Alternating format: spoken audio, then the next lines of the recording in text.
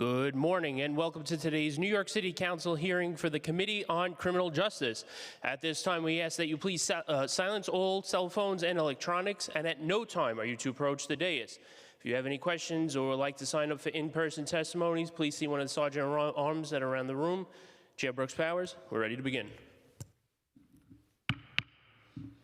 Good morning and welcome to the Committee on Criminal Justice hearing on the fiscal 2027 preliminary budget and the fiscal 2026 preliminary mayor's management report for the Department of Correction, the Department of Probation, and the Board of Correction. My name is Sylvina Brooks Powers, and I am the chair to the committee. I would like to acknowledge my fellow council member that is here with us today, Councilmember Morano. Today, we'll hear testimony from three agencies: the Department of Correction, Department of Probation, and the Board of Correction. I'd like to welcome the Department of Correction Commissioner Stanley Richards, Department of Probation Commissioner Sharon Goodwin, and Jasmine Georges Yelia, the Executive Director of Board of Correction, as well as any other leadership who have joined us today. I look forward to speaking with each of your agencies about your role in transitioning to the borough-based jail system while focusing on holistic criminal justice reform policies and ensuring people have adequate diversion programming to reduce recidivism and keep people in their communities. In the fiscal 2027 preliminary plan, these three agencies have a combined total budget of $1.3 billion, which supports 9,913 budgeted positions. The plan includes minimal changes, including funding for overtime and cost of living adjustments. First up today is the Department of Probation, whose fiscal 2027 operating budget is $116.2 million.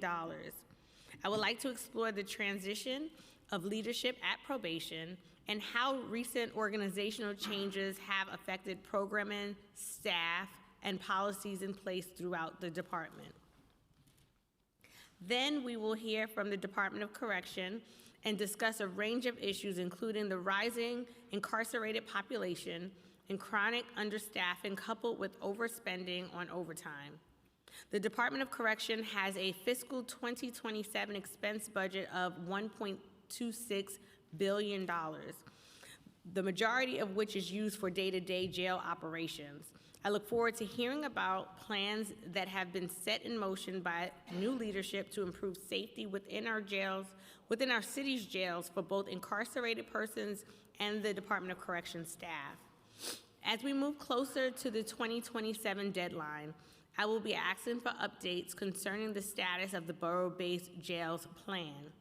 In particular, the staffing and transition plan, which is necessary for a smooth transition into the neighborhood facilities. I will also ask questions to understand how the newly appointed remediation manager impacts the budget on Rikers Island as it pertains to its day-to-day operations. Finally, we will spend some time discussing the Board of Corrections' $4 million budget and looking into the resources needed to provide charter-mandated oversight of the city's jail and to maintain minimum standards. Before we begin with testimony, I would like to thank Council Committee staff for their hard work in preparing this hearing.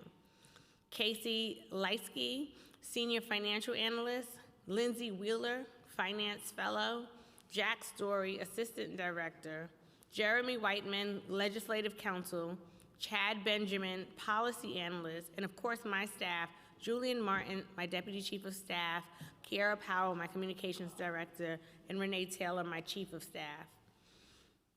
I will now ask the Committee Council to go over some procedural items and swear in the representatives from the Department of Probation, but first I'd like to acknowledge that from the department we are joined by Commissioner Sharon Goodwin, Antonio Pilano, Robert Espio, Michael Caputo, Jason Torres, Wayne McKenzie, Xenia Melendez, Joshua Young, Paul Richards, Razwan Mirza, Dr. Shamira Gambo, Andrew Gonzalez. If you could each raise your right hands. Do you affirm to tell the truth, the whole truth, and nothing but the truth before this committee and respond honestly to council member questions? Noting that all witnesses answered affirmatively, you may begin your testimony. Good morning, Chair Brooks Powers, Finance Chair Lee, and members of the committee. I am Sharon Goodwin, Commissioner of the New York City Department of Probation. I am joined today by First Deputy Commissioner Robert Eusebio, General Counsel Wayne McKenzie, Deputy Commissioner Joshua Young, Acting Deputy Commissioner for Juvenile Operations, Dr. Shamira Gambrell, Associate Commissioner Antonio Polano, Chief Information Officer Razwan Mirza, and Director Paul Richards. Thank you for the opportunity to testify today regarding the department's executive budget and our work to support public safety across New York City. At its core, probation believes people can change. As I stated before, accountability remains central, but it must be paired with support and intervention. That is how we reduce reoffending and help people succeed. Our responsibility is not just to monitor compliance, it is to reduce reoffending by changing behavior. And I want to be clear at the outset, probation is one of the city's most important tools for preventing crime and avoiding the far greater cost of incarceration. Before I turn to the budget, I want to briefly speak to the direction we are setting at the department. My vision is to restore probation as a data-driven, evidence-based agency that supports staff, strengthens accountability, and expands meaningful services for people we supervise. Since stepping into this role, we have taken immediate steps to strengthen the culture of this agency and better align our work with our mission. We have updated our uniform policy. Over the past few years, officers were required to wear uniforms. We are now shifting to a more flexible approach that allows for professional, non-uniform presence to better engage with the clients and the community. We updated our firearms policy so it's no longer a one-size-fits-all requirement. We are restructuring the training academy to get officers into the field faster. The academy was approximately 5.5 months and now will be 3.5 months while maintaining all state requirements. And we are actively rebuilding relationships with program providers to expand services for the people we supervise. At the same time, I have focused on people inside this agency. Over the first few weeks, my focus has been listening, learning, and engaging directly with staff to understand what they need to do this job effectively. We are advancing wellness efforts, strengthening communication, and creating a more supportive environment for our workforce. Because if we expect better outcomes for our clients, we must support the people doing the work. This is a shift in how we approach probation. Accountability remains central, again, but it must be paired with support, intervention, and a real path forward. This is how we reduce reoffending. That is how people succeed, and that is how communities thrive. Turning to the budget, the department operates with an overall budget of approximately $116 million. That investment supports a system supervising approximately 11,833 individuals across all 5 boroughs, including 10,681 adults and 1,152 young people. The needs of this populations are significant. 44% of adults are employed, 12% have identified mental health needs, 6% are experiencing homelessness, 91% of our youth are behind in school. These are not abstract numbers. These are the conditions that drive reoffending, and they are the reason why supervision alone is not enough. If we want safer communities, we must address employment, housing, behavioral health, and education. That is why programming and partnerships are central to our strategy. At the same time, we are operating within real constraints. The number of probation clients has increased significantly, rising by roughly 5.5% over the last 3 years, while the number of available officers have declined.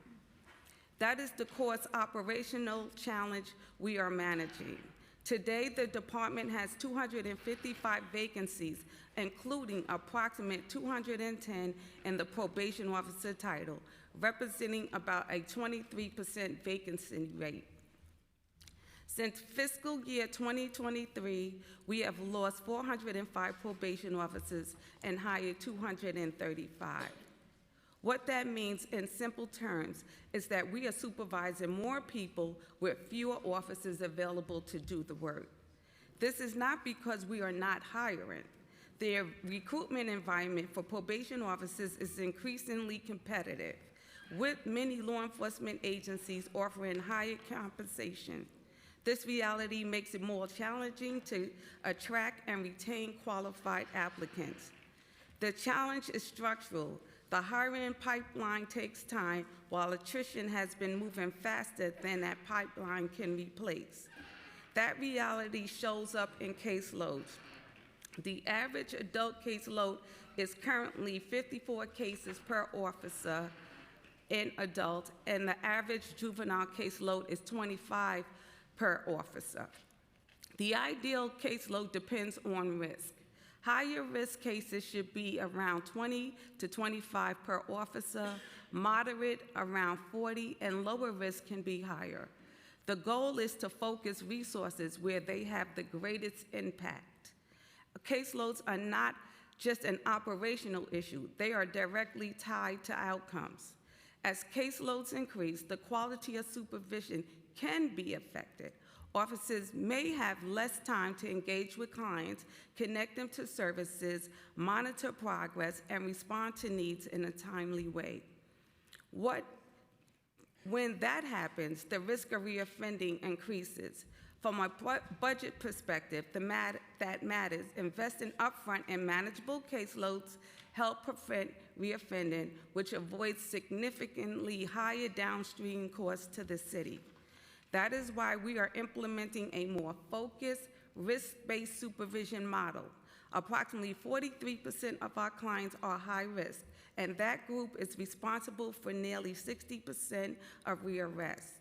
At the same time, lower risk individuals make up a large portion of the caseload, but account for a much smaller share of reoffending. We cannot treat those groups the same. We are aligning resources so that officers' time, attention, and programming are focused where they have the greatest impact.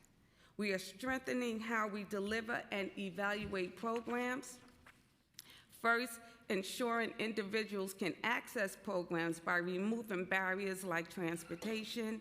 Second, driving consistent attendance and engagement. Third, ensuring individuals are making progress while in the program. And finally, tracking outcomes, including whether they secure employment and sustain those results over time. We are using this approach to better align resources to the programs that deliver the strongest results. We are using data not just to track activity, but to ensure our work leads to real, sustained outcomes. And we are seeing real results. Approximately 75% of adults on probation complete probation. Approximately 92% of juveniles complete probation. Adult rearrest decline and adult violent felony rearrest decline more significantly, even as the population we served increased. That is important progress. At the same time, we are clear about where we must improve. Juvenile rearrest increased by 50%. That is unacceptable. And we are responding with urgency by expanding targeted interventions and focusing resources on the highest risk youth. I also want to take a moment to acknowledge the outstanding work happening on the ground. We recently received feedback from a law enforcement partner who visited our Harlem Neon location and spoke very highly of two of our probation officers, Probation Officer Lee and Probation Officer Green. She described them as exceptionally professional, respectful, and approachable. She noted that they are offered meaningful guidance, connected individuals to vital resources, and consistently treated people with dignity and respect. And she said she wanted to make sure their work did not go unnoticed. That is the culture we are building, and that is the work our officers are doing across this city every day. We are also continuing to rebuild and strengthen partnerships with providers, community organizations, elected officials, and other stakeholders. Because probation does not do this work alone. Finally, I want to make one broader point. Probation delivers value that is not always fully visible in our budget lines. When we stabilize individuals in the community, we are not just improving outcomes, we are preventing future system involvement and avoiding significantly higher costs to the city. This department plays a critical role in both public safety and fiscal responsibility. Our focus moving forward is clear. We are strengthening supervision, we are supporting our workforce, we are investing in what works. And we are building a probation system that is more focused, more accountable, and more effective, one that helps people thrive, strengthen communities, and delivers real value for the city of New York. Thank you, and I welcome your questions.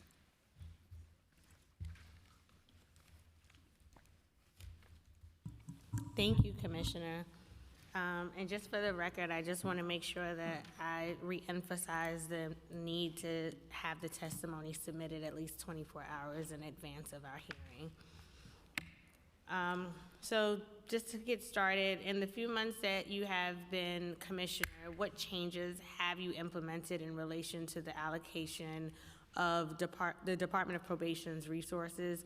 And are there any areas where you have reduced funding?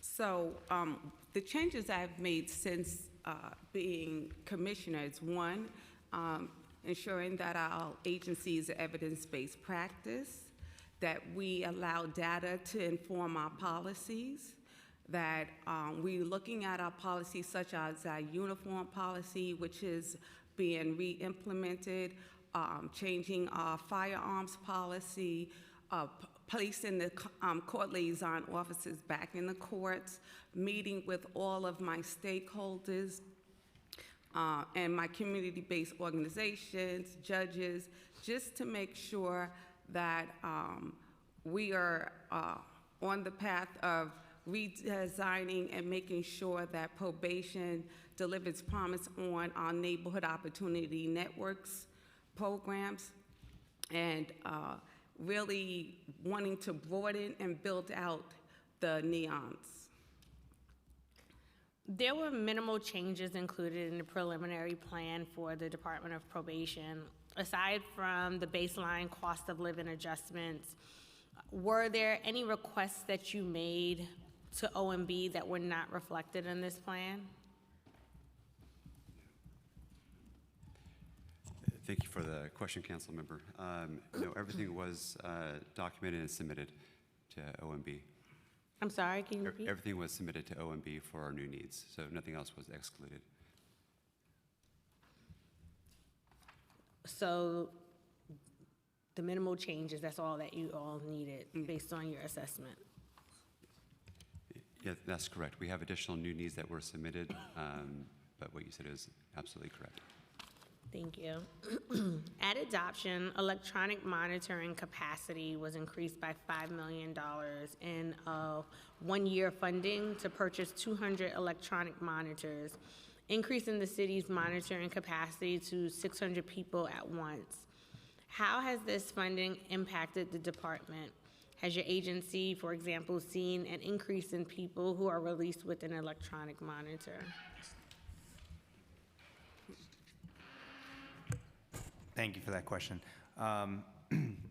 We have not seen an overall increase in individuals released with electronic monitoring. However, I do want to make a distinction. There's an internal pilot program for electronic monitoring, and then there are other agencies, such as the sheriff and other probation agencies, federal probation, which do monitor our clients, which are two totally separate issues. I believe you're referring to sort of a combination of both. As far as our pilot program, that is an internal enhancement to probation conditions that we've used for existing clients. So it wouldn't increase the number of clients since it's only used for our internal existing clients. That is a pilot that's reaching its end, and we're in the process of assessing that. But considering it's expanding your capacity, wouldn't it increase the amount of people being able to utilize that function? Correct. There is capacity, yes. As far as our internal pilot, we're assessing kind of what direction that's going. However, the overall city's capacity has not shown to change, meaning clients that come from court with monitors for a number of reasons has not changed in the last year or so, which is separate from our internal pilot program. But broadly speaking, for the agency, has there been an overall increase in people who are released with an electronic monitor, whichever way they're coming? No. No. Okay. Also, I'd like to acknowledge that we are joined by council members Salam, Kaban, and Felice on Zoom.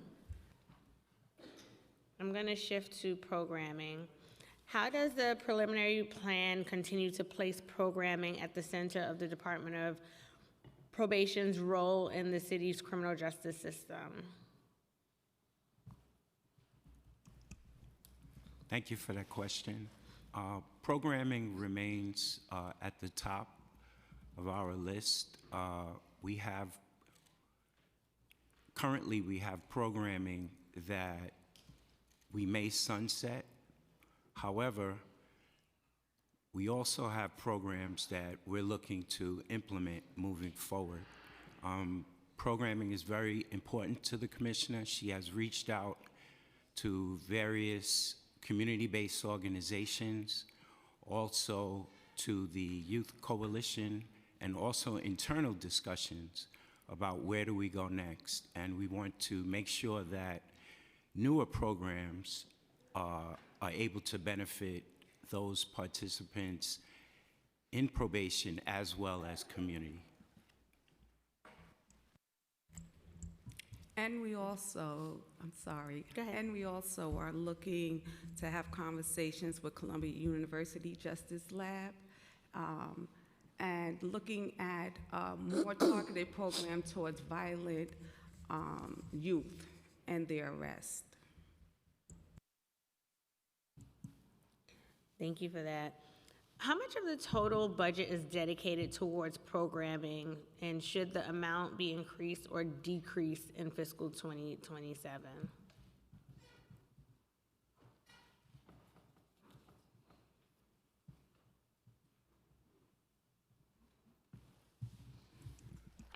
I believe it's currently 18 million. And Chair, just one thing to add to that would be we're looking to expand our programming. We definitely see, approximately, I think 8 out of 10 of our probation clients who are engaged in programming no longer recidivate. So we put in additional new needs and grant opportunities to expand those programs. So we're hoping to get additional funding either through philanthropic organizations or federal grants to expand our existing programming network. Thank you. I'm going to just jump around a bit to be able to yield to my colleagues momentarily. I wanted to touch on the contracted providers. Where does the department see a need for outside programming provided by nonprofits, and how does the department plan to continue working with the nonprofits? Thank you for that question. Within my first few weeks, I've been meeting with the Youth Coalition. I've met, like I said, with Columbia University Justice Lab. I've met with Osborne Fortune, over about 15 organizations to really talk about our programming and our partnerships, and talking about how we could do a better job at New York City Department of Probation before a contract is about to end, where we can all get into the room and talk about what's next and what we could do better, or adding to our contracts that are already present. And my focus right now, based on what the data is telling us, is our focus is going to be on the youth. So what contracts in the department, is the department preparing to RFP over the coming fiscal year? And also, if you could provide an update on your contract with WorkPlus?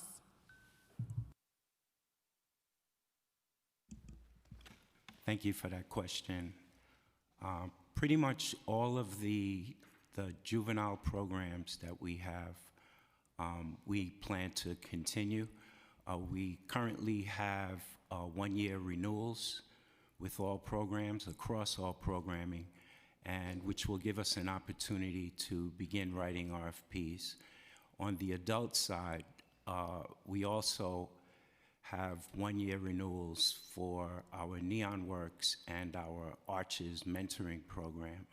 So as of now, the only program that we're planning to sunset would be Works Plus.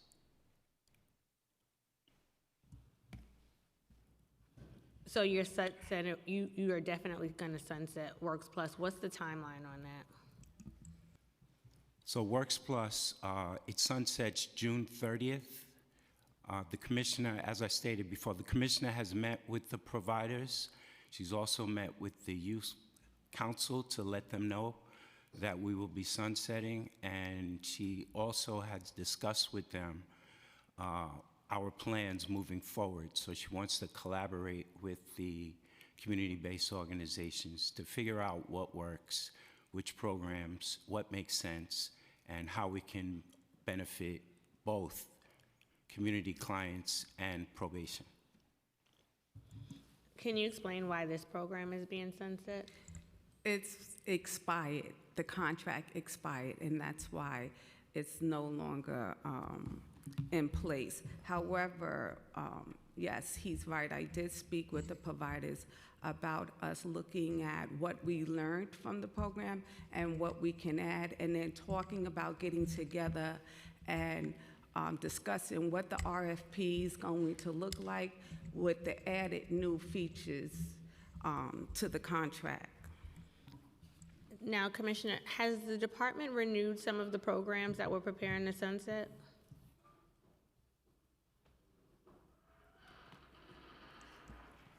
Yes, the programs on the juvenile side were sunsetting as well, but we've renewed every single one.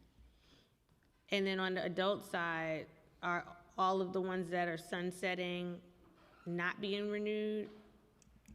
So on the adult side, out of the active programs, which would be Works Plus, that is the only program that will expire.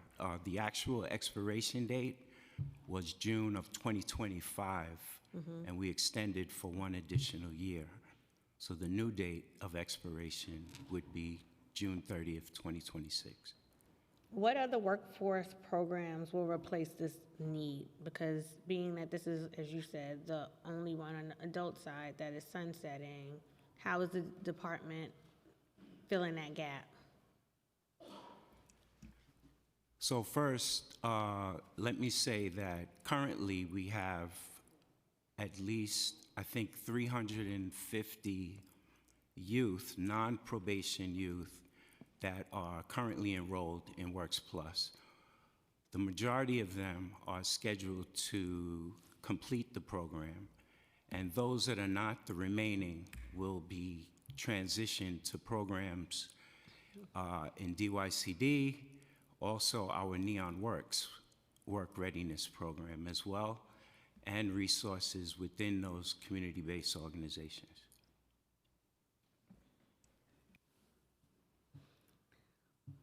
Okay, I'm gonna pivot to staffing and overtime. I may come back to that one.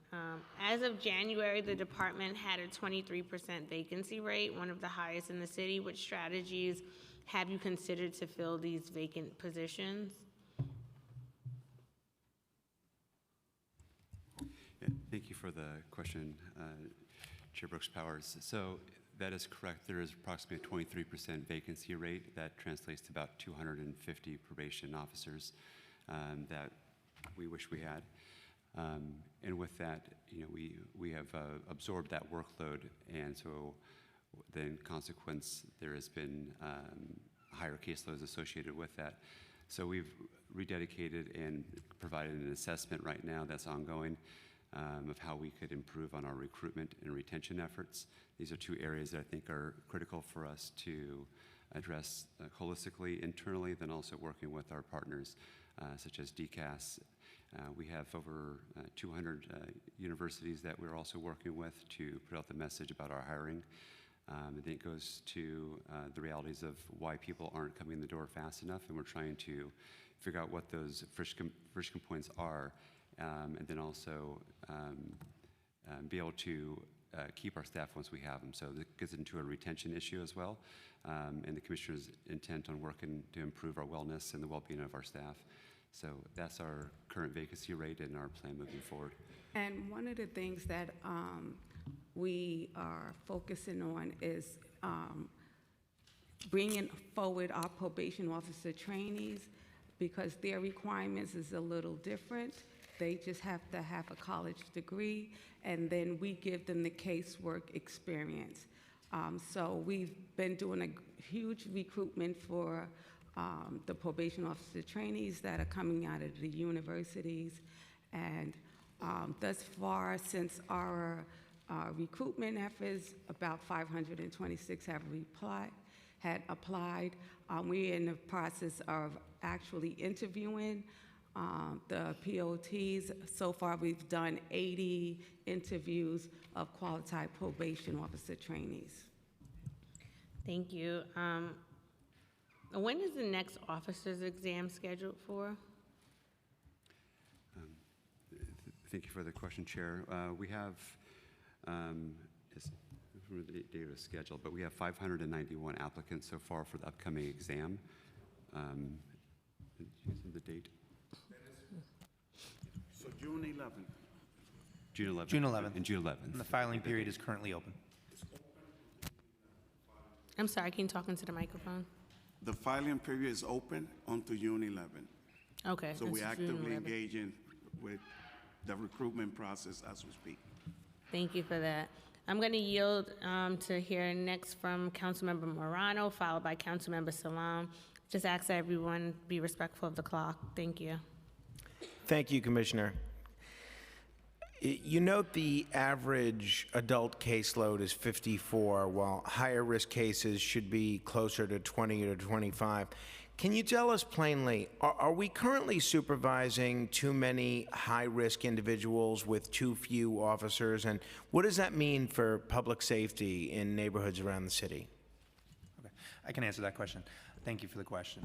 So currently, we have a mixed caseload model. So what that means is that both on the adult and juvenile side, we use validated evidence-based assessment tools. So we assess every case and we give them a risk level.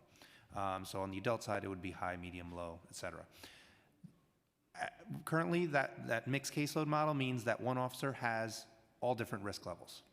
We're actually in the planning phases now of moving towards an individual risk level model, meaning each officer only gets a single risk level. So to answer your question about how many, is it too many or too few officers, this system will adjust for that. When you have a single risk level, you have less room for error, right? There's more consistency within the officer, but then we can adjust the caseloads individually. High caseloads will have fewer cases, medium caseloads will have a little bit more, low will have a little bit more, et cetera. So this whole plan, and our officers have been working very, very hard these last few weeks, reassessing and reengaging all of these clients to have clearly documented needs, and we really commend that work so that we can make this overall plan to shift these caseloads and address exactly that issue. The commissioner mentioned a 23% vacancy rate and that we've lost far more officers than we've hired. What specifically is driving officers to leave, and what would it take, in your view, Commissioner, to actually stabilize the workforce? I believe that it's a competitive market out there. We're competing with a lot of different criminal justice agencies and social work agencies. And so for how we're looking at it is giving them a better work-life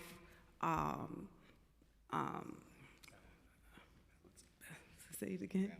Balance, thank you, work-life balance.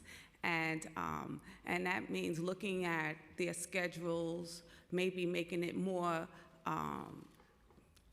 competitive in terms of they're wanting to come, stay at probation, giving them, looking at the wellness and what we're doing. We just recently had staff appreciation breakfast where executive team served them breakfast, and we thank them for their service.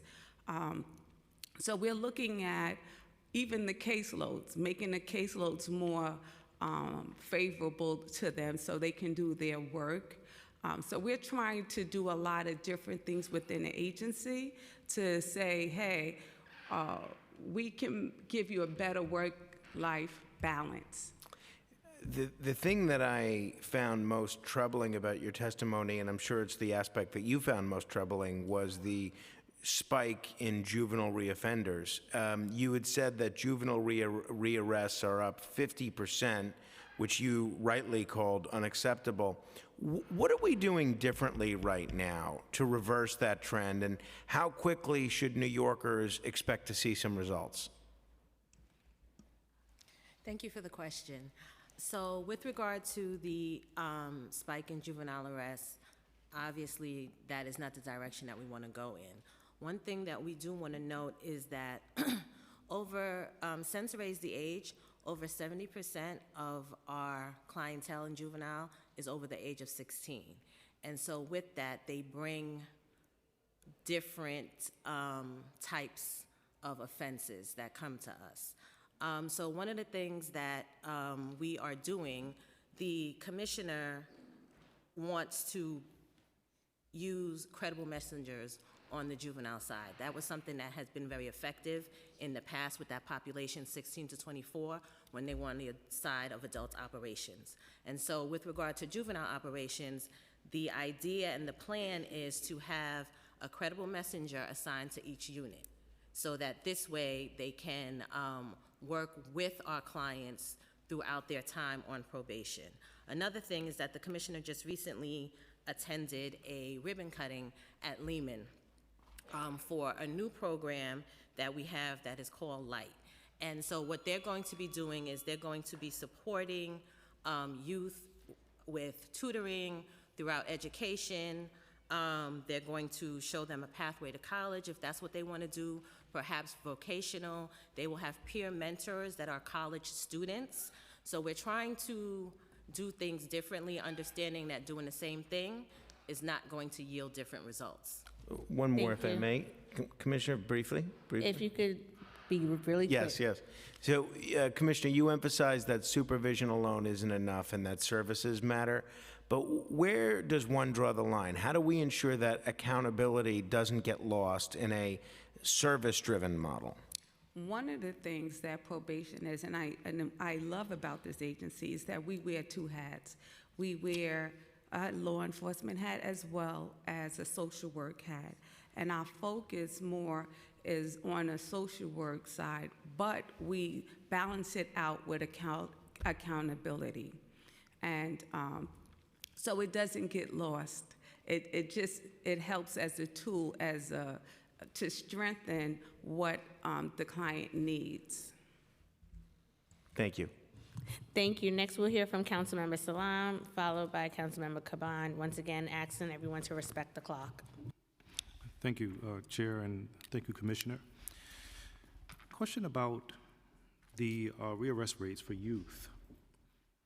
I wanted to know what the what interventions are failing for our youth on probation, and what additional resources or programming changes are needed, given the fact that they have gone from 2% to 3%, 0.2% and 0.3% between fiscal years 25 and 26? Thank you for the question. I think what we're seeing right now is unfortunately an increase in some gun violence. And so one of the things that the commissioner has discussed is trying to find the appropriate programming that would help us to combat that particular thing. And so Credible Messengers is one of the pathways to that, but we are open with talking with our community partners and the different providers just to really try to narrow in on that particular issue to see what would be the best model and what would be the best thing to keep our youth from getting further involved into the system. And that is why we are talking with Columbia University, Project Restore, and really looking into partnering with them as well. They have a really good successful rate with their program with dealing with violence in youth. Thank you. Continuing with the youth, in terms of youth at risk and the funding shifts, I wanted to know why this funding source shifted and how does this affect the programming services and stability, given that the preliminary plan reallocated $18.8 million of at-risk youth funding from the city to non-city sources, while also enrolling 20% fewer DOP-managed program participants.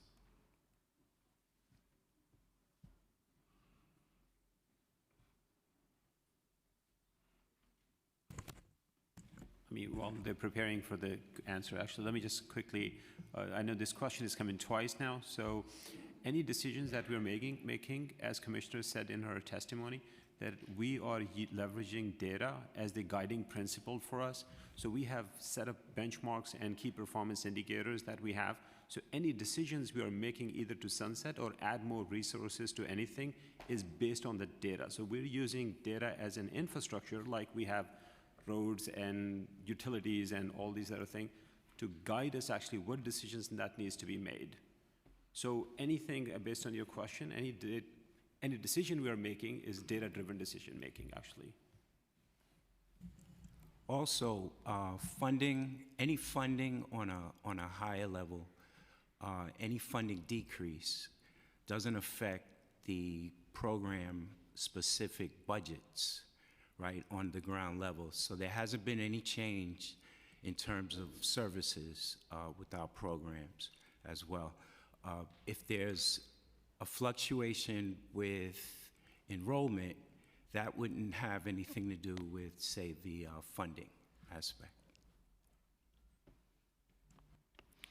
Adult pre-sentencing investigations completed on time rates dropped 4 percentage points from 98.4% to 94.4%, despite an increase in volume of 2,390 to 2,601 PSIs. How are staffing shortages affecting the quality and timelines of these critical court documents, and what resources would address this deadline? This decline, sorry about that. That is the core of the challenge, everything you described there. So this is actually a good example. The quality is actually being maintained by our officers. In this example, the on-time, they're taking more time, so that is the trade-off. So in order to maintain the quality with fewer officers, it takes them longer, and that's why our on-time delivery has been reduced. Now we're working on bringing that back up. We have assigned some more officers actually recently in the last few weeks to investigations for that reason. There is some training, it is somewhat of a specialized assignment, so there's some time for that to be realized. But this is the core of the challenge that we're faced with, and we're doing the best we can, and our officers are doing their best to prioritize quality over any other metric. Thank you, Chair. Thank you, Councilmember Caban. Also, we've been joined by Councilmember Narcisse. Thank you, Chair. Thank you all for being here. That's it, I'm done. Can you just briefly I'm probably going to be doing more in commenting than questioning, but briefly, what do you see as your mission and purpose as it pertains to young people under your supervision? Is to provide them with the best service, resources, and opportunity that we can, and really doing a one-size-fits-one approach with how we supervise them. Yeah, and what's the purpose, right? Like, what is the outcome that you're hoping for, right, when you're seeking the best programs and services? For me, for youth, the best outcome for us is getting them to realize that they have something to live for, right? And I say that in terms of a lot of youth come to us not even realizing that they have tomorrow to live for. And our job is to get them to realize that. So my main focus is changing behavior. And using all our resources in terms of Credible Messenger, using our nonprofits, using my sister resources and other. And I'm going to interject for a moment because I know you've spent time talking about that, and I agree with you. And I want to hone in on what you said about sort of changing behavior and having something to live for. To me, that means recognizing that you have options and opportunities, right? And I want to thank my colleague, Councilmember Morano, for his questions. I think they were thoughtful, and I think it's interesting, the use and the choice of the word accountability, because accountability and punishment are not synonymous. They have very different definitions, and your mission, I think, incorporates accountability and not the purpose of punishment. And just for the record, the definition of accountability is an active, voluntary process of taking responsibility, repairing harm, and changing behavior that focuses on growth and improvement. And conversely, the definition of punishment is passive, often forced experience focused on retribution, control, shame, and results in isolation rather than improvement. And so I think the latter is contrary to what your goals are in terms of people having something to live for and striving for something. And the former is really key here. I point that out because I just think some people think that like something happens and you need to be punished, but we want outcomes. We want changed behavior. We want transformation. So what recommendations or what programs and interventions do you think promote accountability? And what recommendations do you have for diverting young people away from even coming under your supervision? And an example I will give and share to start us off is SYEP, right? We know that it reduces youth arrest rates by 17%, it reduces felony arrest rates by 23%, and those are hard, concrete results. So what kind of programs and interventions promote accountability, and what recommendations do you have for diverting people from touching you in the first place? Okay, this is going to be a shared conversation. Let's do it. With my counterparts. First, probation. We do have cognitive behavioral intervention tools that we use with the youth as well with the adults that addresses accountability and them looking at their lives and their future.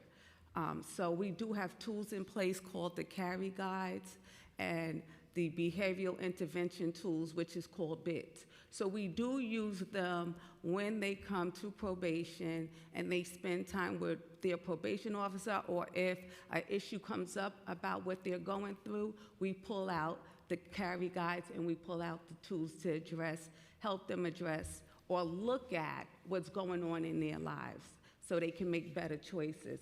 In terms of diversion, I'm going to hand that over to Dr. Gambrell.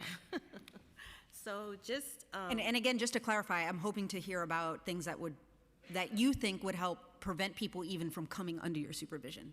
I'm talking about that in terms of diversion. Okay, so I think that that would probably be a collaborative effort with some of our sister agencies, right, coming together, because we all touch the same populations, right? So that means that we need to, be step in step with DYCD. We do a big push for SYEP, right, for our kids. We need to be step in step with New York City public school system, right? Just trying to figure out okay, when you see certain behaviors, this might mean that this kid might be coming this way. And so these are some of the things that we need to do collaboratively. I think that as a city, we can come together more collaboratively, pool our resources. And I just want to add really quickly that one of the main tools that we have at probation is our staff. They're change agents. And so, you know, with Commissioner Goodwin here, we're moving forward to making sure that we provide them with retraining on motivational interviewing, stages of change, because these are the things that are really going to impact our youth. Thank you. Thank you, Chair, and also Commissioner, I love your tie. Thank you. We've also been joined by Councilmember Brewer, and we'll wrap up with questions with Councilmember Narcisse. Good morning. As a reentry nurse, thank you, Chair, and thank you for being present with your leadership here. So I'm so happy to see you, and congratulations. And I'm hoping to look for the best. Like we say, the best is yet to come. I used to be a reentry nurse. And it always bothers me to see how we have our children in that revolving door all the time. So what do you think? Why do you think we have such a high rearrest all the time?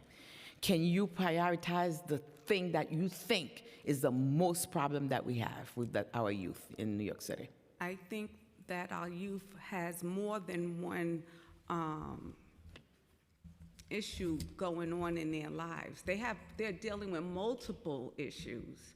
And they tap, because I know we have a lot of problems. We all have a lot of problems. Exactly. So that's why, you know, as the commissioner, I'm looking at reinstituting how we look at our data and what is that data saying to us? How, you know, what are the top 3 concerns that a youth is going through in order for us to really get to the heart of it?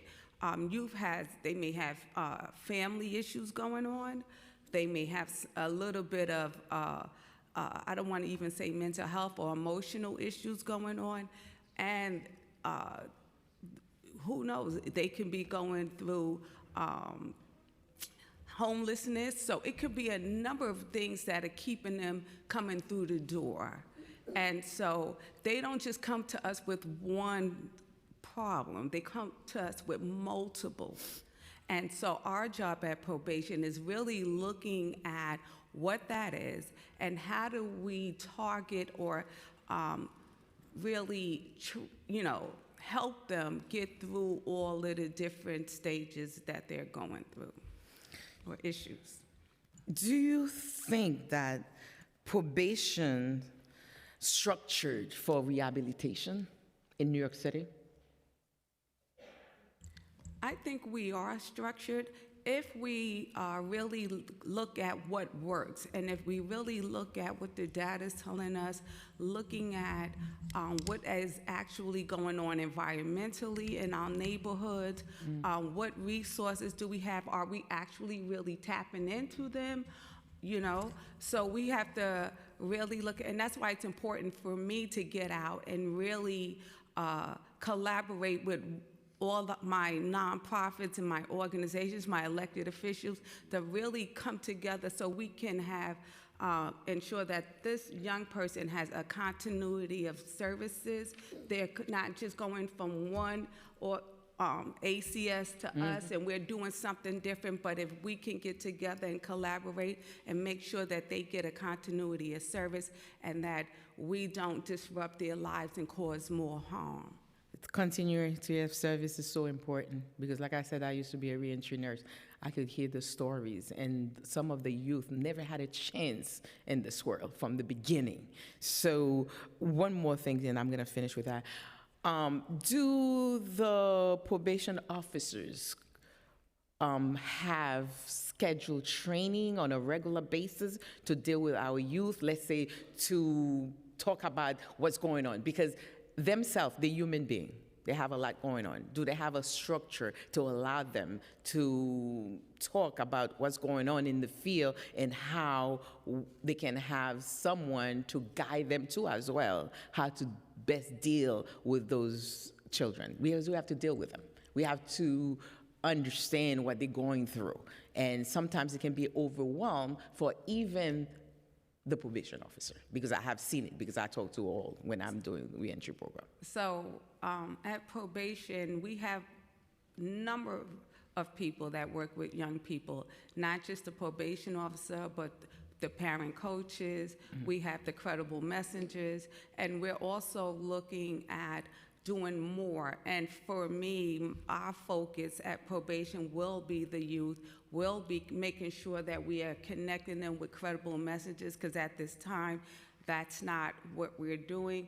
And also, like I said, looking at what the data is telling us, where should we be intervening? Is it early on when they get probation, or the latter part?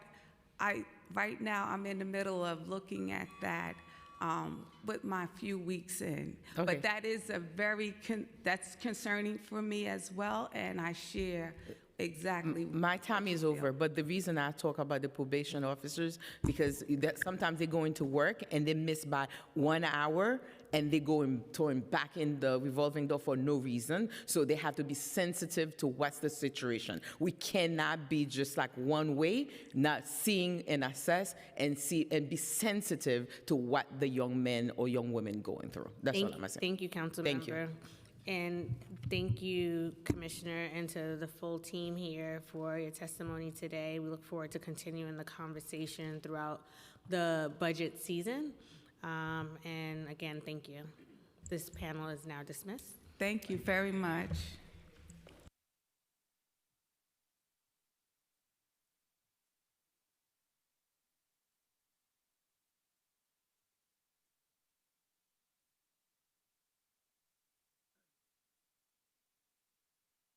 We'll take a 2-minute break so that the Department of Correction can come up to the dais.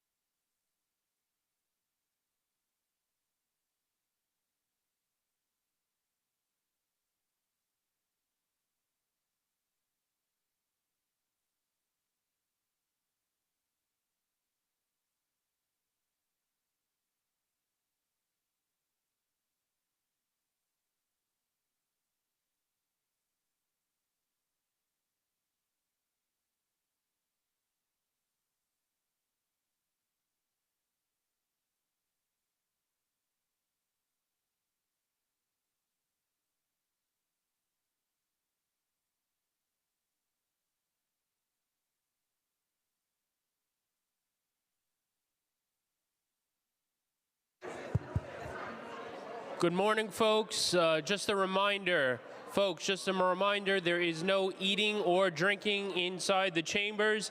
If you have any drinks or food, please finish them outside in the rotunda. Also, at this point, please, no one approach the dais. Thank you.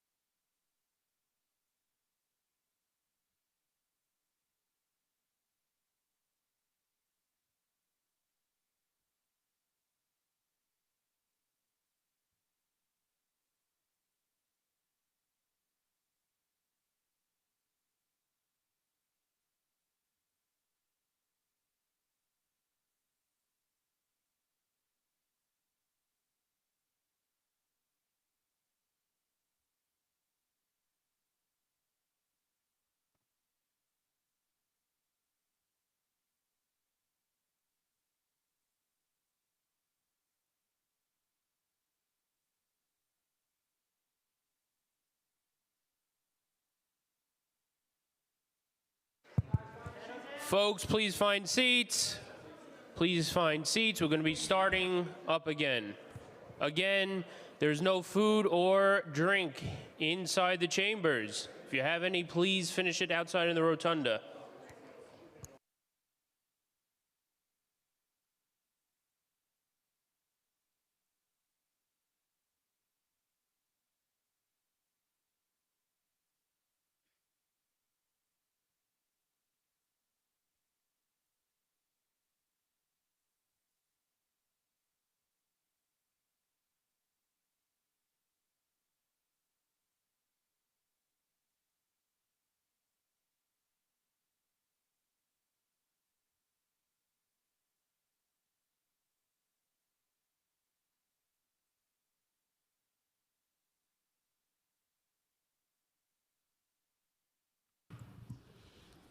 All right, good morning. We're back in session. We are joined now by the Department of Correction, and testifying today will be Commissioner Stanley Richards. He is joined by First Deputy Commissioner Margaret Egan, Chief of Department Sherry Ann Rembrandt, Charlton Lemon, Bureau Chief,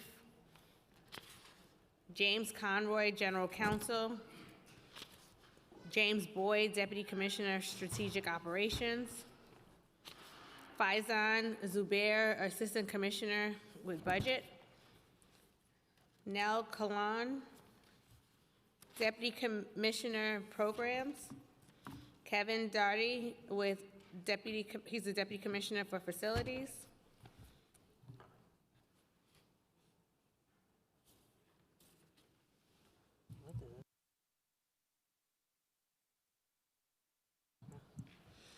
Kathleen Zadzora, Assistant Commissioner. Alexandria Maldonado, Assistant Commissioner. I think I got everybody. The council will swear everyone in. If you can each raise your right hands. Do you affirm to tell the truth, the whole truth, and nothing but the truth before this committee and respond honestly to council member questions? I do. Noting all witnesses answered affirmatively, you may begin your testimony. Good morning, Chair Brooks Powers and members of the Committee on Criminal Justice. As noted, I am Stanley Richards, Commissioner of the New York City Department of Corrections, and I'm joined here with many of my colleagues. Thank you for the opportunity to discuss the department's fiscal year 2027 preliminary budget and the work ahead of us to strengthen safety, stability, and accountability within our jail system. I come before you today not only as a commissioner, but as someone who has spent decades working in and around the system, as an advocate, as a practitioner, as a partner, and now as a commissioner. I take this responsibility seriously, and I approach it with both urgency and humility. I want to start with this simple truth. We have a lot of work ahead of us. As I stated when I met before the committee last month, transforming a system like ours is not like turning a speedboat. It is like turning a cruise ship. It is going to take time and sustained commitment. And I am committed to that work, and I can say confidently that the team I'm building is committed to that work as well. We share this council's goal of creating a system that is safe for staff and people in our care, and holds people accountable while also creating pathways for change and growth. In this new role, my leadership philosophy is grounded in a simple idea: people first.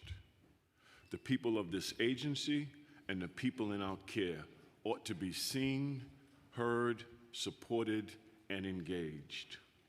Our staff are charged with caring for people with significant mental health, addiction, and other challenges every day.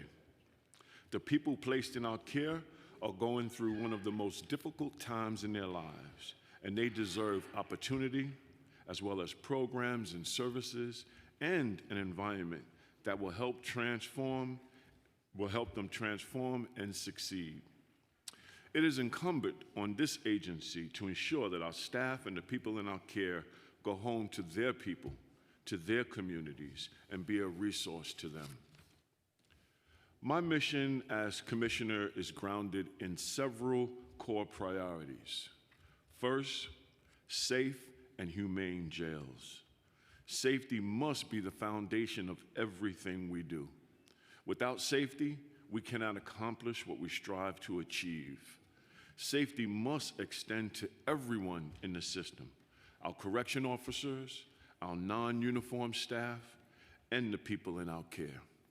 Second, strengthening partnerships. DOC cannot do this work alone.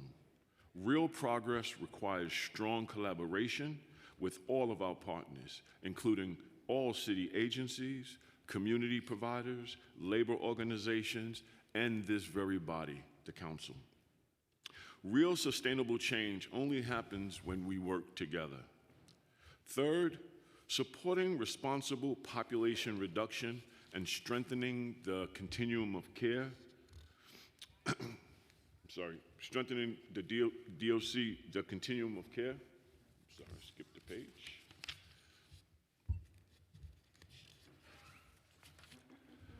DOC does not control who enters our care, but we are committed to working closely with our partners in the criminal legal system to support policies and practices that safely reduce the jail population, while also ensuring individuals are better prepared for when they return to their communities. Fourth, preparing the department for the future, including the borough-based jails and modernization of our operations. These priorities are connected. When we support staff, we improve safety.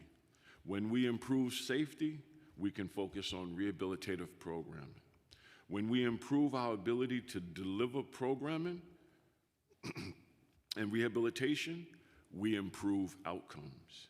And when outcomes improve, public safety improves. That is what putting people first looks like in practice and what we hope to achieve in the coming fiscal year. Let me speak candidly about where we are today. Our jail population has increased year over year for the past several years. In fiscal year 26, the average daily population was approximately 7,100 people, representing nearly a 10% increase compared to fiscal year 25, and a nearly 43% increase compared to fiscal year 21. We are seeing our facilities operate at 92% capacity, the highest level seen in more than a decade. These numbers matter because they create additional operational pressure across housing, staffing, service delivery every single day. I want to emphasize something important. DOC does not control who comes into our care or how long they remain. But we are working closely with our partners across the criminal legal system to support responsible population efforts, including this body. This is not just a DOC challenge. It is a systems challenge. A system challenges require shared solutions. At the same time, population pressures are increasing. The department continues to face significant staffing challenges. This issue is not unique to New York City.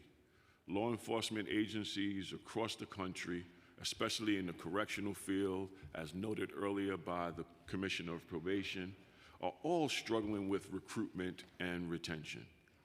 Today, DOC employs approximately 5,600 uniformed members of service, a roughly 20% net decline in average headcount since January 2022.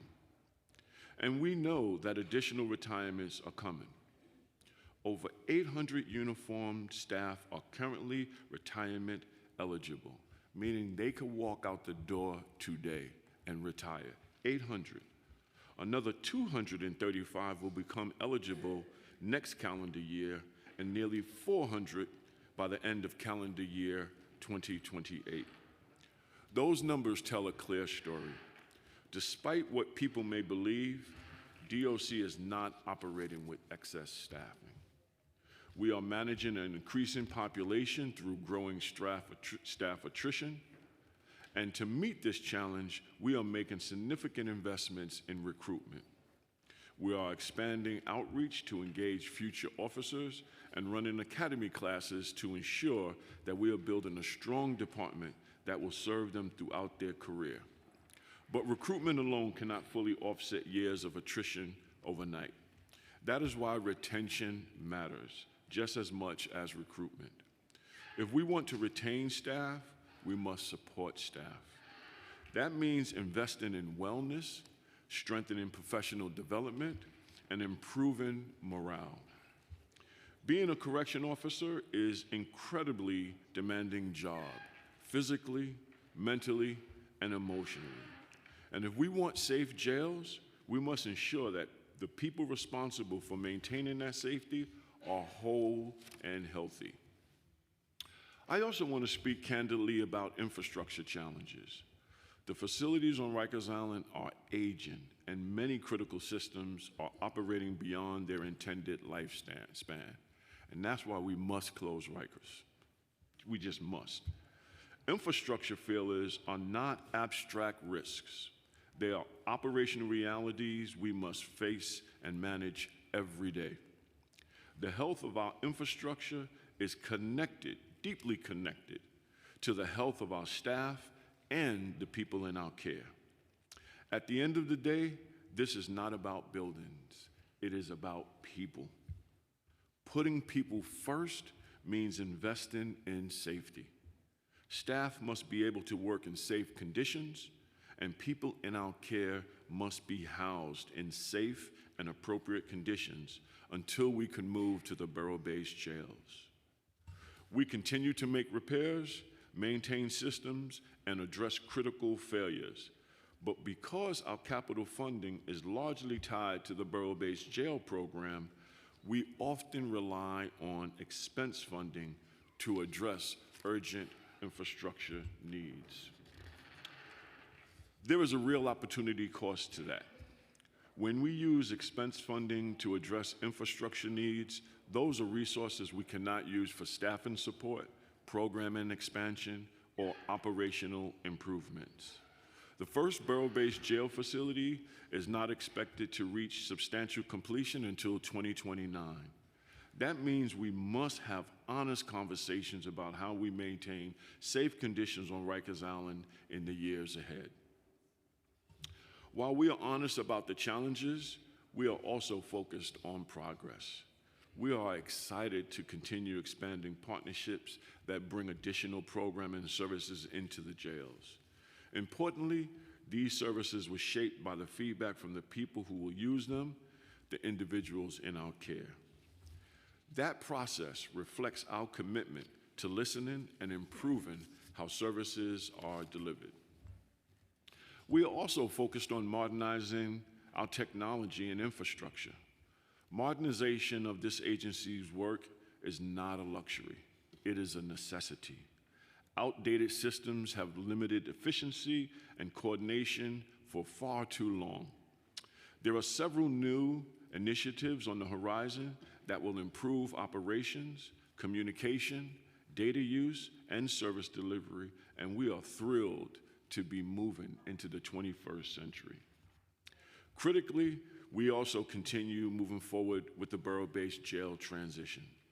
The department has a team of dedicated public servants who have worked on this effort for years. Their work has positioned us to move into the next phase we will move into. Construction is underway at multiple sites, and planning and coordination of this city project continues in partnership with all of our sister agencies. This project is one of the most significant operational transitions in not just the department's history, but in the city's history, and we are all committed to getting it right.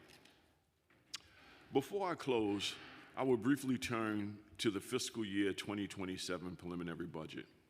For fiscal year 2027, the Department of Correction budget is $1.4 billion. The vast majority of this, 86%, is allocated for personnel services, 14% for OTPS, other than personnel services. The fiscal year 27 preliminary budget increased by $58 million compared to fiscal year 2026 budget of $1.34 billion. Some of the increases to the preliminary budget include funding for expense components of capitally approved technology projects, with $3.2 million allocated in fiscal year 26, $3.5 million in fiscal year 27, $4.4 million in fiscal year 28, $3.4 in fiscal year 29, and $2 million in fiscal year 30. Laundry detergent, soap, cleaning supplies, and cleaning supplies for people in custody, with $8 million baseline starting in fiscal year 26. The additional funding supports increased needs for the department resulting from an increased population, as well as increase in prices. Civilian-based salary funding to close anticipated budgetary shortfall with $15 million in FY26 only, and uniform and civilian overtime funding to close projected fiscal 26 budget shortfall of $18 million in civilian overtime and $150 million in uniform overtime. This fiscal year 26 budget and commitment plan totals $14 billion, which covers fiscal year 26 through 36, and that's the capital. As of the FY26 preliminary budget, the majority of capital funding, as I noted earlier, is tied to the borough-based jails program, which totals $13.9 billion over the 10-year plan and is allocated Brooklyn facility $2.3 billion, Manhattan facility $4.1 billion, Bronx facility $3.1 billion, and the Queens facility at $4 billion. As we continue to work diligently to attract and retain both civilian and uniformed staff, the department's total authorized headcount is 8,811, which includes 7,060 uniform positions and 1,751 civilian positions. Our actual uniform staffing levels remain well below our authorized headcount, and the department plans to use funding for recruitment and advertising to be aggressive with advertising and marketing strategies to promote recruitment. In conclusion, let me close where I began. This work is about people. It is about the officer who deserves to work in a safe environment. It is about the person in our care who deserves dignity and opportunity. It is about the communities we all serve. This is long, hard work, and there are no quick fixes, but it is well worth the effort. Progress is possible when we stay focused, when we work together, and when we keep people at the center of what we do. When we put people first, safety, dignity, humanity all follow. Putting people first means investing in them. People in my life put me first and invested in me, and it is what brought me here today before you. I am grateful for this opportunity, and I look forward to discussing the department's budget, which is an investment the city makes in this agency and its mission. Thank you for your partnership and continued support. I look forward to answering any questions or comments you have. Thank you. Thank you, Commissioner. I'd like to acknowledge that we've been joined by Councilmember Ressler. I also just wanted to put on the record, just reiterating the need to have the testimony at least 24 hours in advance of the hearing. So let's jump into it. Commissioner, under this new administration, are there plans to significantly change the budget proposal for the Department of Correction? And if so, can you share some of the ways you expect it will change when the executive budget is delivered? We've worked with OMB. We submitted our preliminary budget with our new needs and what we need to stabilize the department now. So as I stated in my testimony, the budget we're proposing is the 1.4 billion budget that will address the needs we have now and the planning for the future we need to do. And in the same line of question, have you reviewed any of the Board of Correction reports published during the prior administration to see if any further changes and improvements can be made within the department? I haven't reviewed the previous Board of Corrections reports, but as a former Board of Correction member and vice chair, I value that work. I value their partnership. And what I am charging this department, my leadership team with, is looking at the future. Take the lessons we've learned from the past, but build a path into the future that is centered on hope, dignity, and the humanity of the members of service, our officers, and the people who come into our care. And I'm very particular about language, and you hear me say it when I say people in our care. Just like our officers deserve to be safe and to be valued and to be heard, the people who are remanded to us are remanded to our care. And so we are going to have a plan for the future of this department, building off the experiences and concerns of our partners of the past. Thank you for that. In your testimony, you mentioned the department's goal of increasing safety for the staff and the persons in custody, as you just mentioned. Can you expand on your strategies for these new policies and how they'll be different from previous commissioners? Yes. You know, as I said to my leadership team, we can't punish our way into compliance. I think we have to start in a different way, and it's something similar to what the probation commissioner started with. We need to develop a system that when people come into our care, people have something that they want to hold on to.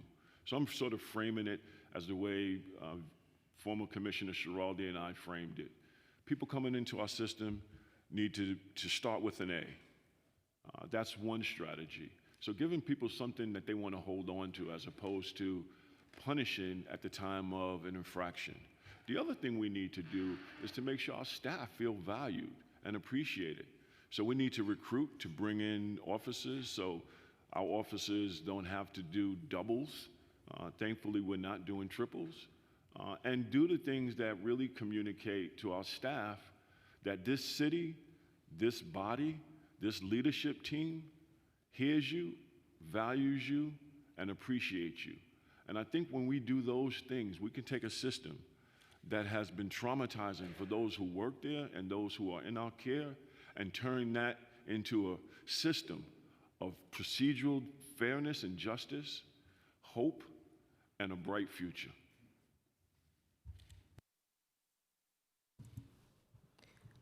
Thank you for that.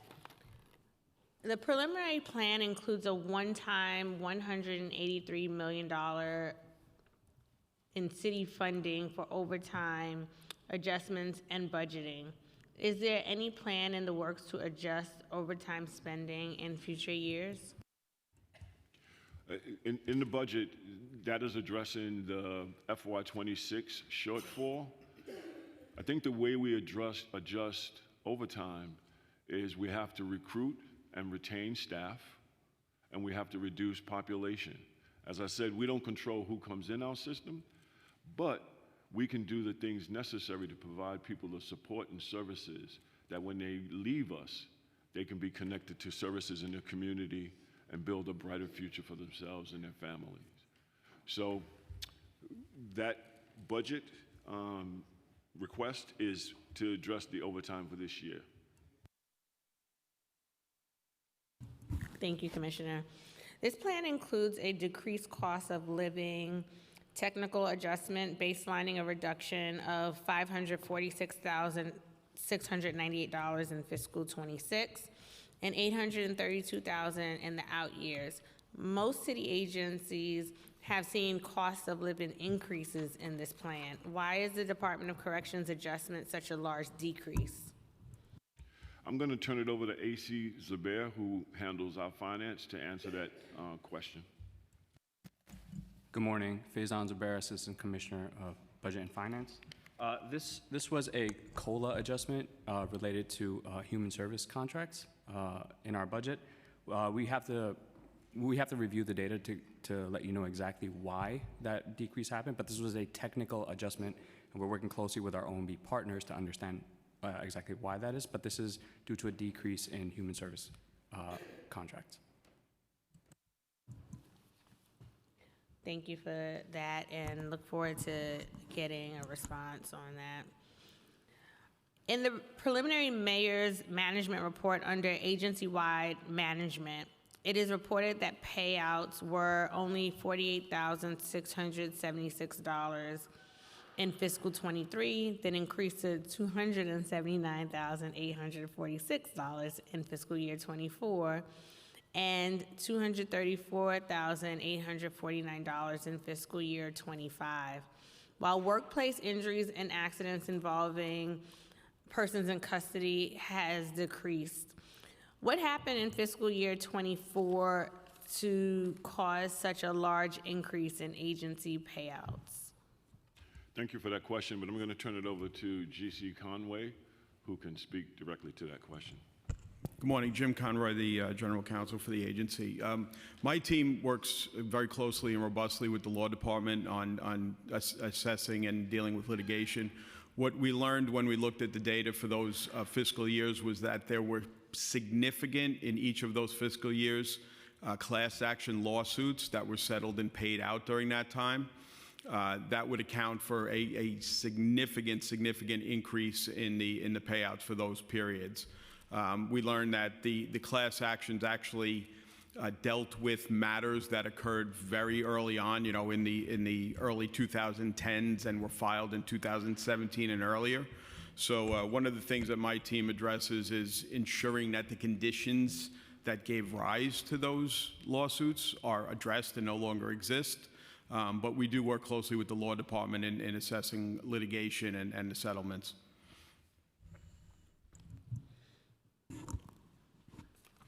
Thank you for that. Pivoting to the federal monitor, U.S. District Judge Laura Taylor Swan instructed the new remediation manager, Nicholas Demel, and the city to meet and submit an agreed-upon plan within 21 days of this appointment. What logistics have been decided? So I've met with Nick a couple of times. His official start date is on the 30th, and I really look forward to working with him. I think he brings a wealth of experience. Him and I talked about our work together as a partnership. He reports to Judge Swain, and I report to the mayor. But our North Star and our goal is the same. We want safe jails. We want our staff to be safe, and we want the people in our care to be safe.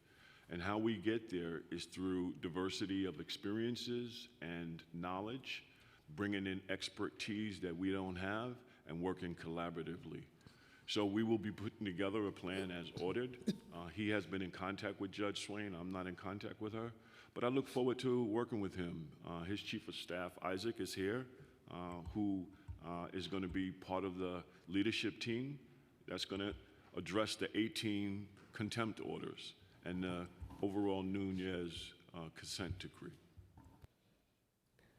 And will Demel be located physically on the island as well with his team? Yes, him and I both agree. You cannot do this work from Bolivar or from office in the building outside of Rikers. You need to be on the island. You need to be in the facilities. You need to be present.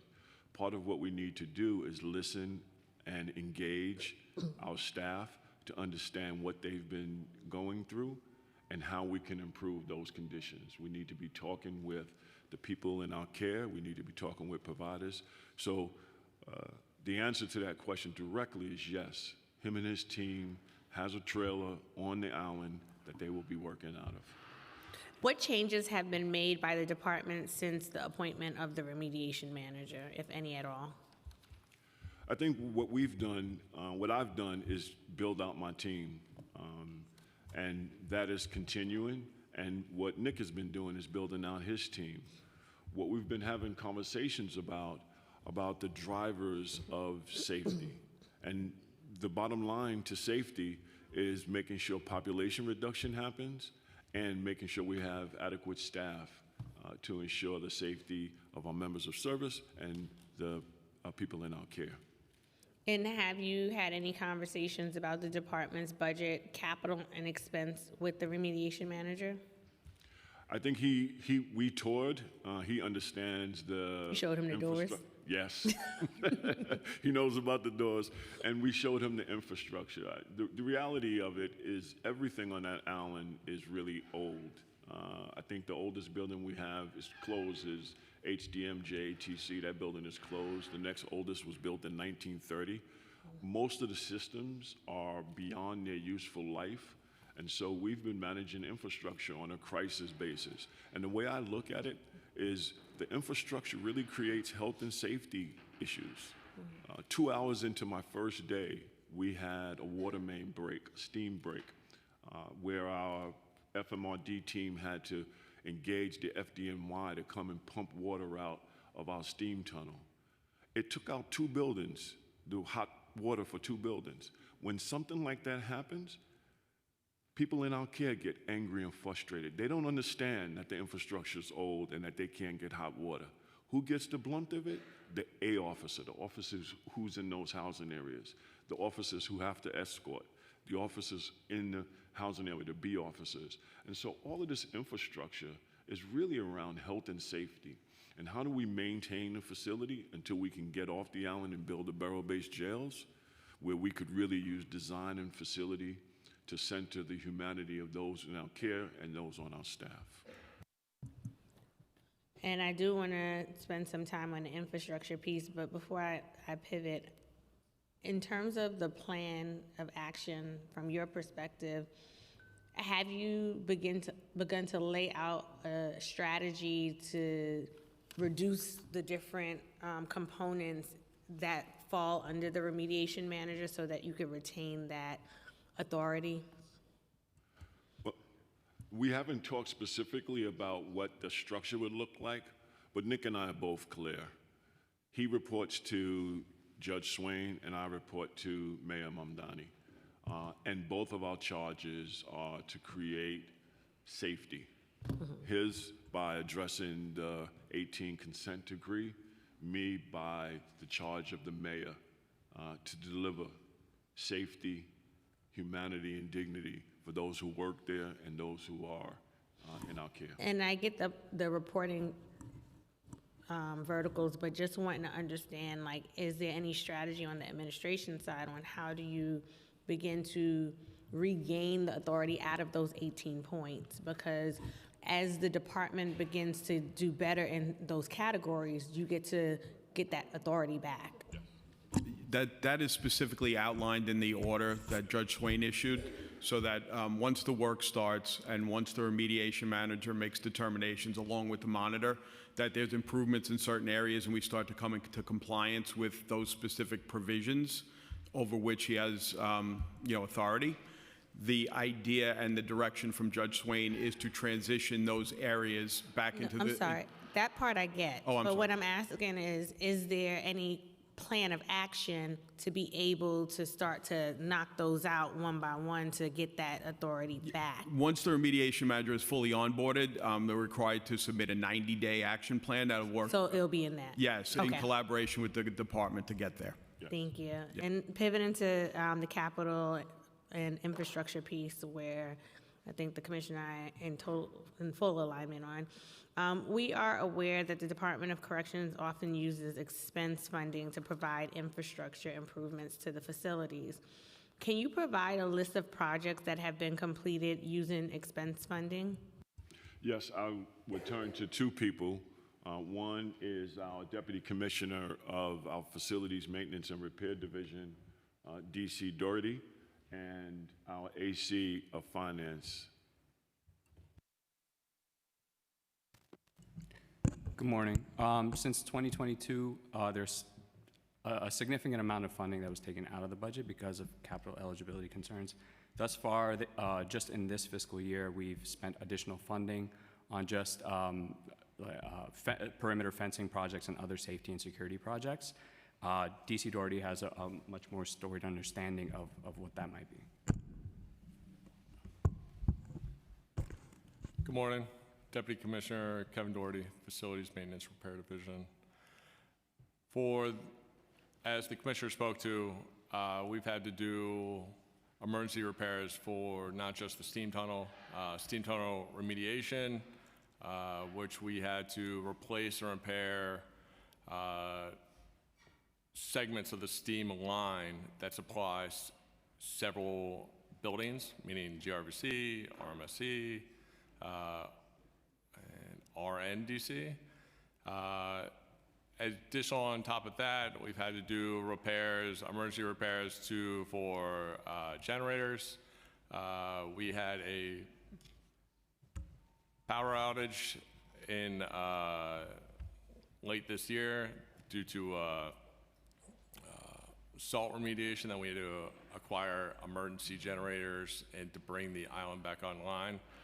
And doors, since 2019, we've been installing doors on a regular basis.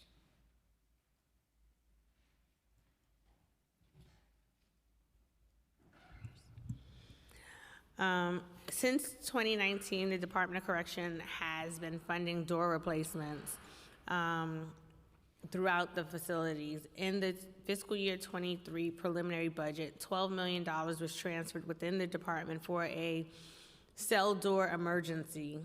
In the fiscal year 23 adopted plan, $15 million was added in fiscal year 23 and $10 million in fiscal year 24 for cell door upgrades. Additionally, the Department of Design and Construction budget in fiscal year 23 included $10 million for a cell door project. Can you confirm that all of the cell doors are now in working order with doors that lock and stay locked, or are additional funds needed? Just a quick clarifying point. Since 2019, we were using capital funding to repair doors. Since they became capitally ineligible, we then had to shift to expense. So now we're using expense funding to cover our door replacements.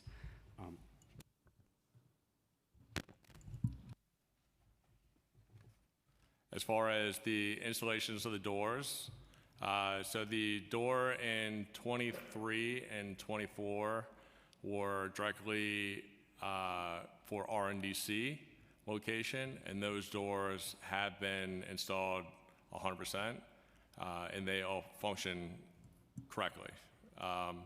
For all locations that we have installed since then, a lot in OBCC, we have installed for the SMU unit, a lot in RMSC. Every location that we have installed these has been a positive, not just for the staff, but also the population. We have not had issues with the converted doors. But I'm taking from what you're saying or how you're saying it that there are some doors that still require attention. Yes, So additional funds would be needed for those doors? Yes, I think the total, and correct me, I think the total number of doors throughout the department that need to be upgraded is about 2,100. We've done about 30%. Yeah, so the total count on the doors left to be fully converted for the entire island is 2,889 doors. To date, we have installed 1,439 doors. That roughly gives us a percentage of completion of 33%. Is additional funds required for the doors? We have, right now, we have additional funding in the expense budget to do 114 doors? 141. 141 doors a year. So it would take us 10 years, 12 years to replace all the doors. And have you been able to fund any capital projects through DCAS? Yes, usually anything that is non-facility based, right? We can use capital funding for replacement in kind. There have been projects that DCAS has co-certified that they will use at least 5 years after the asset has been completed. So yes, there are some projects that we have done. And those projects, those projects are usually IT-related projects, not the infrastructure like the doors.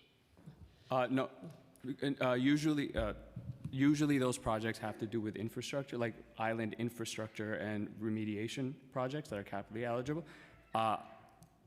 DCAS does not need to certify like IT projects.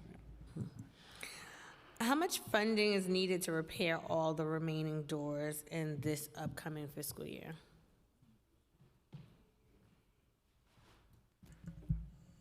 We could get back to you on that.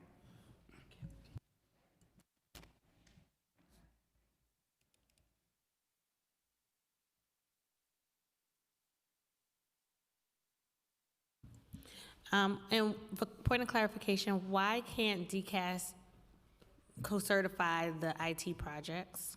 It's not that they can't, they don't need to, because the IT projects are going to be used once the facilities are online. They'll be used by the department. They will not be used by DCAS. DCAS can only co-certify what will be left behind. In the fiscal 2026 preliminary plan, the Department of Correction received a $2.5 million increase for cell door replacements at GRVC and RESH.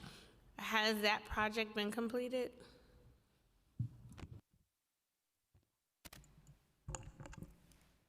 By the closure of fiscal year 26, yes, the GRVC location as well as the other location will be completed.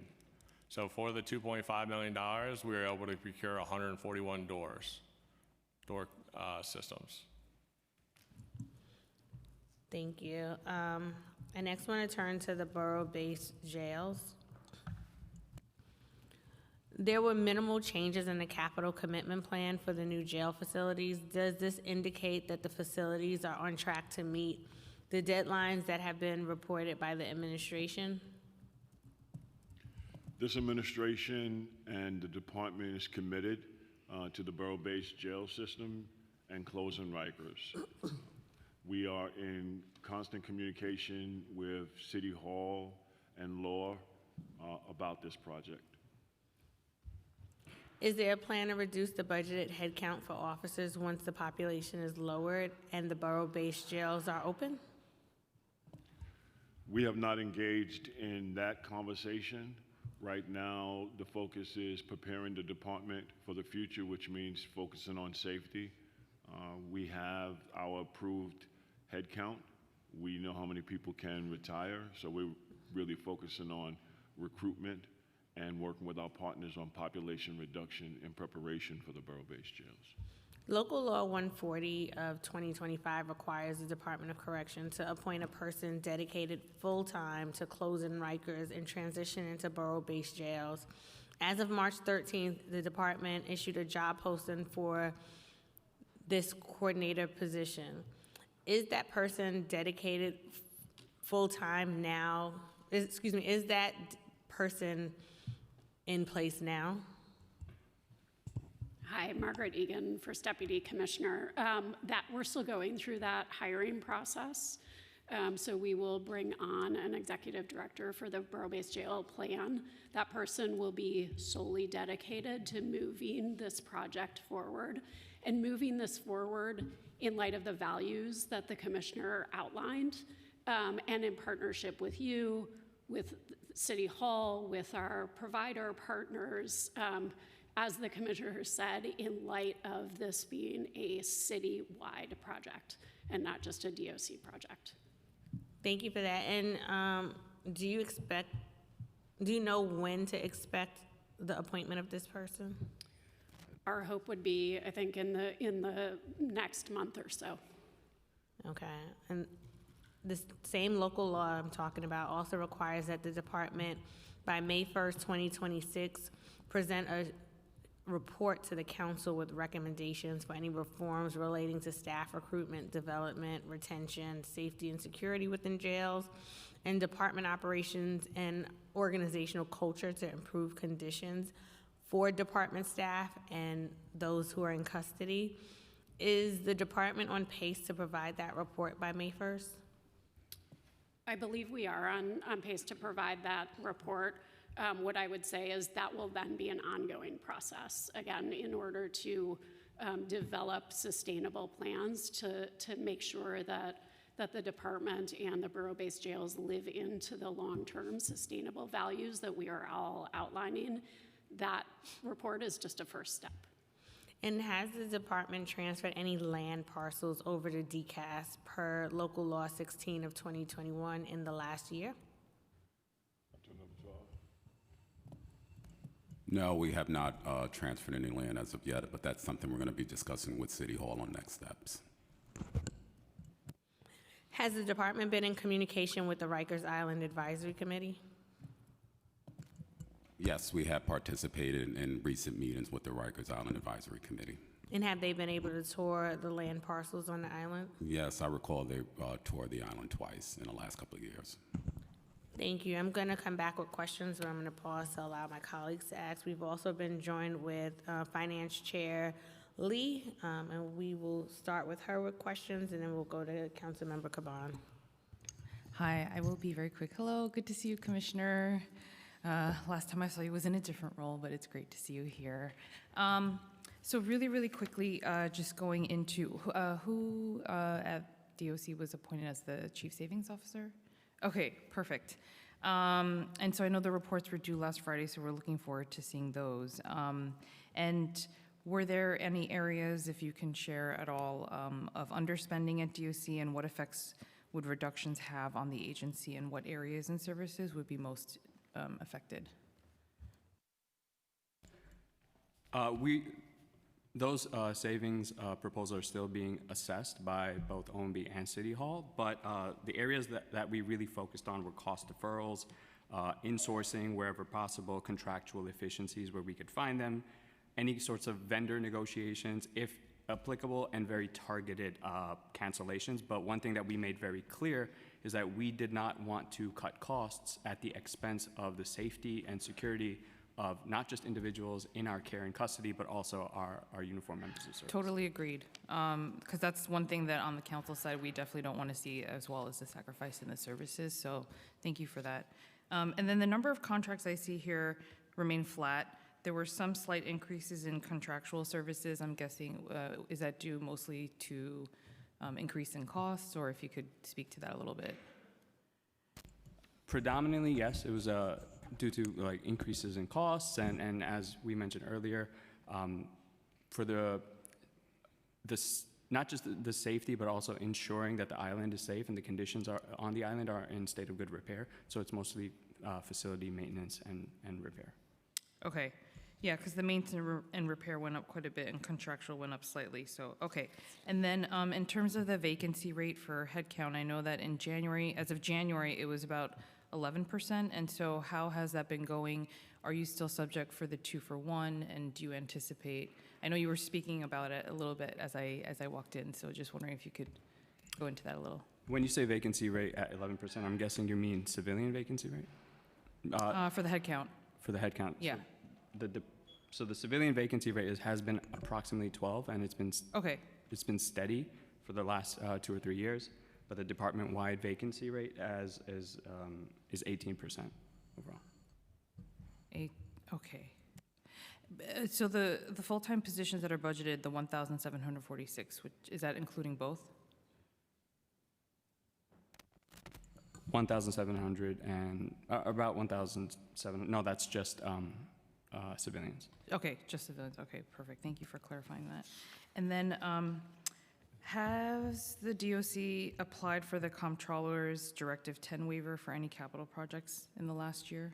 So, I mean, I alluded to this earlier. Right. Directive 10 waivers are only required in the case that DCAS cannot co-certify a project, right? So, as of last fiscal year, the only project that applied was one perimeter fencing project. It was for security and safety.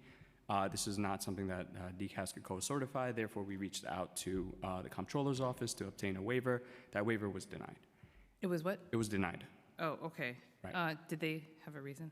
They said they do not, they don't waive Directive 10 requirements. That is- Okay. So that was one of the costs that was deferred over to the expense budget instead. Got it, okay. And then I see in terms of new needs, it went down significantly, so in FY '26, 187, and then in FY '27, it's only 4.3. Is it because you haven't included some of the funds that are going to be added at adoption, or what's the reasoning for the decrease? Sorry, can you clarify what numbers you're looking at when you say So new needs specifically? Yeah, in the preliminary plan changes for new needs, in FY '26, it was 187 million, and then in FY '27, it's at 4.3, which is a pretty significant drop. So I was just wondering, because I'm assuming that does not mean that you have everything you need. So, Well, we work very closely with our OMB partners to ensure that we receive that our needs are met. And obviously, they have a very difficult job of balancing the city's budget. So although we are in communications, sometimes needs are deferred to this is just the first plan cycle. And, Right. and in subsequent plan cycles, those needs will be reassessed and readdressed. right, so I guess my question is, do we see, are we going to see an increase in that in the exec and adoption? We're still assessing. We can't. Okay. Yeah. Okay, perfect. Thank you, Chair. Thank you, Chair. Next, we'll have Councilmember Kamban, followed by Councilmember Narcisse. Thank you. Thanks for being here today. Want to start off with some numbers. How many uniform officers are currently included in DOC's preliminary budget? Approximately 5,600. Okay, and of those, how many officers are assigned to posts in housing units versus posts that require little or no contact with the incarcerated population? I would ask the chief of the department to answer that. Good morning, Sherry, and Member Chief of the Department. Can you please repeat the question, please? Yes. How many officers are assigned to posts in housing units versus how many officers are assigned to posts that require little to no contact with the incarcerated population? Well, that's kind of like a difficult question, and then I tell you why it is because we calculate it as a staff that's needed per facility, per area. So on an average, every day, we have 2,900 posts. So on that post, we would need approximately on and about 3,800 members of service per day. Right, but the breakdowns of the posts, right? Like some people are posted in the bubble, some people are posted directly on the floor in a housing unit, some people are posted elsewhere. So I just want the breakdown of like who's posted in a housing unit versus who is posted in a different kind of position that doesn't require much contact with the incarcerated population. So 3,800 people plus are inside our facilities, which includes our court system, as well as a hospital, prison, warrant, our facilities. Outside of that, I have to give you the count for the headquarters count, and I do not have that headquarters. Okay, so could you follow up with a breakdown of that? That would be great. And then how many officers are working on therapeutic and reentry programming for incarcerated folks, and how many civilians are working on therapeutic and reentry programming for incarcerated folks? DC Cologne can give you the programming. Thank you. Hello. So the Division of Programs has about 220 active non-uniform staff members that are providing programs and services to people in custody. We have 30 officers approximately that are assigned to quote-unquote headquarters programs, but what that means is that they support programs like educational services, horticultural services, so they're actually in they're working directly with people who are in custody and in our care. They're not just sitting somewhere else not working with people in custody. Right. They're just in specialized units that aren't necessarily assigned to the literal jails. Now within the jails, there's about 117 uniformed members of service who are assigned to provide services like escorting people in custody to a chapel or to a mosque for religious services, or who are on a post like law library, who are providing notary services and also working directly with our legal coordinators in our law libraries. Okay. So you include folks who are moving people from one area to another as being a uniform officer that's working on the programming. Is there a way to separate that out? And basically what I'm interested in is like the active provision of the service or program. How many are uniform folks providing that with the person, not moving them from place to place, and how many are civilians? And you answered the civilian questions, but I'm curious if we can get a little bit more granular with the uniformed number. Yeah, you know, it's a little hard to say, and I'll say it this way.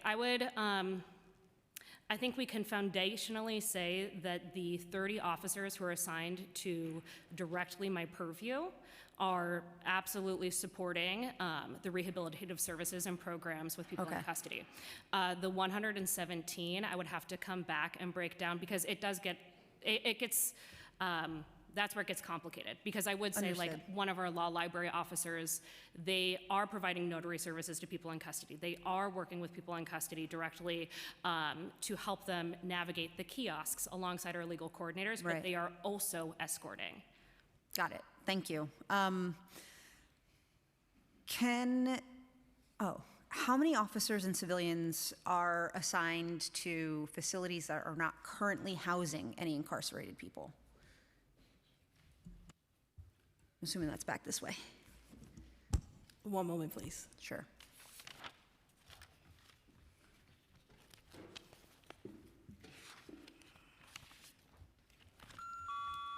Are you referring to AMKC that is only deal with?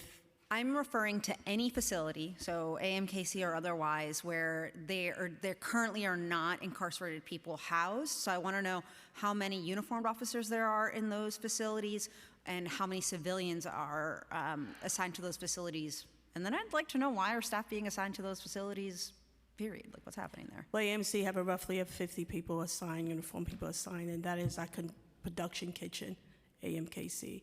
Then you have CID, that's Correctional Injury Supervision, assigned on about 7 people, including a captain that deals with our sheets and blankets and other linen that is required for our people in custody to have.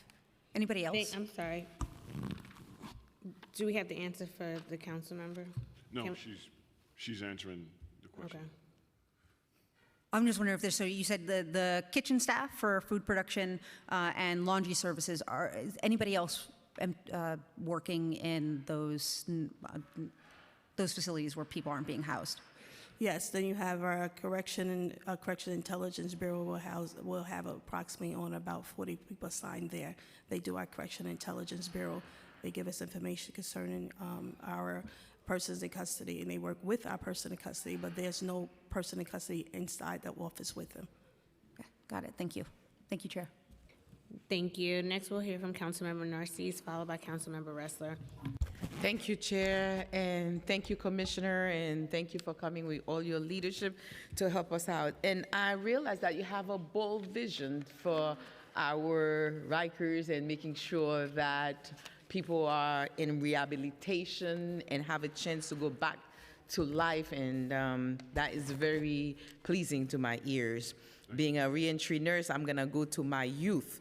How is the department addressing the needs of the youngest and oldest people in custody? The needs of 18 to 25 years old are very different from the needs of those 60s and up. What type of accommodation is providing for them, and what training is provided to officers to address the needs of older adults and recognize signs of aging, dementia, limitation on activities, and a daily living? Well, thank you for your question, and thank you for your service. I would ask DC Cologne to respond to that question. Thank you. Again, Nell Cologne. I'm going to start with working with our youngest folks who are in custody, which are 18 to 21, our emerging adult population. And we have a variety of strategies that do support the emerging adult population, and we also have training specifically dedicated to working with an emerging adult population in our correctional custody. And that training is actually something that was developed in collaboration with the Nunez monitoring team and is deployed specifically associated with our action plan for the emerging adult population, really discussing what it means for social development, what it means for cognitive development, where somebody might be if they've experienced trauma and they're a young person and they're in our custody. And so that training series is really to support officers and non-uniform staff with working with young people. With that, though, some of our strategies include ensuring that they have access to school. It also ensures that people have access to a variety of different vocational programs, both certificates and certifications. It ensures that people have access to counseling and soft skill programs, and that they're working with nonprofit providers, not just DOC internal staff, that specialize in supporting an emerging adult population. Now, when it moves on to our elder population in our custody, and I use that word elder because some may not even coin some of the people as elder who we kind of categorize into this group. But with our elder population, we do partner with the Osborne Association. So they have what's called the Elder Reentry Initiative, and they have staff who specifically come and work in some of our cohorted housing units that do happen to house most of our people who are 55 plus. So that's why I use the elder is a loose term in that sense, but that they are providing them with targeted reentry support. Including social services and referrals for when they leave and go back to the community, housing referrals as well. And then they're providing them with a variety of different groups and programs that are specific to what their needs are. That being said, as for training for uniformed staff on working with people who are 55 plus or how we've cohorted them, we currently do not have, that I am aware of, a training under the branch of the Division of Programs or that we're supporting with the Osborne Association, but we will take that feedback and look into it. Thank you. Thank you. Appreciate that. New York City DOC remains under the federal Nunes Consent Decree, stemming from findings of excessive and unconstitutional use of force in city jails. The most recent Monitor report in January 2026 highlights persistent compliance challenges, including gaps in accountability, supervision, and the department's ability to proactively identify high-risk staff behavior. The report also flags the need for stronger early intervention capabilities and improved use of data to drive reform.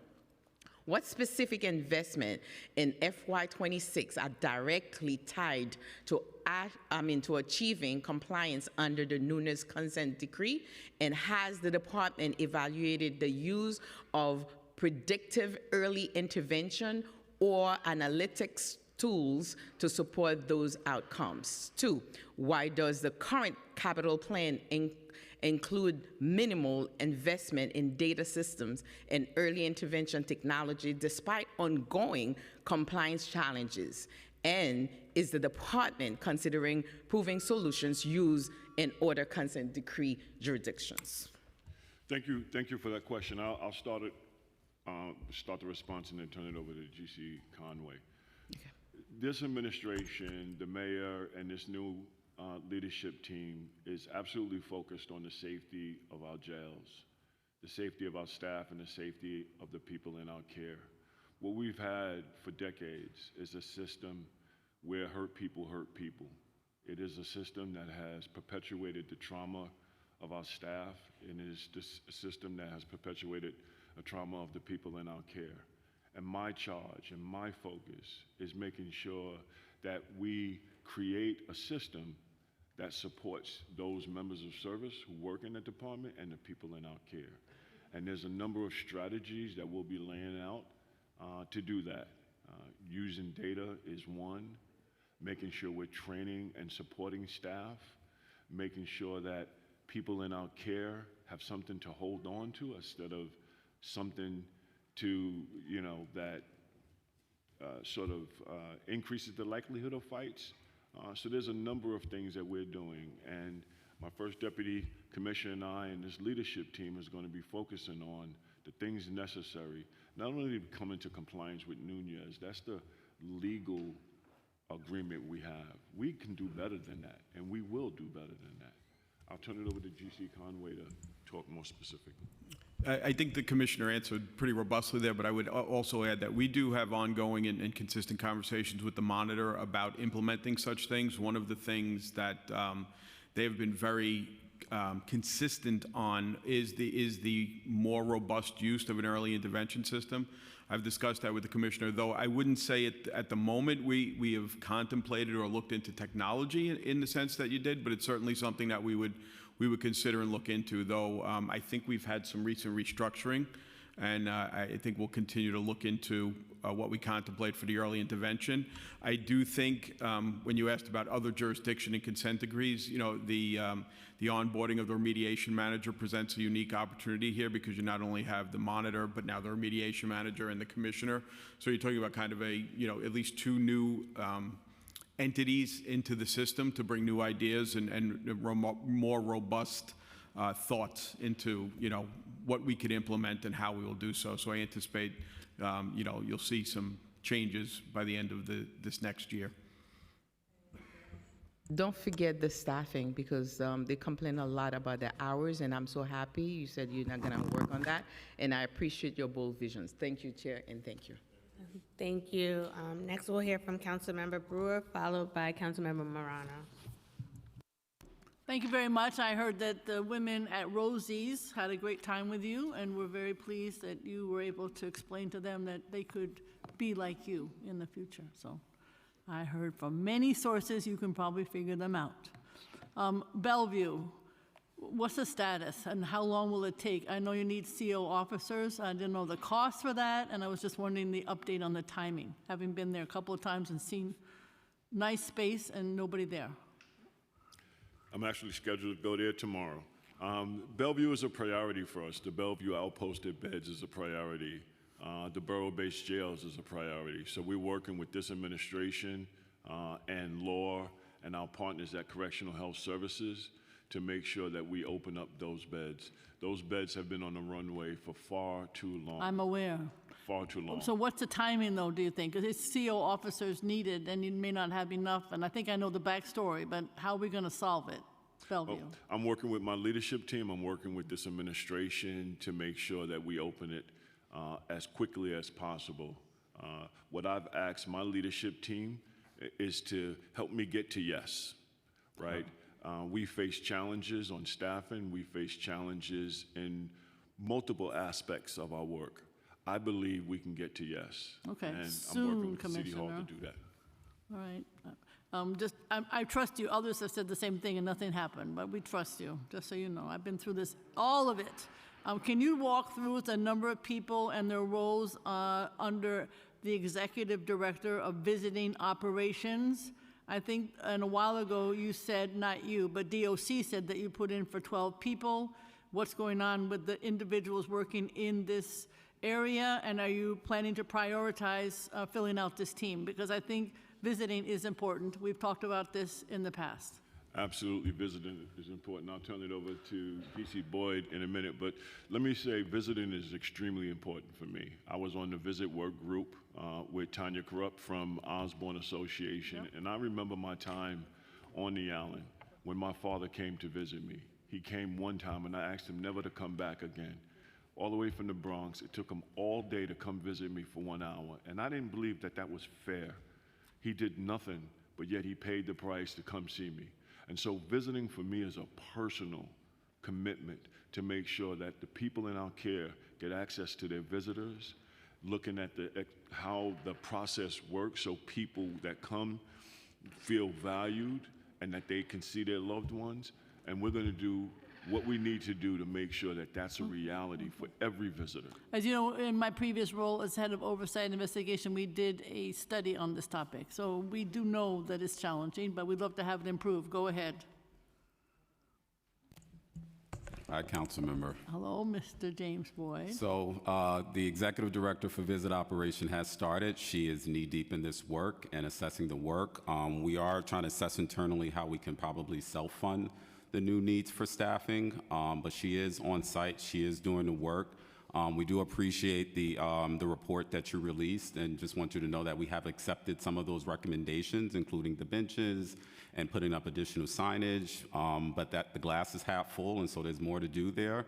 We are also creating dashboards and reports to help us measure the success, right? We can't expect to improve anything if you're not measuring it. And what we've seen over the last couple of months is a modest reduction in wait times, right? These reports keeps us honest, right, internally, make sure that we're opening on time and make sure we're moving people through the process. And what we saw over the last couple of months is any delays of opening visits reduced from an hour and a half to now just a couple of minutes. And so we're doing our part by creating some really significant dashboards led by our operations research team. But we're also excited that there's more work we can do and that we will do. And this executive director is going to lead that effort. So is she going to have a staff of 12 people, or hasn't been built out yet? Or what's the staff? It hasn't been built out yet. I think that will be her initial staffing levels. I think as we anticipate onboarding or implementing a online visiting scheduling system for family visits, she's definitely going to need those resources. But I think those 12 people will be a starting point, because I think the overall arching goal is to consolidate a lot of the visit operations under this ED. Okay, I appreciate that. One other question is just buses to court. We also did a study on that at O&I, and I wanted to know, just in terms of getting people there on time, do you have an evaluation as to whether that happens? It's really important, as we all know, to get to court. And so what's the status, if there is any improvement or not, and just the cost of doing that, of course? I don't know the cost specifically, Councilmember, but we are very happy to say that our court productions are at 99%. So, it's something that we take and have taken very seriously, to move these cases forward. So that's our number. I don't have a cost breakdown for that, but I mean, that's something if you would like, we could follow up with. Okay, because I remember we heard 99% in the past, but it doesn't necessarily tag with the folks' experience, because, 99% is what kind of denominator? In other words, every single person, 99% of the people who have a court date get there on time? I don't know. What is the 99% based on? That is anyone who has a scheduled court production, a court appearance. 99% of the people that have that court appearance are brought to their court appearance. Okay, Thank you. Go ahead, I'm sorry. No, I was going to say sorry. If you want, I could put you on the next. Second round, thank you. Thank you. All right, next we'll hear from Councilmember Morano, followed by Councilmember Ressler. Thank you, Chair. Thank you, Commissioner, for your testimony. Obviously, a lot of folks have highlighted what we're seeing in terms of staffing, and we're hearing that headcount is down significantly, by some estimates as much as 40%. Can you walk us through your concrete plan to rebuild staffing levels, and whether officers are still being required to work extended or triple shifts, even if only for short periods? Yeah, thank you for that question. I think recruitment starts with safety. I think the reputation that the department has over decades have really deterred people from thinking about corrections as a career. And part of what we need to do is focus on safety. The second part we need to do is really develop recruitment strategies and retention strategies. As I said in my testimony, 800 people are eligible for retirement today. So one of the things we always ask is, how do we get people to stay? When we ought to be asking those 800 people, what's keeping you here? And we ought to be doing more of that, right? And so being able to focus on retention, because about 88% of the people who are eligible for retirement retire. So how can we keep those folks? And how do we recruit so that we can have adequate staffing? And I think it starts with safety, and it starts with making sure that our officers feel heard and valued and appreciated. And as I said, we have a system that has for far too long isolated, demonized, and traumatized everybody involved in that system. With facilities operating around 92% capacity and ongoing staffing shortages, are we currently operating at a level that you'd consider safe both for officers and detainees? Absolutely. That's why, as I said in my testimony, population reduction is really important. Working with the City Council and our alternatives to incarceration providers, working with our OCA, working with district attorneys and judges. As I said, we don't control who comes in, but we can do our part to make sure people are connected to services so that they don't come back. And so population reduction is a key to that particular strategy, and we're going to be doing that. With punitive segregation largely eliminated, what tools do you have to manage individuals who assault correction officers or other detainees, and how do you ensure safety after those incidents occur? Well, you know, we're going to, we put out a 45-day plan to come into compliance with Local Law 42.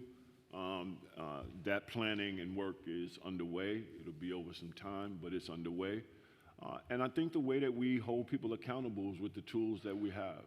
And the tools that we have, if someone assaults a staff or someone assaults someone in our care, we go through the courts. That results in an arrest, that results in the prosecution and process of getting that case adjudicated.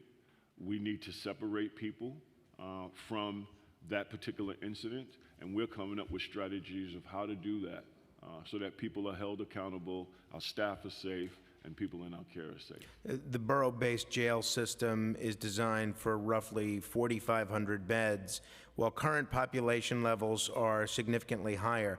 How do we responsibly get from today's numbers to that level without compromising public safety? And what happens if the population exceeds capacity? Well, I think what we have to do is work in partnership. This is, as I said in my testimony, this isn't a DOC issue. This is a New York City issue. And as Mayor Mamdani has often said, his strategy is to use all of government. And it's going to take all of government to make sure that we safely reduce our population and prepare for the borough-based jails. Our task as a leadership team is to prepare for that transition, to work with our partners, to increase the use of supervised release where that's appropriate, to use ATI diversion where that's appropriate, to use the powers invested in me as commissioner on 6A as appropriate, work with our court administrators to make sure cases are getting adjudicated in a timely fashion, are all part of the strategies we need to do to bring down population. So it's not a DOC issue, it is an all of us issue, and I look forward to that partnership. Thanks very much. Perfect timing. Next, we will hear from Councilmember Ressler, followed by Councilmember Salam. Thank you so much, Chair Brooks Powers, and I hope that wasn't me. Congratulations, Commissioner. It's good to see you always. Thrilled to have you before us. Feels like just a breath of fresh air and a new day for the Department of Correction, and really excited for your leadership and the change that you're going to help usher in. It is urgently needed, as you know better than all. And I want to congratulate First Deputy Commissioner Egan. I've heard great things about you, so look forward to working with the whole team. A few things I just wanted to focus on, and I'd like to build on a little bit of what Councilmember Morano was asking. But before I do, just want to check in on the therapeutic outpost units. This has been a big priority of mine for about 7 years, and Bellevue was supposed to open in 2022. It's 2026. Gail already asked. So Gail asked about Bellevue. Did you ask about North Central Bronx and Woodhull as well? All right, so Bellevue was answered. I'll go to Gail for the updates there. North Central Bronx and Woodhull were supposed to be under construction already. They aren't. DOC's been, your predecessors were entirely uncooperative on this, and despite these being fully funded projects, did absolutely nothing to move things forward. So what is the status on these projects? I'm sure they're priorities of yours. I want to understand how they're going to get done. Thank you for that, Council Member, and good to see you. Truly. It is. It's a priority for this administration, and it's a priority for this leadership team. Great. To bring those beds online. It is an important component to population reduction, safety, and making sure people are in the right place to get the care that they need and not in our facilities being detained. And so it is a priority.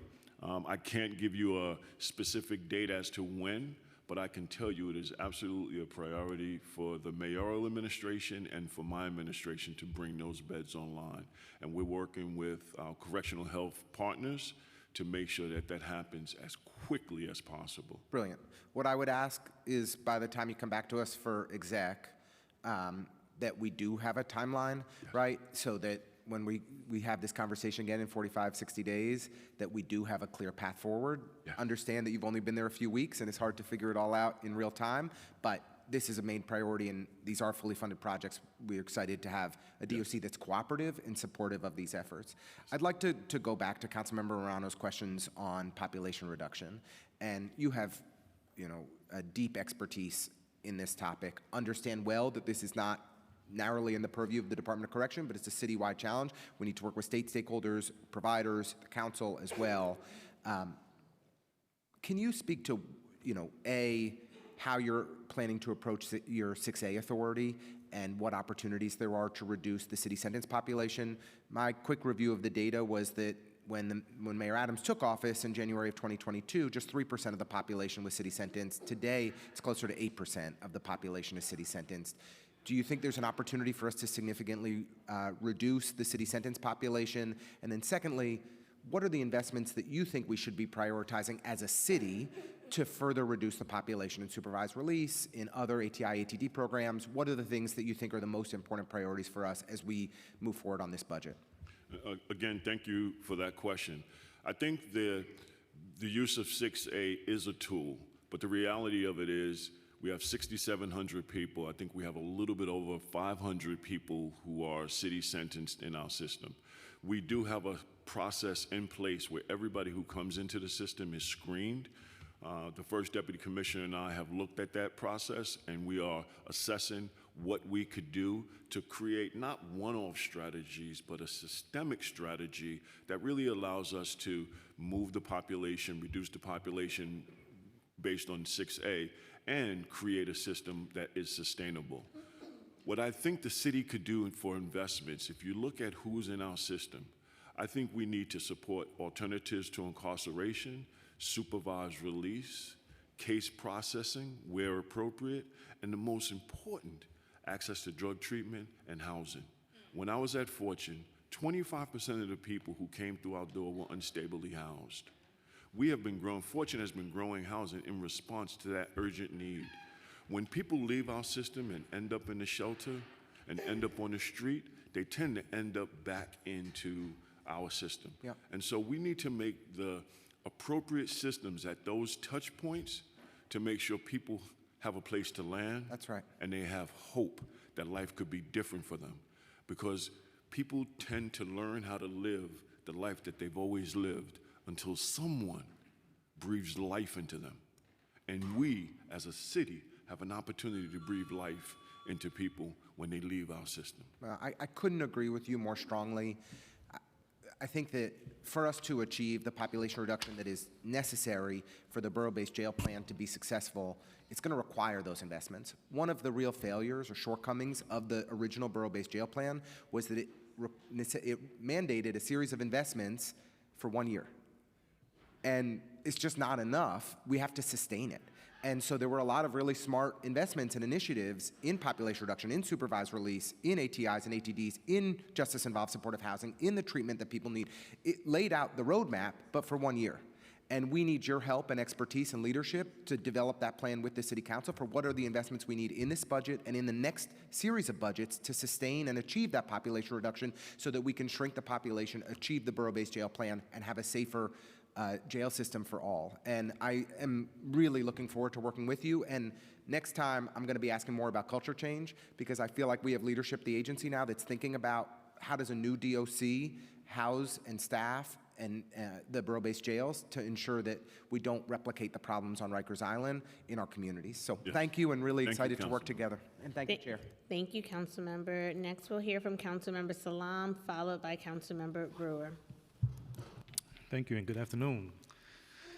Glad to hear the testimony and all of the great things that the department is planning for the this population of people. I want to start off with state-ready population overgrowth and fiscal impact. So due to New York State Department of Corrections staffing shortages, state-ready individuals in DOC custody increased from 103 to 622. It costs approximately $400,000 a year to incarcerate someone on Rikers Island, yet the city has not received reimbursements. What is the total cost of housing state-ready individuals, and has the city pursued reimbursement from the state? So I can have our GC respond to that. We've had, as you indicated, a major problem, but I am really happy to report that our state partners have been working in collaboration with the department to make sure that the people who are state ready are going upstate. Our number currently stands a little lower than 100 people state ready. And I watch that every single day on my census report, and I'm seeing movement where the state they're taking people out of our jurisdiction, which is a good thing. I'll turn it over to the GC. Yeah, to echo what the commissioner said, we're happy that the cadence of transfers is what it was pre-strike. So, you know, we work with our partners upstate on a number of these things to make sure that we don't have a backlog like we did, because our population increased by about 20%. I will ask our AC of Finance to answer your question regarding the cost and the recouping of funds. Thank you for the question. I am happy to announce that, or to say that we do receive recoupment from the state on a quarterly basis for all of the state-ready individuals who are in our care for more than 10 days. So every quarter we correspond with the state. The state sends us a list, and then we do get reimbursed for those, and those reimbursements happen on the PS side. Okay. Moving to borough-based jails, capital cost overrun. The borough-based jails project was originally estimated at $8 million and is now projected at over $8 billion,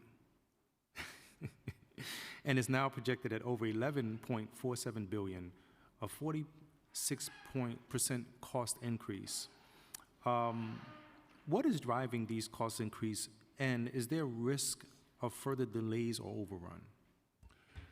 I can tell you that the mayoral administration and this department is committed to opening the borough-based jails and closing Rikers Island. As I said in my testimony and to questions asked earlier, the infrastructure in Rikers Island is not conducive to the health and safety of those who are our staff and those who are in our care.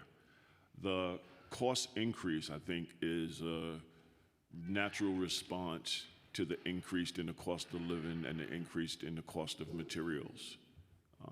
When it takes you, as long as it's taken the city to build the borough-based jails, you're going to have cost increase. So I believe that those cost increase and projections are based on increase in materials.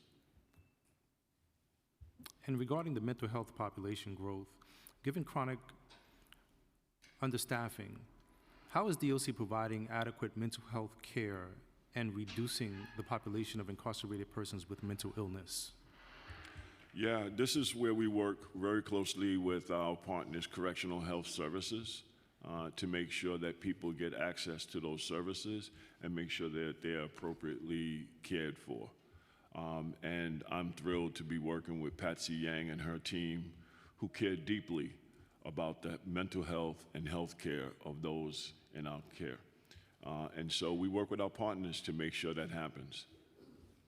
And lastly, violence in custody escalation. While the first 4 months of fiscal year 26 has shown a 14% decrease in violence, the 10-year trend is alarming. What structural changes in staffing, training, and facility operations is DOC implementing to reverse this decades-long trend? And given the ongoing violence and security challenges on Rikers Island, how can DOC reduce security staffing while maintaining safe operations? As I said earlier, I think it's a number of strategies: population reduction, recruitment, making sure that we have adequate staffing to cover the increase in population, making sure programs are embedded in our day-to-day operations. We have our new providers, our providers coming back to be able to do that, to help make sure people are connected to services. And it's creating a model that creates safety for officers and safety for the people in our care. And that means giving people something to hold on to. We need to express the value and concern we have for our officers, and we need to do the same thing for the people in our care. And I think, I use this analogy, a rising tide lifts all boats. And this is a moment where we need to make sure the tide is rising so that officers feel valued and safe, and the people in our care are safe and connected to service so that they don't come back. And so it's not a quick fix, it's not a one strategy, it's multiple strategy, and as Mayor Mamdani always says, using all of government to fix it. Thank you. Thank you. Councilmember Brewer? Thank you very much, Chair. So the cell doors, I understood it was 38 million total. It seems to me that's such a priority.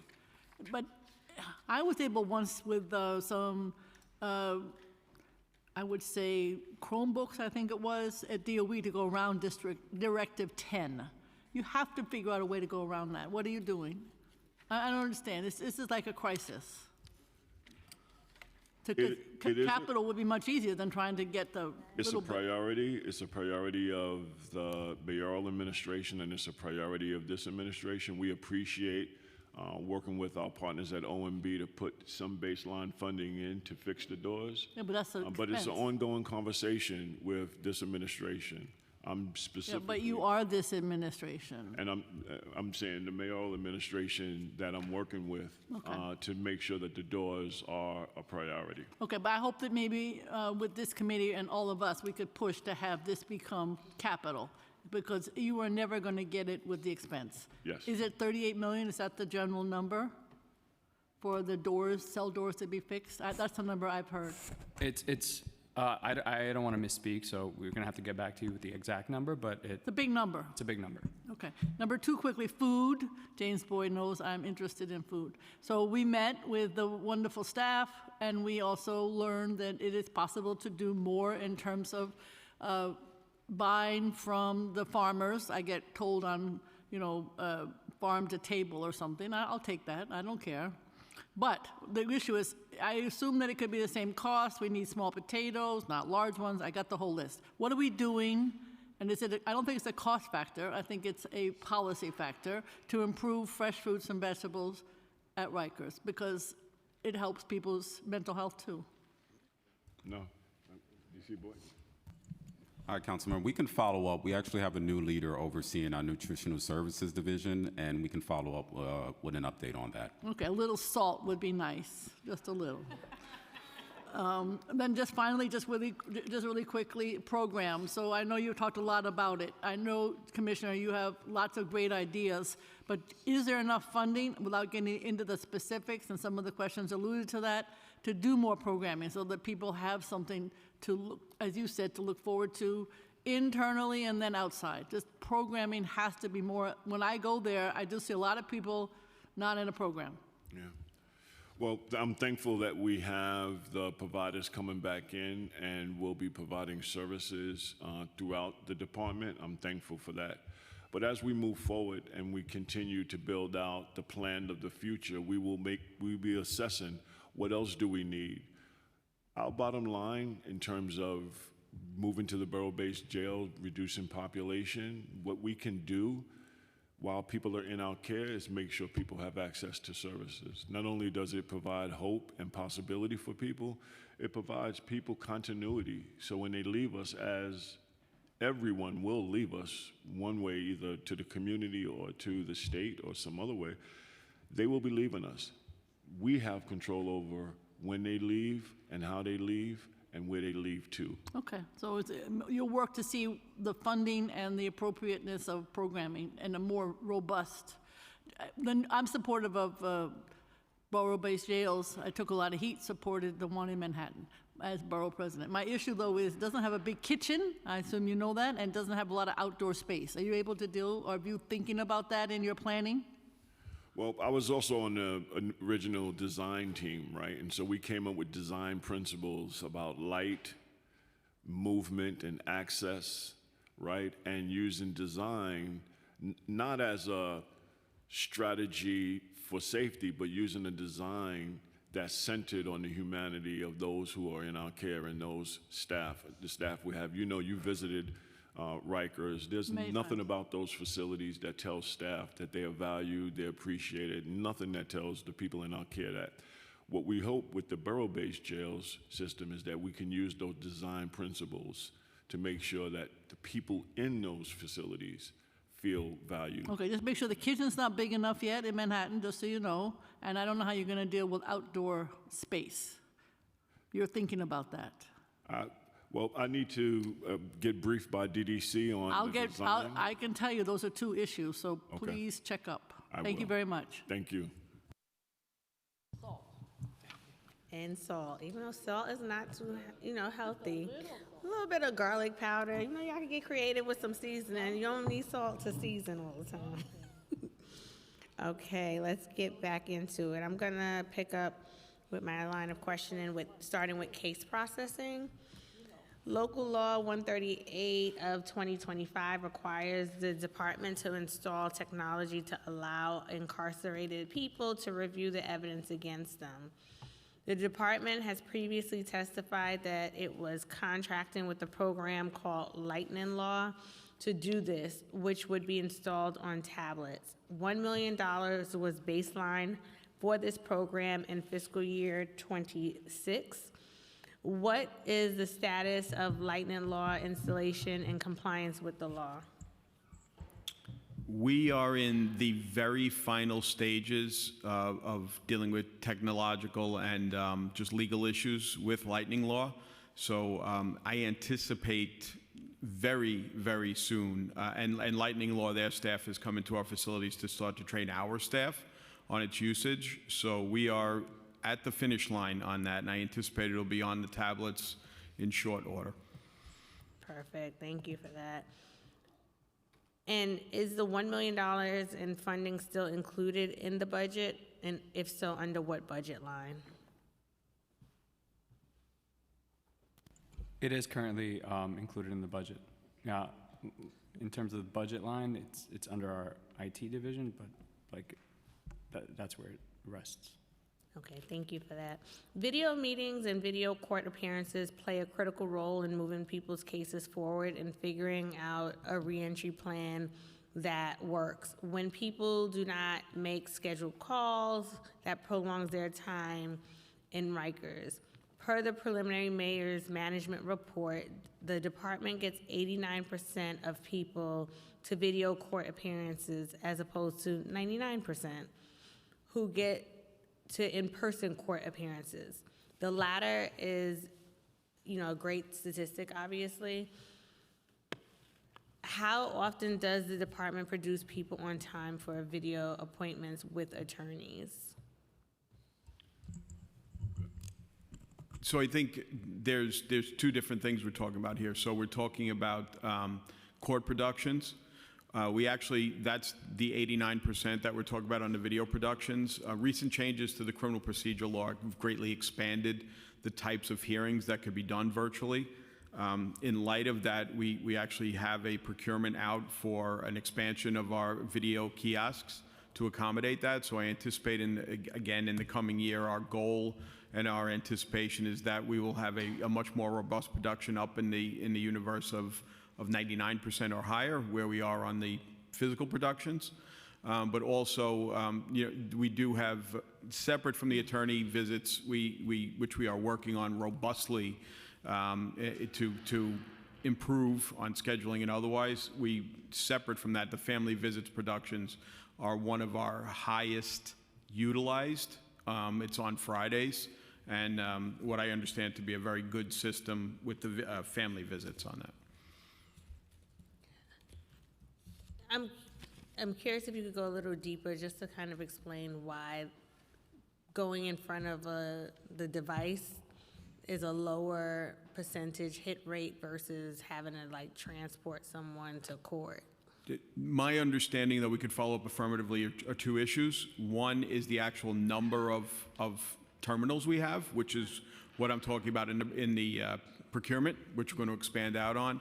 And the second thing is just technical issues. What I understand is there's sometimes technical issues on both the court side and our side at times, which, we've all experienced, issues with Zoom or Teams meetings. So my understanding is that what accounts for that, but we could certainly follow up and just confirm that that's, my understanding is correct. Thank you for that. How often does the department produce people on time for video appointments for mental health, service provider, or reentry related assessments? I'm going to ask DC Boyd. Yeah, I have to check to see, but I'm not quite certain if we track it on that granular level, but I'm happy to follow up. Okay, you gonna check now, or you gonna get back to us? I can get back to you, ma'am. Okay. What are your plans to ensure people get to all the video appointments on time? Like, how are you working through those kinks? So as this process kind of evolves, you know, and the productions increase, it will be much easier if we don't have as many people going to court. And then we have the video booths available so that we'll be able to develop a system. I think right now is what's happening is the court system is kind of in an evolution, transitioning from what is customarily, you know, in person to a video system. So again, as the staff become available and our kiosks become more abundantly available, we should see an improvement just by naturally, you know, it's just easier to make those productions. But that's also an opportunity for us to continue to assess, right? And this is where we say all of government. If we're seeing more and more people are being invited to do the video court hearings, we need to increase our capacity, as the GC said, making sure we have more terminals, making sure we have officers available to escort people to those terminals so that those cases can get heard. Yes, that was going to be actually my follow-up question. Like, if you're seeing a growing need, is the budget going to reflect the need to invest more in that space to be able to facilitate that? How many staff, I'm sorry, pivoting now to staffing and overtime. How many staff does the department employ or contract as bail facilitators? Bail facilitators, I'm not sure. These professionals are statutorily required to meet with incarcerated people within 48 hours of admission to jail to help them post bail. I am not sure. I would have to, I would have to follow up on that. I couldn't answer that question right now. So as a follow-up within this section, does funding for bail facilitators come from the department's budget? And are there any performance metrics you can share about how effective bail facilitators are at helping people post bail? We'll get back to you on both. Yeah. Thank you. The department has contracted to spend up to $800,000 with an outside firm to undertake a staffing analysis. The contract began in January 2026 and runs through June 2027. When was the last time before this that the department undertook a staffing analysis at Rikers? So we had engaged in 2025 with the State Commission of Correction to do a post-analysis. It did take a considerable amount of time to go through one facility. I think under the previous administration, which is now moved into 2026, we undertook the vendor to do so. And thus far, there's been, I think, very considerable and productive results at the outset. So we're really anxious and excited to see what the ultimate product of that is. And is each facility being analyzed separately? The entire department is being reviewed, yes, separately and collectively. And what is the sequence of that analysis, and when will the analysis for each facility be ready? So I met with the consultant yesterday, and she presented her preliminary analysis and framework. We are going to be meeting with Nick and his team when he's back. The consultant will be in town on April 13th, so that we will meet. She will do a full briefing and lay out the timeline for the analysis. The consultant is out of state? Yes. So when you guys procured that contract, were there no New York-based firms to consider?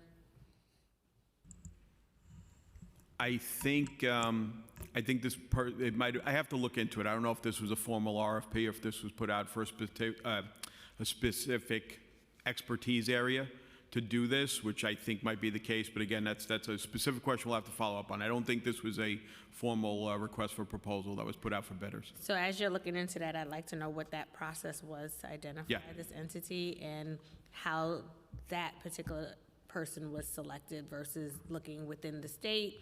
And also be good to know if this is an MWBE contractor as well. We'll get both those answers too. Thank you. As you know, captains play a critical role supervising and supporting the line staff day to day. How many captains does the department currently have? I'm going to turn to the chief for that. Good afternoon, Sherry. I remember it again.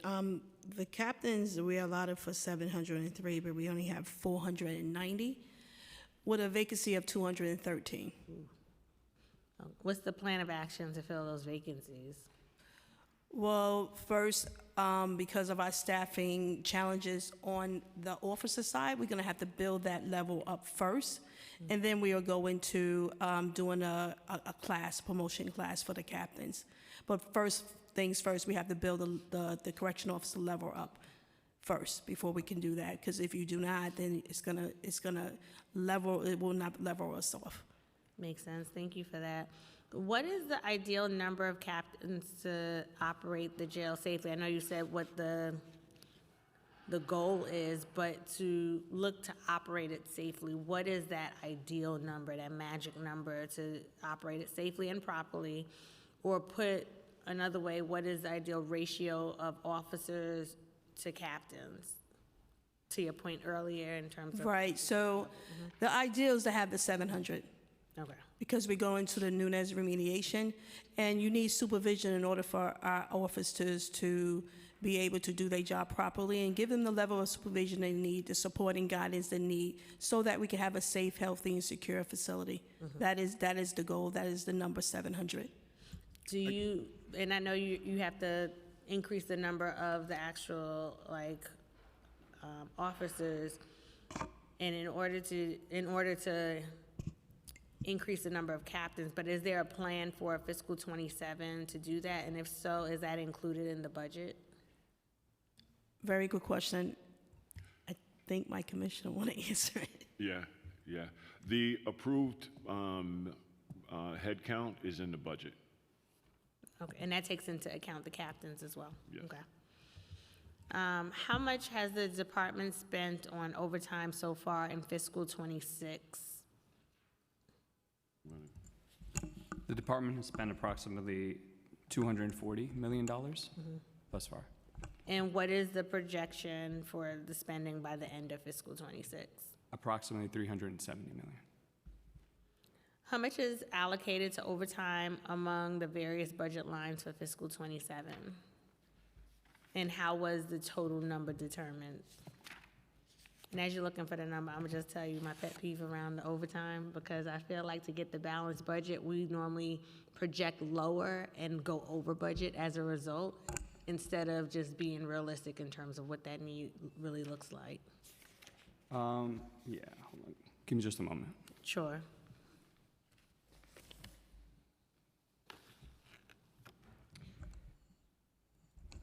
You're absolutely right. So as of right now, for civilian staff members for fiscal year 27, we're at 7 million, and for uniform members of service, we're at 158. But you're right. The needs, or the budgetary needs, are then addressed as the year goes on. So next year, whatever our overtime expenditures are, we'll work closely with OMB to address the budgetary concerns to bring us back up, the same way that it happened this fiscal year. Well, with the number you just projected for fiscal year 27, when you look year to date to like the current fiscal and its expectations, or even fiscal 25, how is it trending? And how are you creating that number? So we have a baseline budget, right? That budget is just there, it exists, right? Then with each plan cycle, that budget is adjusted, right? So in terms of how, I think your question is, how is overtime changing? Well, I wanted to know, so when you project and you're requesting from OMB the amount you just said for fiscal 27, 37. right? How did you come to that number? Like, are you looking at the previous fiscal years and how much was spent, projecting a need to increase it at all? Like, for me, I know myself and some of my colleagues, and it's not just with corrections, it's also with PD and some of the other agencies that have to contend with overtime. It's important to really understand if these numbers are true, to have a true idea of what our budget looks like, because otherwise we're doing these mods and these changes throughout the year to address a shortfall, because we already knew that corrections normally spends X for overtime, but yet they put $2 million less in what they're requesting from OMB. And I'll let the AC answer how he got to the 158, what were the projections. I think there's a variable that we factor in and is available to manage. If we fill positions, we reduce overtime. We reduce population, we reduce overtime. And so the strategy as a department is to try to fill those vacancies and recruit. And so that is the strategy. If we can fill those positions, we can begin to have promotional classes for captains. So it doesn't allow us to take from Peter to pay Paul. We can have those captain classes. We can reduce overtime. Now, Commissioner, can I say I actually appreciate that answer, because that's been the most straightforward I've ever gotten on that. So I definitely appreciate that. But I then up you on that and want to ask, how aggressive do you go then to make sure you're filling those positions, understanding that as a result, will bring down the overtime costs? Yes, I met with our communications team. We're going to be putting out a new communication strategy to try to attract people to take the exam. We have the exam working with DCAS, have the exam coming up. We are looking at making sure that we're able to expedite people through our vetting and screening process. So I have a strategy that I'm going to be talking with City Hall about.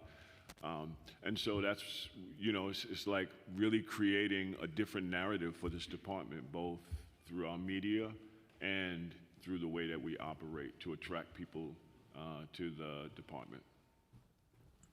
Yeah, I just want to make clear the numbers that I gave you for next fiscal year, they are not a projection of overtime. It's just what's in our budget, right? There's a distinction to be made there, right? It's very difficult to project 1 year down the line what the overtime is going to be. There's way too many variables to take into account. So the best that we could do is look at our current vacancies and see what our facilities need and what that variance is. The fact of the matter is that our uniform members of service, their headcount has decreased substantially, right? And at the same time, our average daily population has increased substantially. That creates a differential. And in order to fill that differential, we must fill it with overtime. That's the only operational lever that we have.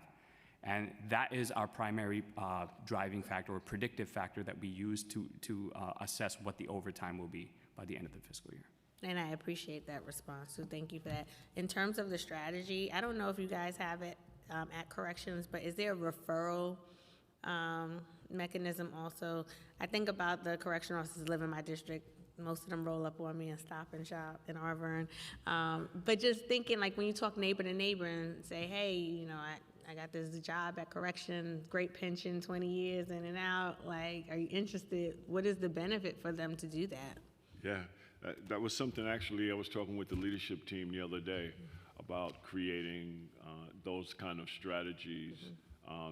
So everything is on the table. I think that's a wonderful strategy. When I was at Fortune, that was something we had. I went to the ADW's union meeting, and one of the retired ADWs had said to me, my son was thinking about coming to the department, but because of the issues around safety, I told him not to come. And this department used to be a department that generations used to come here. It was their kids and their kids, and so that is not the reality anymore. And that's why I say, this system has just traumatized everybody in it. The officers don't feel like this is a place that they would want their family to work. they don't feel like this is a place, as soon as they can get out, they want to get out because they don't feel safe and they don't feel valued. And the people who are put in our care don't feel valued and feel like the only way to survive is the survival of the fittest. And so we have to change it. And I believe that this is a moment with this mayor, the leadership team that I'm building at the department, to change that, to change the narrative of the department and the way that we work. And that's what I'm committed to doing in partnership with all of you and all of our partners in the community. Well, you definitely have an open invite if you want to set up a table in a high-dense area in the district or anywhere around the city. I know my colleagues Just to add, we do have a recruitment team, and so if you are having job fairs or community fairs, we're happy to dispatch and deploy our teams there. We have been very aggressive on a recruitment front. As the commissioner mentioned, we do have an exam registration that's opening up April 1st. This is now the 4th exam we're opening in the fiscal year.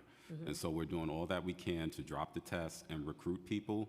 We're also doing digital ads, social media ads. We're looking at our strategies on who's the face of some of these campaigns. One of the things we saw that was a big improvement was adding additional correction officers into the marketing materials so that there's representation and people can see themselves as a correction officer. This is a game changer for the department. As you just referenced, back in the day, 20 years ago, all of these jobs is word of mouth. Tell a friend to tell a friend to tell an aunt. And that's how we came on a job. And so now with technology, we have to leverage every channel, and we welcome the opportunity for you to post things on your social media channels, as well as all of the council members to help us with those recruitment efforts. I think, as the commissioner stated, it's going to take a whole of city government approach to help us recruit officers. No, thank you for that. I'm going to now pivot to mental health. I know my colleagues asked some questions, so that took most of them off of the list for me. How many people currently in custody at Rikers have a serious mental illness? I'm going to ask our AC to come up and say. Hi, good afternoon. Kathleen Zadzora, Assistant Commissioner of Health Affairs. So, Correctional Health Services, who's responsible for the health and mental health care for people in custody, does not disclose specific mental health diagnoses to the department. So I would have to go by what I believe CHS most recently publicly stated, which is around 20% of individuals have a diagnosed serious mental illness. Thank you. And some of these questions are for CHS, so just let me know if you can answer them. If you cannot, we'll follow up. In the past, CHS staff and correctional staff took a week-long crisis intervention training course side by side to prepare staff to work as teams and units for people with serious mental illness. The training was halted entirely for years after COVID hit, and when it restarted briefly, the department and CHS no longer trained together. We understand the training was then halted again for months for contracting reasons. Is that coordinated cooperative training taking place today? Thank you for the question. So the crisis intervention team's training is done by the academy now, and the pause for a contract that you referenced that's rolled out, and so there are community providers that assist with the mental health instruction portion of that. We would have to get back to you with specific numbers as far as how many members of service have been trained now in the new year. Thank you for that. I'm sorry, I'm going to take that question. So the CIT training and mental health first aid training is plus 1,000 members of service that have taken that. And the CIT training for anyone that's in the mental health observation is 135 members have taken that. The basic crisis management is plus 1,800 members have taken that. There is also other training that we do provide outside of our crisis intervention, which is a one-time thing, and then we have a refresher once a year. Then there's the mental health first aid. That's every 3 years. That is a certification. After that, I have the crisis management. That's a one-time event. And then we have the correction conflict resolution as well. That is part of the training that we are giving. And that's under the Bureau of Justice Assistance Program grant we have. So we work in conjunctions with LaGuardia College during the crisis intervention training.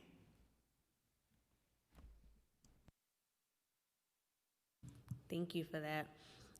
How long on average are people staying at Rikers after they have been found unfit by a judge before being transferred to a state hospital for treatment? We have about, on a rolling basis, between 180 and 200 individuals that are awaiting mental health beds. I don't know the specific length of stay. We could talk to, I'll bring that back to our management team, custody management team, to kind of get assessment of that. But we are working closely with the state on that issue, and there is litigation related to that doesn't involve us directly, but we do work with them to try to accelerate those timelines. But there is about 180 to 200 in our custody that are awaiting beds. And they're waiting beds because of, I'm sorry, what results in the delay of them getting placed? It's the availability of beds for the state, yes. Got it. And Commissioner, have you been able to review the report from last year concerning deadlocking? I have not reviewed that report. Okay. Do you know if deadlocking or medlocking is still happening in any mental health units that you know of? That is, just for the council's awareness, and Chair, we referred that those allegations out to the Department of Investigation, and they've not yet been returned to us, so that is still under investigation. But we have made clear to our teams and internally that that is not a practice that is to be going on.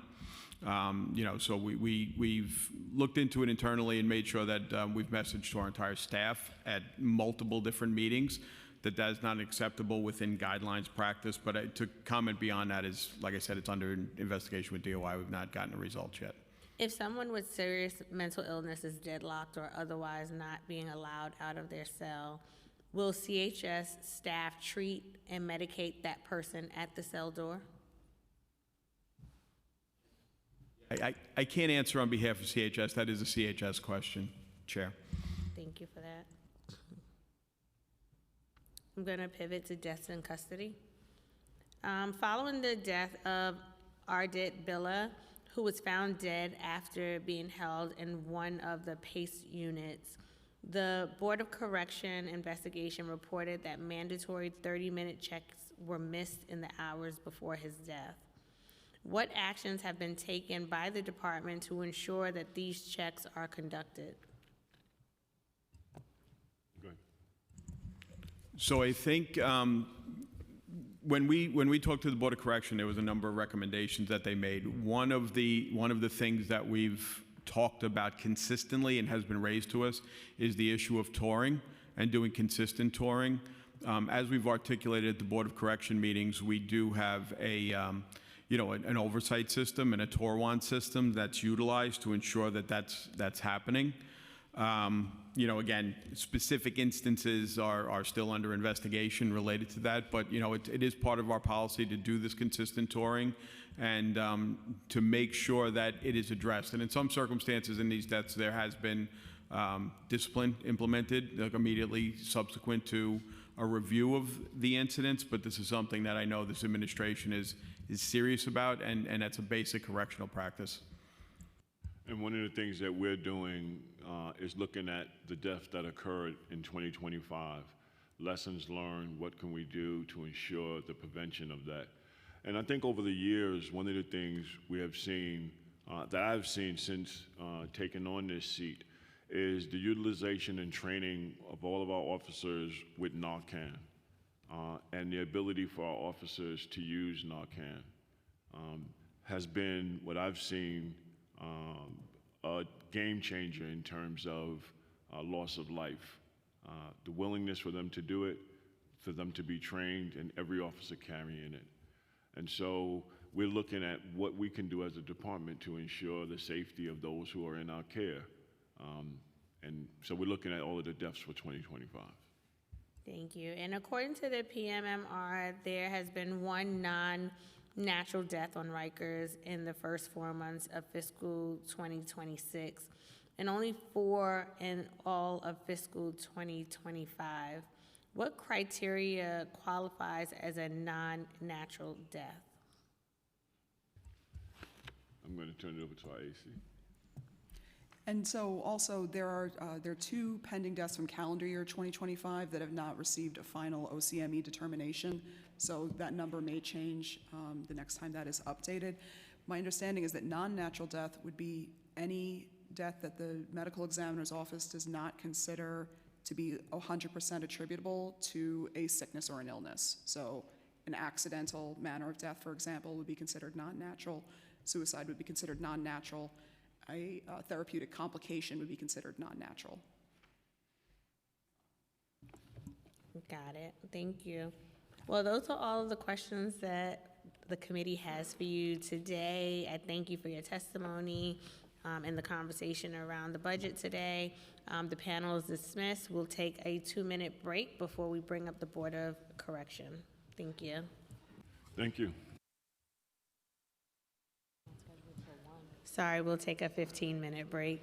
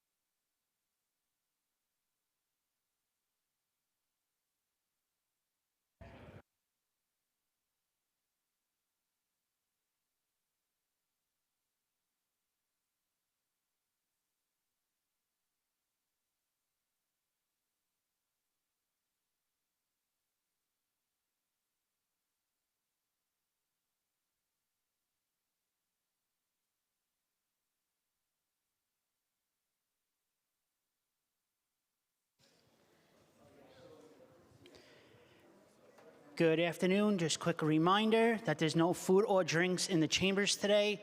No one may approach the dais at any time. Thank you.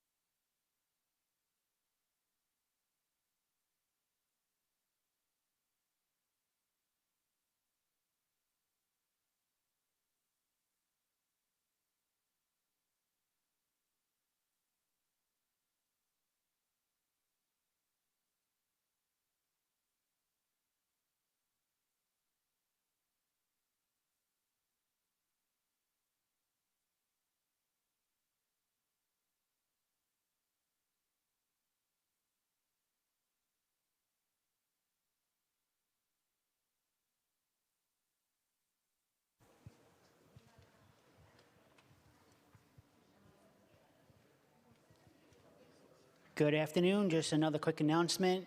There will be no food or drinks in the chambers. No one may approach the dais. Thank you.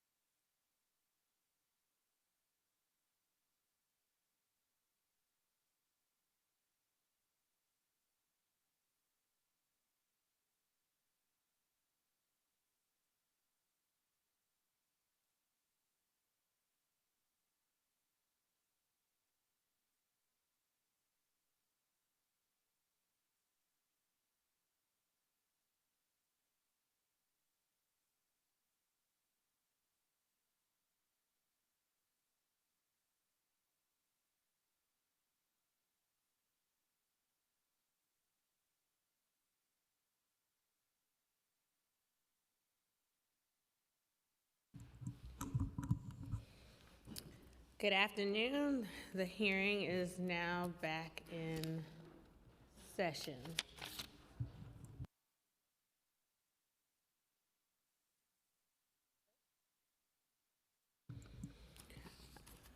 We are entering into this segment with the Board of Correction, and we will be hearing from the Executive Director, Jasmine Georges-Yilia, Melissa Cintron Hernandez, the General Counsel, Tiana Bentoncourt, Deputy Executive Director of Administration, Katrina Blackman, Assistant Executive Director of Monitoring. Thank you. And Navina Chaitu, Assistant Executive Director of Research. Council will swear you all in. Good afternoon, everyone. Please raise your right hands. Do you affirm to tell the truth, the whole truth, and nothing but the truth before this committee, and to respond honestly to council members' questions? Thank you. You may begin. Good afternoon, Chair Brooks Powers and members of the committee. Thank you for the opportunity to testify today on behalf of the New York City Board of Correction regarding our fiscal year 2027 budget needs. As you just said, I am Jasmine Georges-Yilia, Executive Director of the Board, and I'm joined today by BOC's Deputy Executive Director of Administration, Tiana Bettencourt, our Deputy Executive Director and General Counsel, Melissa Cintron Hernandez, BOC's Assistant Executive Director of Monitoring, Katrina Blackman, and our Assistant Executive Director of Research, Navina Chaitu. Also the Board's Chair, Dwayne Sampson, sends his regards to you, Chair, and to the committee members as well. As an independent oversight body established under Section 626 of the New York City Charter, the board serves as a critical accountability mechanism for the city's jail system. The board is mandated to establish, monitor, and enforce minimum standards governing the care, custody, and safety of people detained in New York City jails. Despite operating as a small agency with limited resources since its creation, the board remains committed to fulfilling this significant responsibility. To carry out its mandate, the board monitors compliance with its minimum standards through regular facility visits and inspections, data and document review, public meetings and hearings, and engagement with affected stakeholders. The board also conducts investigations and system-wide reviews of critical issues, including deaths in custody, and publicly reports on jail conditions, compliance, and areas requiring corrective action. Over the past year, the board has issued reports and recommendations regarding noncompliance with the board's overcrowding rules, access to council rules, and housing units and practices operating as restrictive housing without due process, and among other issues.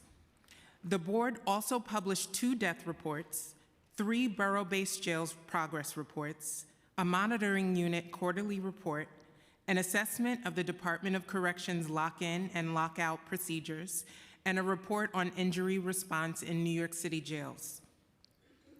With additional resources, the board could significantly expand the scope and impact of this work. Inadequate resourcing of these core functions materially limits the board's ability to carry out its legally required role and weakens the city's overall governance framework. We thank the City Council for always investing in the board as a key partner in the strategy to transform the city's jail system. The board's fiscal year 27 budget is $4 million, which supports 33 authorized positions and other than personnel services. Over 60% of our $329,000 OTPS budget goes to heat, light, and power for DCAS managed facilities, costs beyond our control, covering both our headquarters at 2 Lafayette Street and our operational presence on Rikers Island. We currently have 29 staff with 4 vacancies impacting operations. 2 correctional standards review specialist positions are expected to be filled by year end. The Director of Research and Computer Aid positions remain unfilled due to underfunding and budget approval delays. While recent hires like the Director of Violence Prevention, EEO Officer, and Special Investigations Coordinator strengthen oversight, staffing levels remain insufficient to ensure full compliance with minimum standards, especially as the jail population continues to exceed the capacity of borough-based jails. Additional resources are essential to keep pace with evolving operations and ongoing system changes. The board seeks an additional $2.8 million in its fiscal year 27 new needs submission, increasing the board's overall budget to $6.8 million. This request reflects the city's current fiscal realities while ensuring the agency can fulfill its charter-mandated oversight duties. The request focuses on 3 core areas: personnel, operational support, and modern technology infrastructure. Since submitting this request, the Office of Management and Budget has asked the board to identify $60,000 in savings for fiscal year 26 and $100,000 in fiscal year 27 and the out years, and to cut agency vacancies by 50%. Maintaining current staffing and ideally expanding it is essential. Any reduction in positions or funding would severely limit the board's ability to monitor jail conditions, respond promptly to incidents, and conduct critical research. The board seeks 4 positions and approximately $450,000 for the baseline support of oversight operations, data infrastructure, and executive coordination. Specifically, the board requests funding for a Deputy Executive Director of Oversight and Compliance to serve as lead project manager for our complex oversight work. This role would coordinate investigations, compliance reviews, monitoring, research, and reporting across teams and external partners, ensuring timely action. It would also develop tools to track compliance with minimum standards, a critical need as the city transitions to borough-based jails. With the jail population at roughly 7,000, this position is essential to ensure oversight keeps pace with evolving facilities, policies, and practices. Additionally, the board requests a Prison Rape Elimination Act, or PREA, project director to restore PREA monitoring and address ongoing gaps in sexual abuse and harassment compliance. An IT system support engineer to rebuild and maintain DOC to BOC data feeds, support modern data infrastructure, and ensure accurate reporting. And a special assistant to the executive director, secretary to the board, to support executive administrative tasks, governance of operations, meeting preparation, and committee work. These roles are essential to maintain effective operations and accountability. In addition to personal services funding, the board requires baseline operational funding for legally mandated accessibility services, including Communication Access Real-Time Translation, or CART, to ensure that all meetings and hearings are accessible to staff. Also, the board is required to hold regular public meetings, which entail ongoing costs for audiovisual support, lighting, and recording. These are fixed, legally required, and demand-driven expenses. After covering these obligations, along with the unavoidable utility costs, only $37,000 remains for all other operations, including contractual services, supplies, and equipment. This amount is insufficient. It significantly constrains the board's ability to fulfill its charter-mandated responsibilities and creates a risk of a budget deficit. Due to limited OTPS capacity, the agency has been forced to shift funding from PS to OTPS to meet these needs. This is not a sustainable approach. To eliminate the need for these shifts, the board is requesting $90,000 for baseline accessibility funding and an additional $100,000 in OTPS funding to support essential operations and address a growing workload driven by increased complaints and appeals, as well as the limitations of an outdated data management system. A central component of the board's OTPS request is $2.1 million to support continued investment in modern data infrastructure, particularly the Complaints and Appeals Management System, or CAMS. This system replaces the board's legacy data manager platform, which was built nearly 2 decades ago and is no longer supported or capable of meeting modern security, storage, or reporting requirements. CAMS is essential for receiving, tracking, and analyzing complaints and appeals from people in custody, attorneys, advocates, and correctional staff. It enables the board to coordinate investigations, identify patterns of concern, and produce the public reporting required under the charter. CAMS also restores the board's ability to integrate and analyze operational data from the Department of Correction, which is fundamental to effective oversight of violence, use of force, restrictive housing placements, access to care, grievances, and other key indicators of jail conditions.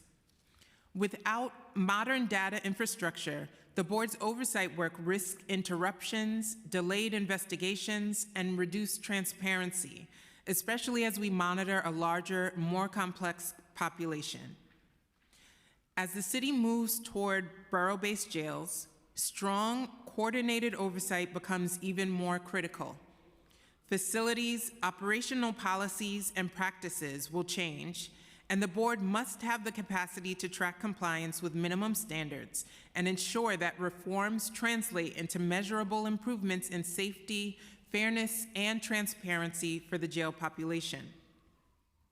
Together, these PS and OTPS requests, totaling $2.8 million, reflect a lean proposal that considers the required savings targets.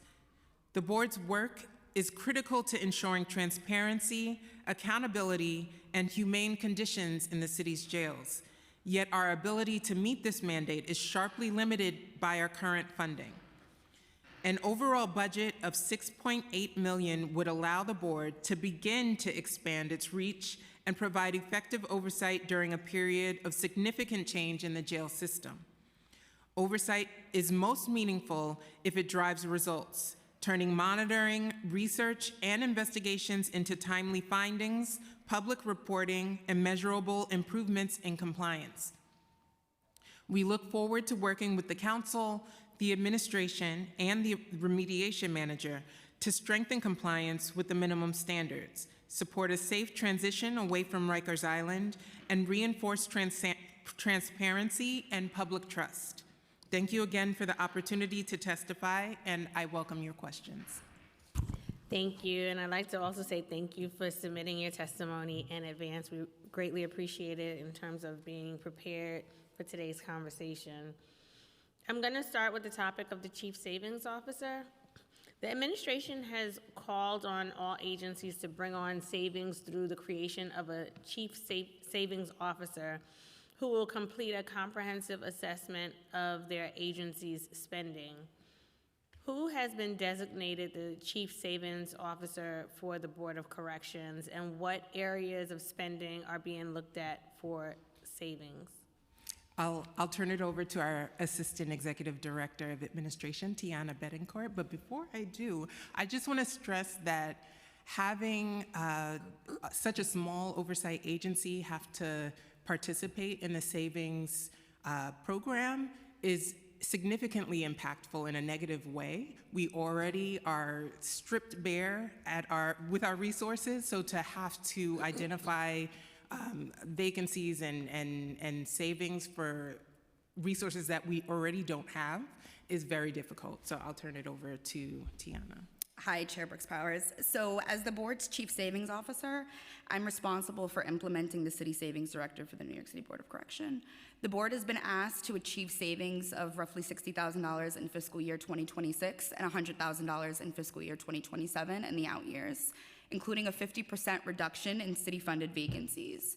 To meet these targets, the board is taking a vacancy-based approach.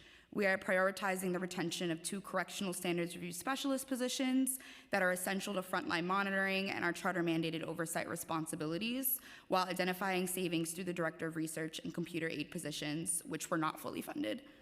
Additional savings are reflected within non-FT&G, which include typically supporting salary-related adjustments and unfulfilled salary allocations. Since these funds are not currently supporting active staff, they will be used to help us meet savings targets. And at this time, the board is in the final stages of the interview process for the 2 correctional standards review specialist positions. I'd also like to note that, as we are a small independent oversight body, our staffing is directly tied to our ability to maintain a consistent presence in facilities and carry out our charter mandate. Reductions of this nature have more immediate impact on our operations compared to larger agencies with broader staffing structures. We are moving forward to meeting these required savings targets while remaining focused on preserving our core oversight functions. No, thank you for that, and thank you for being so candid. I quite honestly share the concerns that you are expressing in terms of what that impact would be on the board. So again, thank you for being forthcoming and candid on that topic. I'm going to pivot to headcount. So as of January, the board had an actual headcount of 29 out of the 33 budgeted positions filled. And I know you said you have 2 that are in the final phase right now. Would you say that the Board of Correction is sufficiently staffed? No, I would not say that.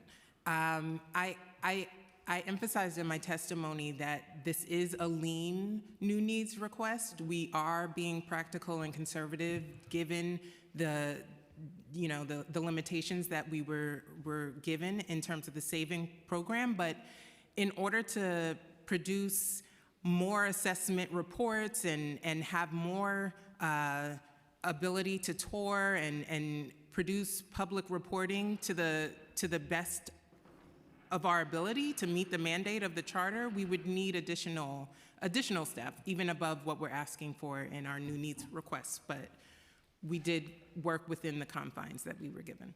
Appreciate that. And is there a reason the board has had a difficult time recruiting staff to fill these positions? In terms of? Just in general, like where you are right now, that you have vacancies. I'm assuming that it's been, because some of the other agencies have been having a hard time filling their vacancies as well. I will say one of the largest constraints are due to the OMB PAR process. It has taken quite some time to get just an approval. We have candidates that are sitting in the pipeline, ready to go, ready to start after recruitment and the interview stages, and we are just waiting what seems like months for approval processes. I was about to say, on average, how long? So it's months sometimes? Yeah, it could be longer than a month at times, yeah. Sounds right. I remember when I worked at the mayor's office, it took a couple months too. What type of outreach does the board do to fill vacant positions? So we post on New York City Jobs website. We work through Smart Recruiters. We post at work, so 55A programs and things like that. Reaching out to CUNY, SUNYs, postings and internships and other areas. Okay. Primarily to attract diverse candidates across the board. Okay. In the last year, the board has received baseline funding for 3 existing one-year funded positions. Do these positions remain filled today? I think you're talking about a special investigations coordinator and maybe a research associate as well, and a monitoring correctional standards review specialist. And yes, they do. And I really do want to commend the small staff that we do have. They are very committed. They impact the people in custody, their lives. They create change and they care for the humanity of the people in the jails. And so I really commend the work that they do with the limited resources that we have. Thank you. I'm going to pivot to the remediation manager. Has the Board of Correction leadership met with the remediation manager? Yes, we had a meet and greet with the remediation manager. Is there a plan to coordinate with the remediation manager moving forward? I think at this stage, the remediation manager is in the planning phase of preparing his action plan for the court. And I think we both understand that the remediation manager and the board have two distinct roles. The remediation manager is responding to federal court orders, and the board's mandate has to do with the minimum standards and the charter mandate that we have for the conditions of confinement. And so we are going to move forward working in partnership, and we will offer whatever help we can provide to the remediation manager, and I hope, and I believe, based on the meeting that we had, that the same will extend to the board and helping to further compliance with the minimum standards. Thank you for that. And I'm going to pivot now to the borough-based jails. Can you please describe the role that the board has taken with regard to the borough-based jails? And have you been in discussions with the Department of Corrections or involved in any of the planning? Yes, I'm going to turn it over to our Assistant Executive Director of Monitoring, Katrina Blackman. Good afternoon, Chair. Good afternoon, everyone. Good afternoon. Yes, to first answer your question, according to Local Law 192 of 2019, we are responsible and are required to report on the progress of the borough-based jails status semi-annually.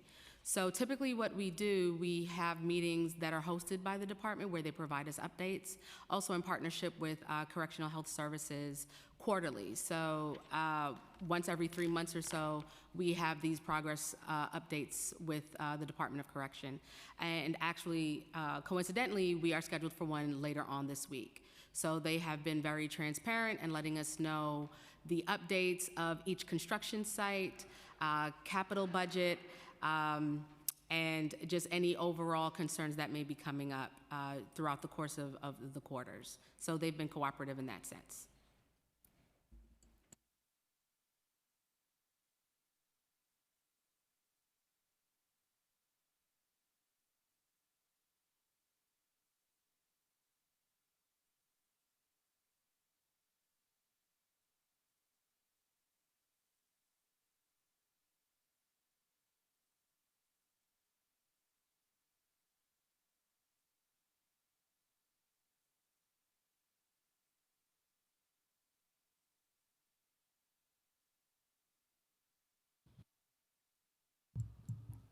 If the board was able to receive the requested funding to have additional headcount added, how would you fill the roles for those positions?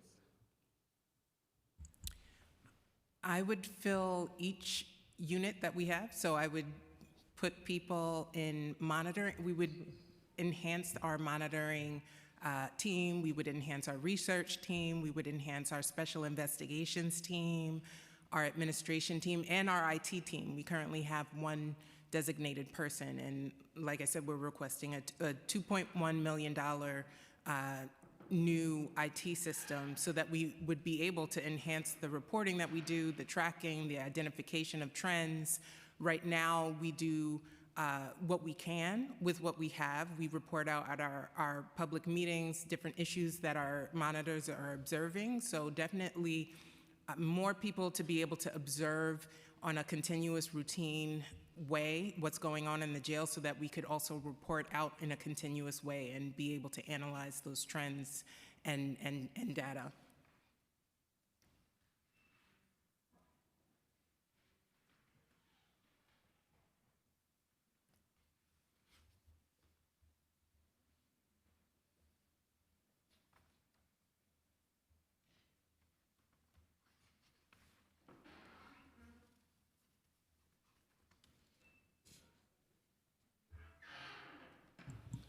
Thank you. That's all the questions we have for this panel. We appreciate the testimony and look forward to working more closely with the board as we get closer to closing Rikers and transition into borough-based jails and ensuring that we are changing the culture in this space. So thank you, and the panel is released. Thank you. Thank you.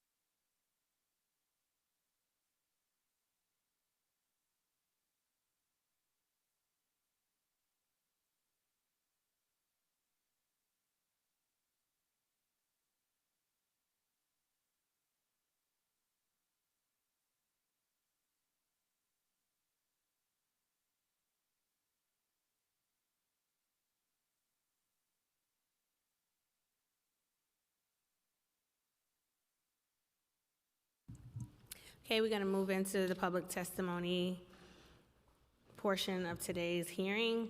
I now open the hearing for public testimony. I remind members of the public that this is a formal government proceeding and that decorum shall be observed at all times.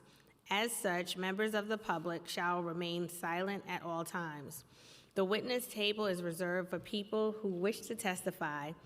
No video recording or photography is allowed from the witness table. Further, members of the public may not present audio or video recordings as testimony, but may submit transcripts of such recordings to the Sergeant-at-Arms for inclusion in their hearing record.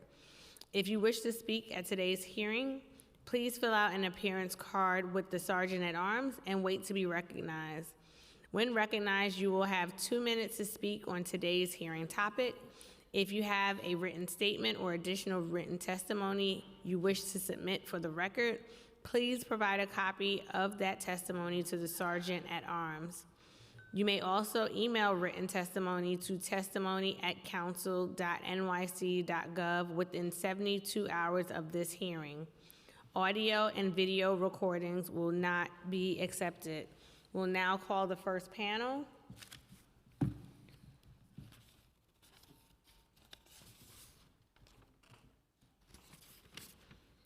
Benny Boscow from the Correction Officers Benevolent Association. Delvany Powell, the United Probation Officers Association. Dijon Williams, President of Local 299 of DC 37. We ask that everyone please adhere to the clock. And if you have additional testimony, you can always submit it in writing afterwards. Thank you. And you can begin once you're ready. Just turn on the mic.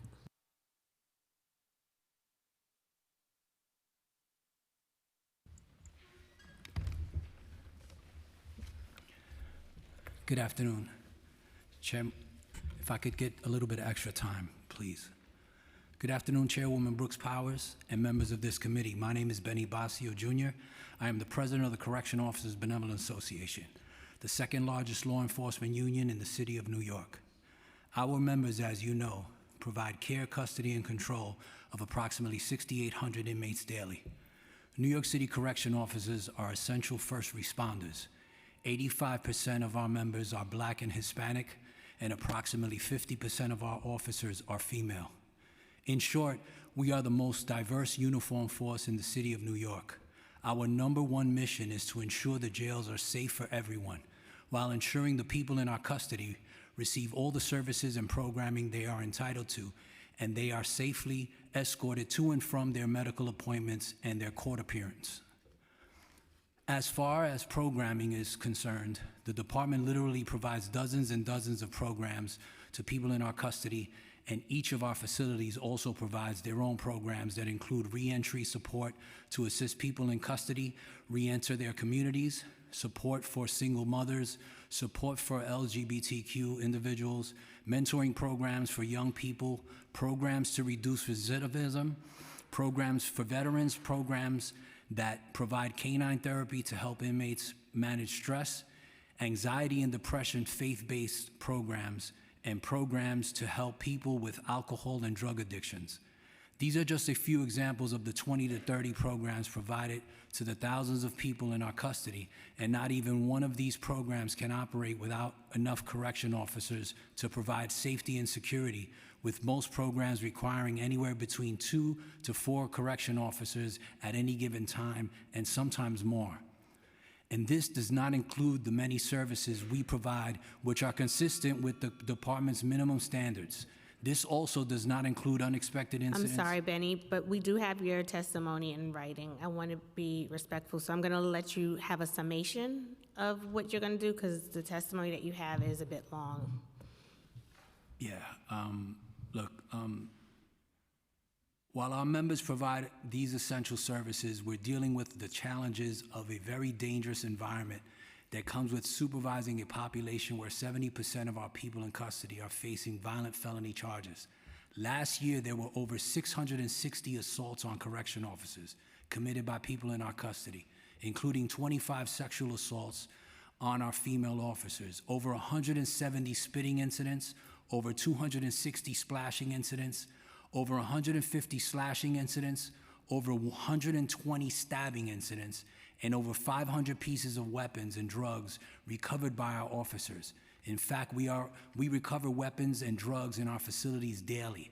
In the first 3 months of this year, we have already seen over 140 assaults on correction officers. In fact, within just this past week, a female correction officer was slashed just below her eye by an inmate. In addition to these violent conditions, we are still suffering from a severe staffing crisis. Our workforce is down approximately 40% from 2020. We have approximately 5,000 officers working across 3 tours. I'm sorry, I ask that you wrap up, please.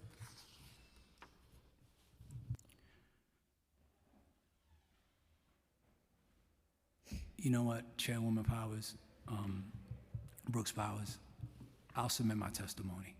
As one of the largest stakeholders that's involved, that represents the correction officers, I do believe we should be part of the main agenda so that I can really give you, there were a lot of questions asked by your committee that could have been answered by the union.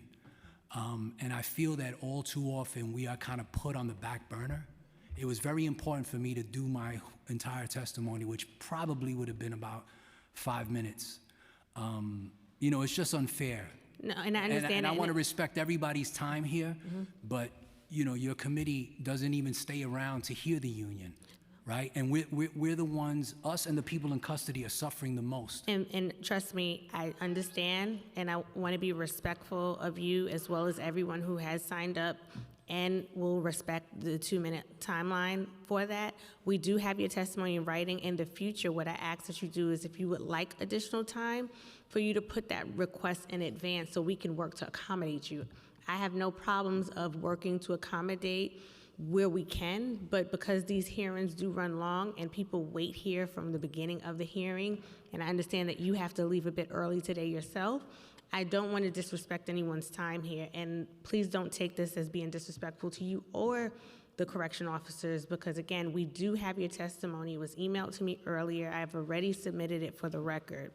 And to your point in terms of some of the things that could be answered, in these moments, we can have exchange, and I will ask questions through these hearings of you from your perspective as well, but we also need to leave time to have that discourse. And so I just want to, again, be respectful, because if I do that for you to give you 5 minutes, everybody else here that wants 5 minutes, I have to give it to them too. So I do apologize, but again, in the future, we will work to coordinate this better, okay? Thank you. Thank you.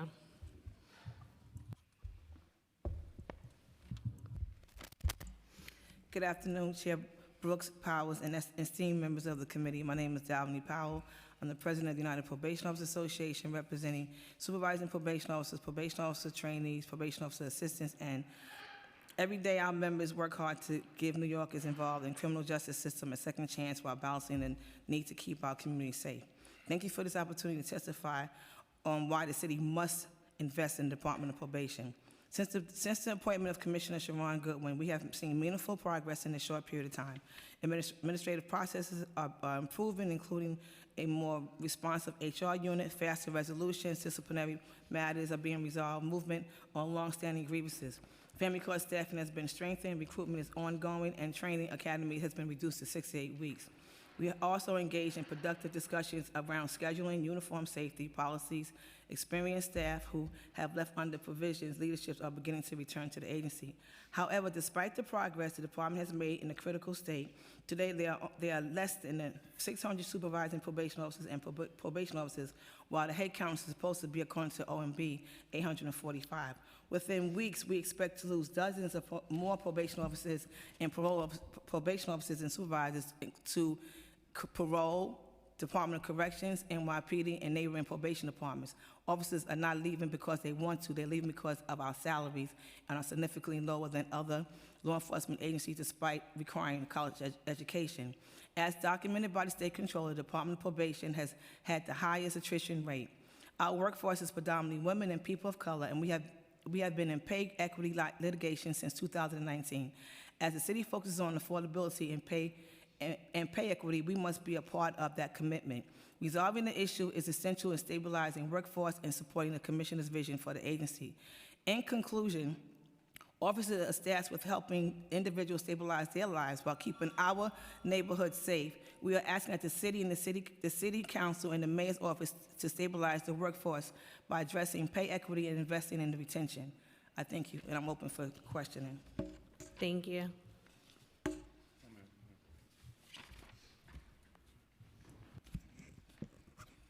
Good afternoon, Council. My name is Dijon Williams. I'm local president of 299, representing recreation workers in the Department of Corrections, which are chaplains, recreation directors, and recreation supervisors. My members are tasked with providing recreation and prayer services to persons in custody in highly dangerous and unusual settings, which include housing units and prayer locations. They are in close quarters daily with said persons in custody, and due to a retention issue, my members are highly overworked and underpaid. They provide enhanced recreation services, which is committed to creating a meaningful, uplifting, and community-building experience for those persons in custody. Some of those programs are debates, which the inmates are given specific topics to discuss, support groups, chess tournaments, family days, which host events that do arts and crafts, father-daughter dances in collaboration with council teams, suicide prevention, substance abuse, and sexual assault awareness. I come here today to ask for,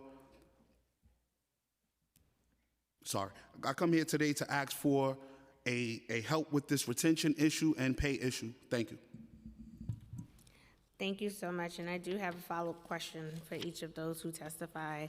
As we've been talking about the vacancies that exist in correction, probation, and recreation, are the unions engaged at all in terms of the recruitment efforts by the department? Like, does the department reach out and identify ways that they can do a better job with the recruitment efforts?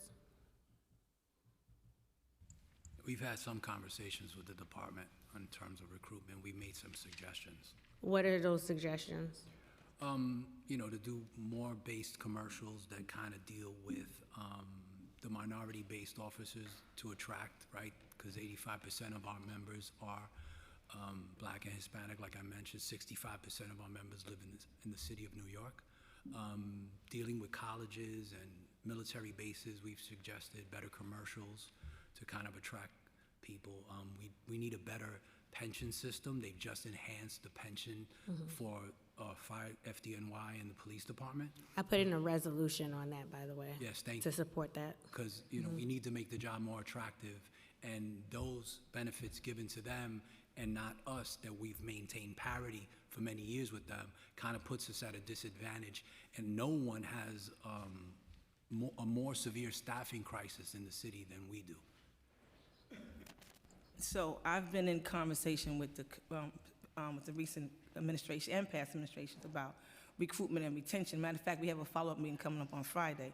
So we've talked about promoting better, ways of promoting. They're starting to go into the colleges and trying to recruit from there as well to make the job more attractive.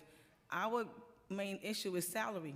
And like I said in my testimony, we're in the midst of a litigation right now for pay parity. And I attached the charts for you, for your review, for you to look at. And plus, City Council did a report back in 2021 and 2018, which supports our argument.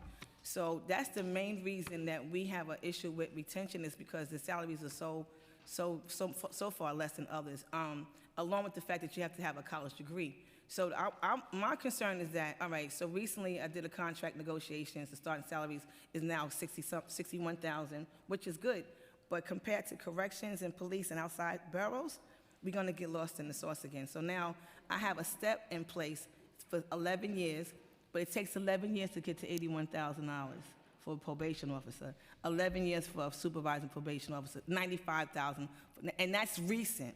And that's recent. So that's one of our problems. But the recruitment, any chance we get, we try to give our input. And the good thing the department doesn't want to tell you is that they have supervising probation officers a part of the interviewing process, which is good, to wean out the people. Thank you for that. For our recreation staff, retention is an issue due to pay as well. Some of my members make under $60,000 a year.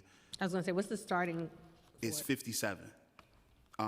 Their counterparts in other agencies make upward closely to 80,000. It's about 78 to 79. And then we have that same issue with the choice of working in recreation or going into corrections. They're gonna make the corrections pull more times than not.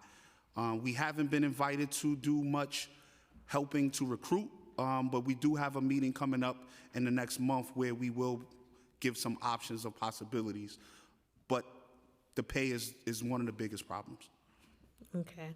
And earlier today, we heard from the commissioner and his team in terms of when we look at recruitment of correction officers in particular, the conditions and the safety piece comes up often.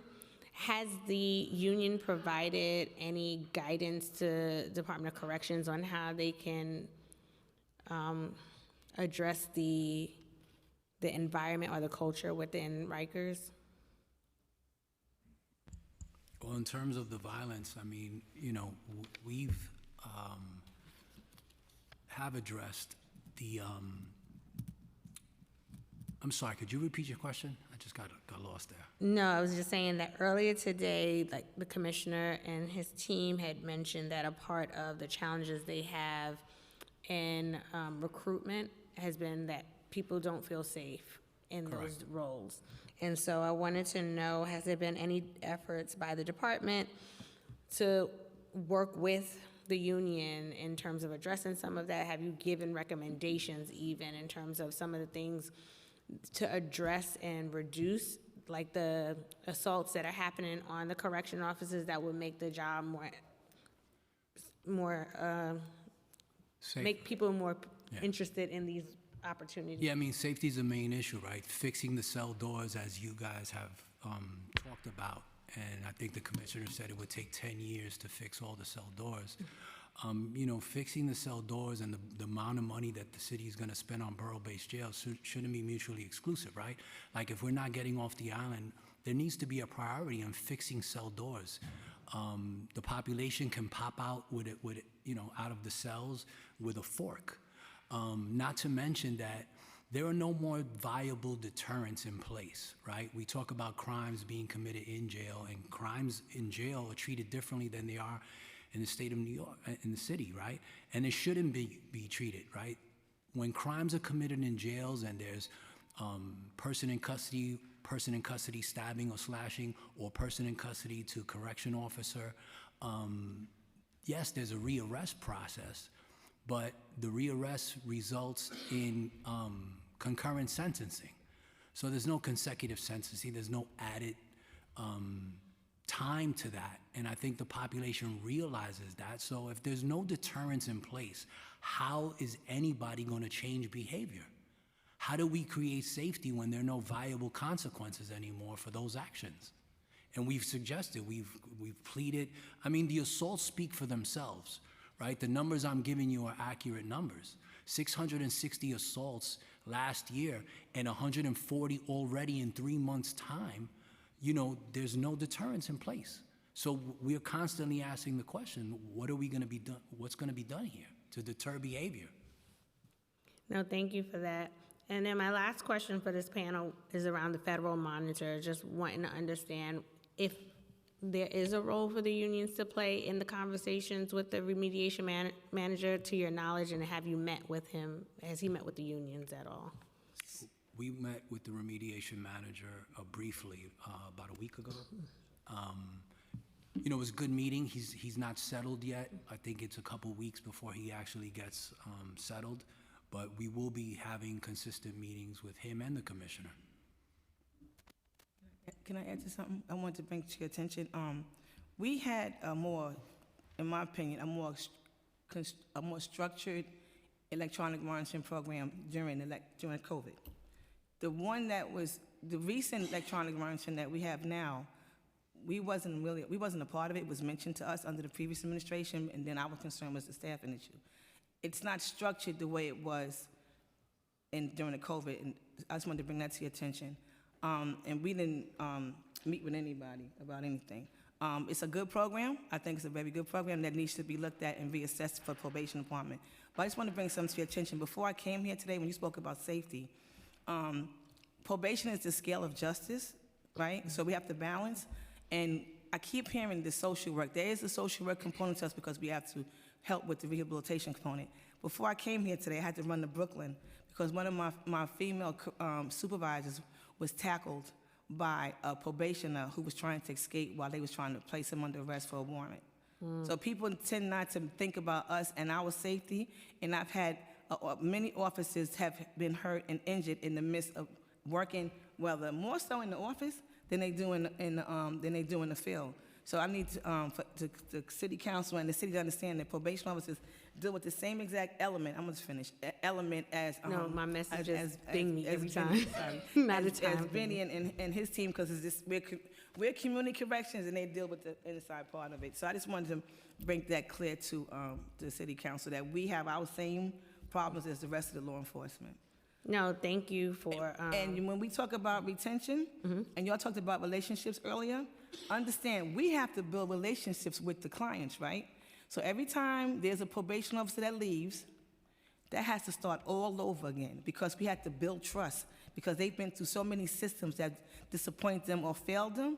So when they get with this probation officer, we build them with trust, we're building supervision plans, we're trying to get them on the right track, and what happens? They're gone again. Last week alone, council member, 9 people put in for their resignation. One unit alone in Queens, she has no probation officers come next week. None. Wiped out. Oh, that's not good. Okay. And is there ways that the council can support the recruitment efforts too? Because I know in the last administration there was these borough-wide like recruitment efforts and things like that. Do you see the unions working with the respective departments and doing forward-facing things like that again? I got some ideas. You know, and I'd love to sit with the city council as well, so we can all brainstorm, because it takes a village, right? So we're not on this in it by ourselves.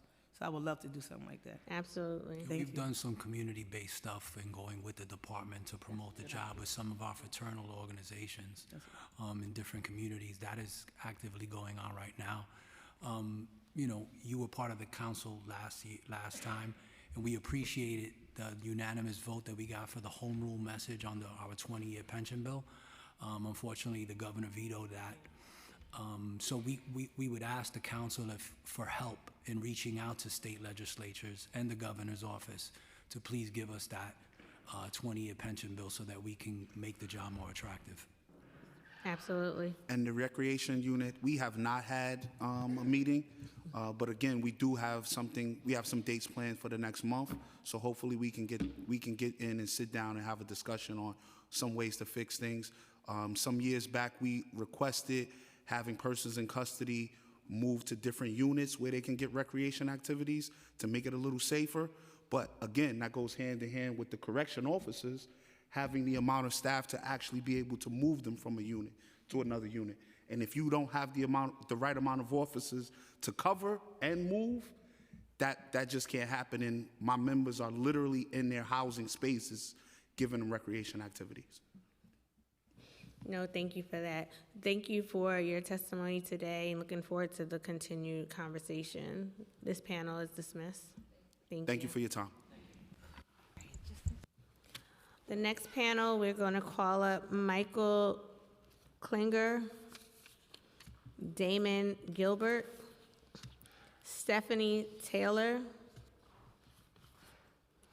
Caprice Jennerson, Julia Davis,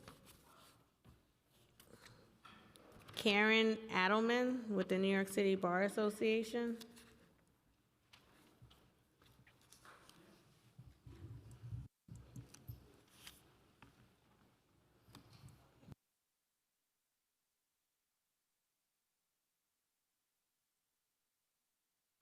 you get started. You can just turn on the mic whenever you're ready.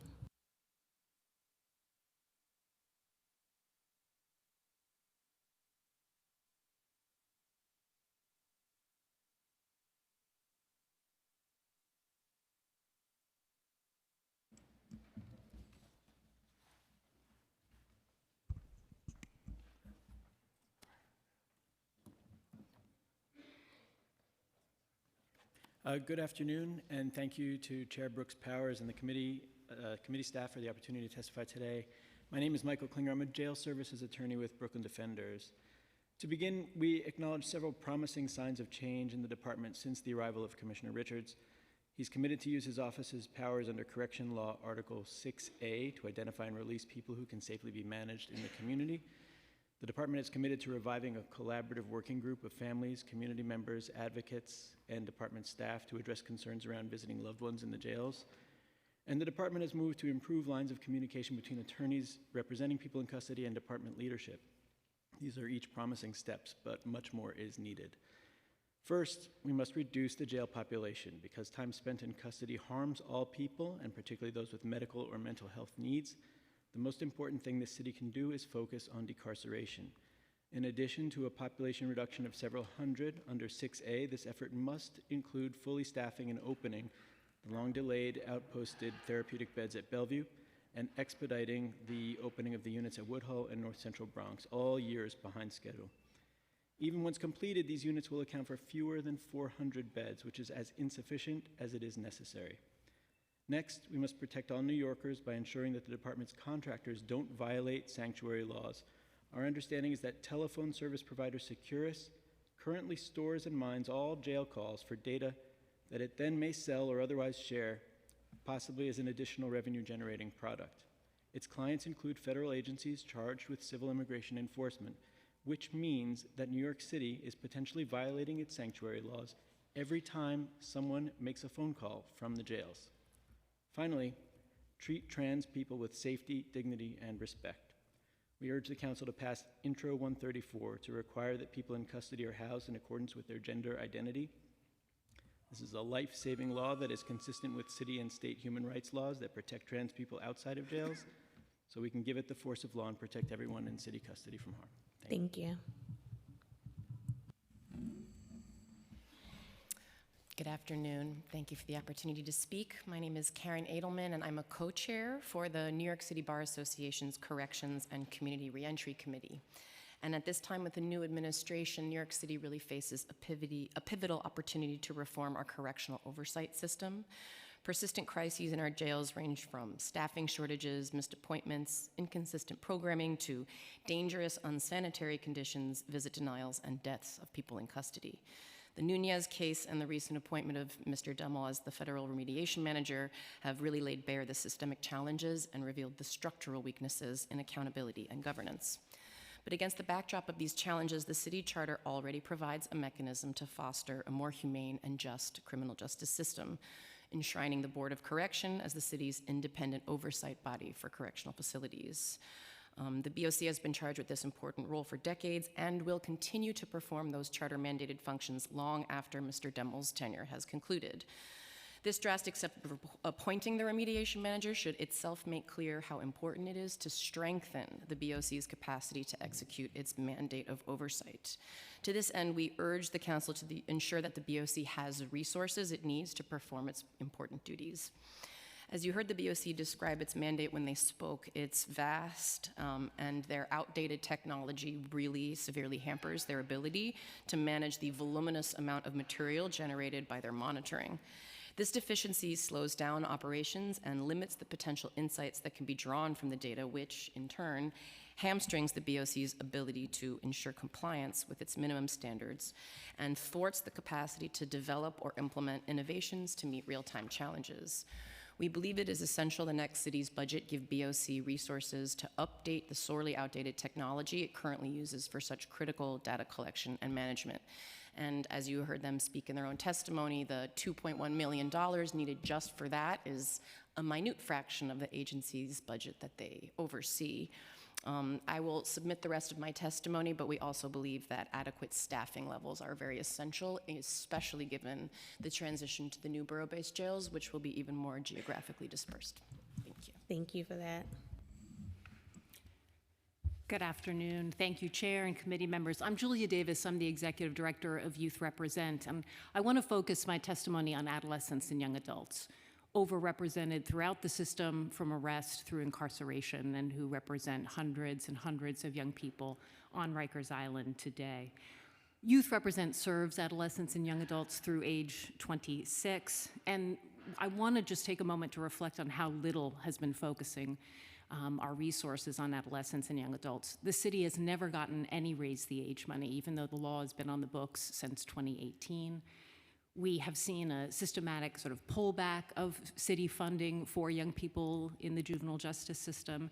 We're dealing with the impacts of COVID, which, although they are 6 years old, we're looking at adolescents and young adults that had their adolescence and young years severely impacted by the COVID pandemic. And most importantly, the last administration reduced significantly in Department of Probation and other parts of city government the investments in young people that keep them out of the system. When we think about the hundreds of thousands of dollars we spend on incarcerating young people, we have to think about the opportunity for reinvestment, not only in ATD and ATIs, which bring young people home, but in a really robust continuum of services that keep kids in school, connect them with work, resolve mental health issues, address family dynamics, and are going to move our young people in the right direction. So I urge you to take a look at a new report that came out from the New York City Youth Justice Coalition. This landscape report, which will be included in my testimony, outlines some very specific areas for reinvestment that the budget should include.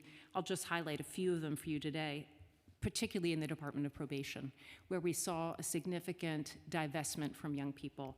Bringing back programs like Neon Works, Works Plus, AIM, Impact, Arches, Next Steps. These are programs that have been proven to have an impact on community safety and young people. And so I'm looking forward to working with you on a budget that brings those things forward. Thank you. Thank you. Did you give the sergeants a copy? Yes, it's coming. Thank you so much. I was looking for it. Go ahead. Good afternoon, and thank you for an opportunity to testify. I am Caprice Jennerson. I am the President and Attorney in charge of the Office of the Appellate Defender, also known as OAD.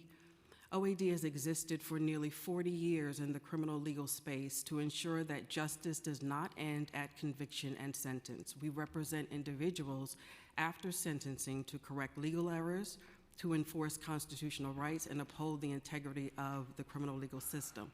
We are one of the few organizations in New York City dedicated exclusively to appellate and post-conviction representation, and that focus matters.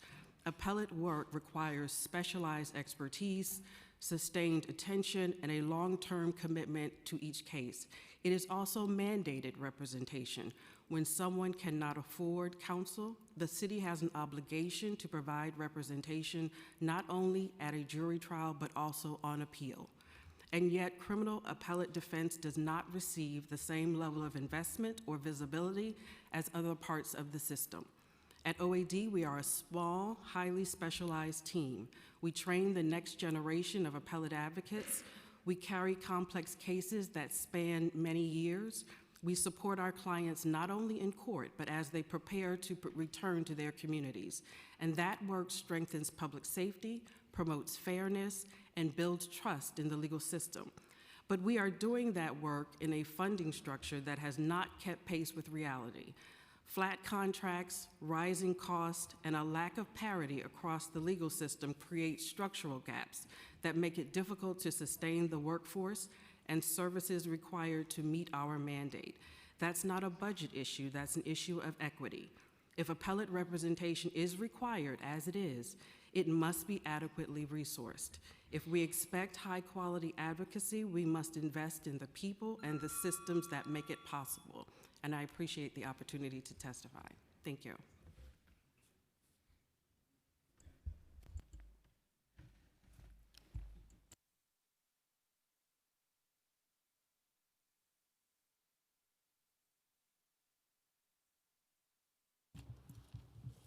Ready for you. And I believe Stephanie Taylor is in the room. You can come because you were called as a part of this panel. Go ahead. Cool. Good afternoon. Thank you for the opportunity to testify. My name is Damon Gilbert. I'm an attorney with New York Lawyers for the Public Interest. I'm here to talk about Rikers conditions. Rikers continues to expose thousands of New Yorkers to dangerous and deteriorating conditions, and these harms are not incidental. They are systemic and ongoing. At the same time, the city continues to invest considerable resources into this system while failing to deliver safety or stability of any kind. Despite the level of spending, people remain trapped in conditions that expose them to mold, contaminated water, extreme temperatures, polluted air, and violence, often because the systems that would allow them to leave or avoid incarceration altogether are underfunded or unavailable. To improve safety and meet the city's legal obligations to close Rikers by 2027, the budget should prioritize safely reducing the jail population. First, the city should take immediate steps to continue expanding the release programs like 6A and ensuring people are discharged with connections to community-based care and housing. Second, the city should invest in alternatives to incarceration programs. Third, the city should invest in mental health services like additional intensive mobile treatment teams, forensic assertive community treatment teams, and residential treatment beds. The path to closing Rikers runs through these investments, and I ask that this council work to align the budget with that goal. Oh, wow. Thank you. You finish? Okay.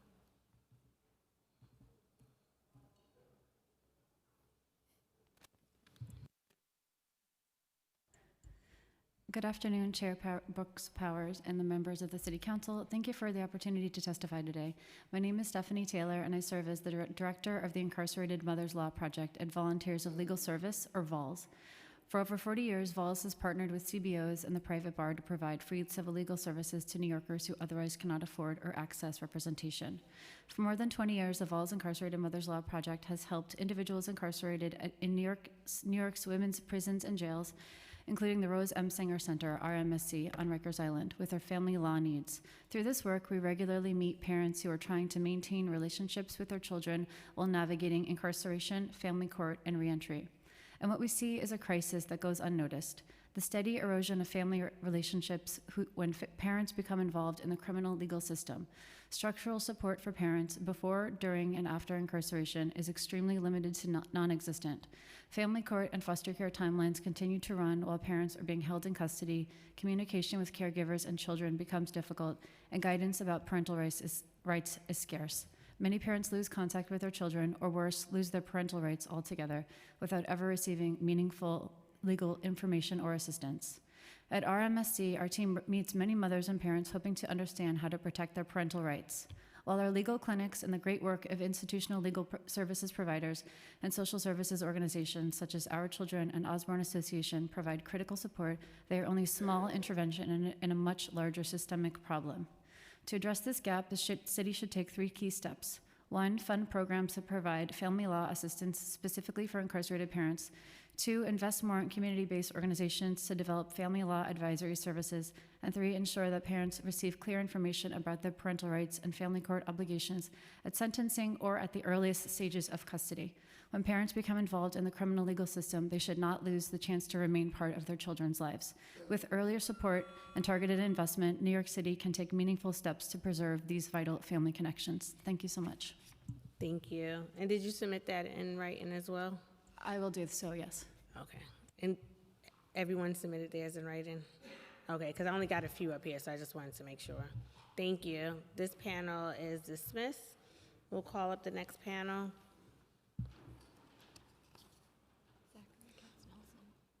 Zachary Katz Nelson with the Independent Rikers Commission.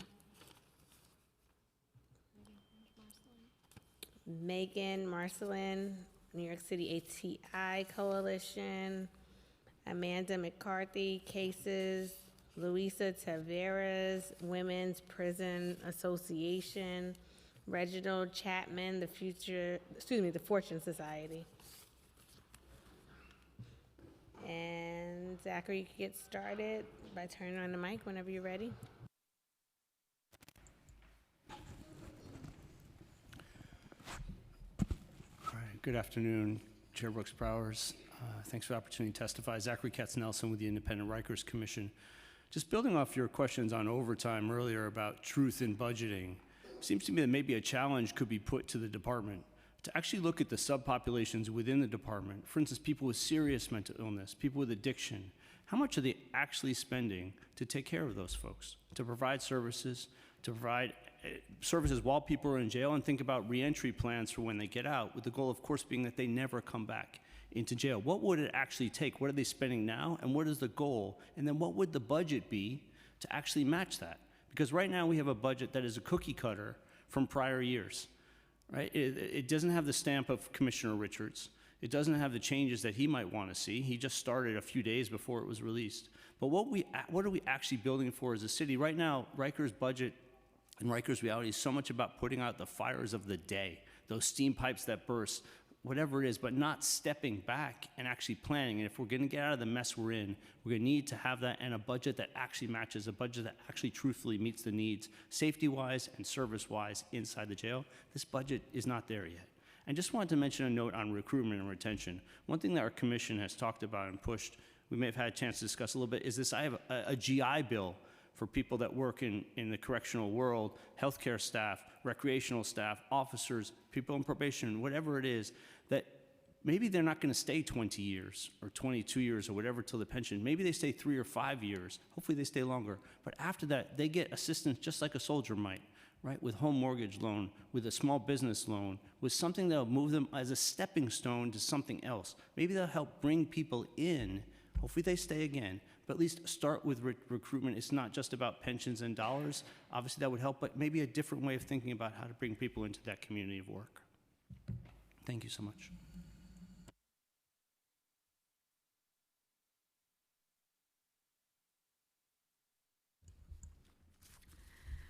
Thank you, Chair Brooks Powers and staff of the committee. My name is Megan French-Marsland. Today I testify on behalf of the New York City Alternatives to Incarceration and Reentry Coalition.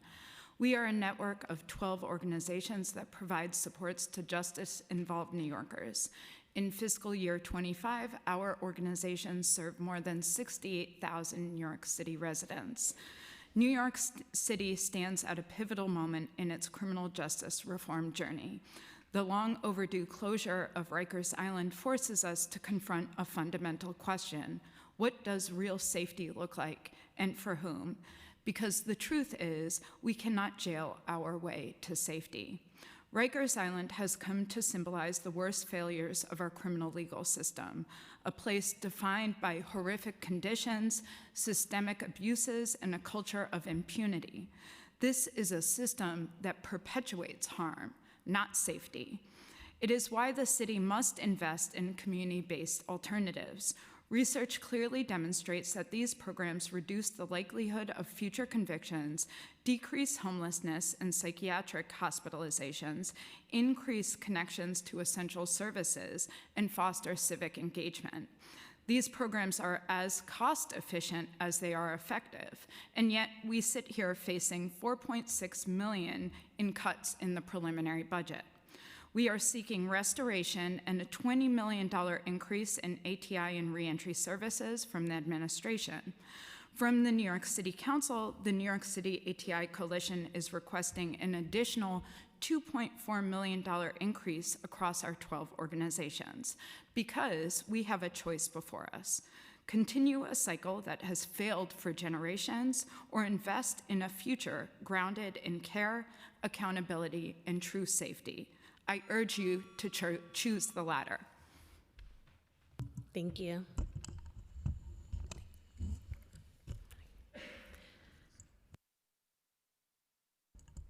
Good afternoon, Chair Brooks Powers and members of the Committee on Criminal Justice. I am Amanda McCarthy, Senior Director and Youth Policy Lead at CASES.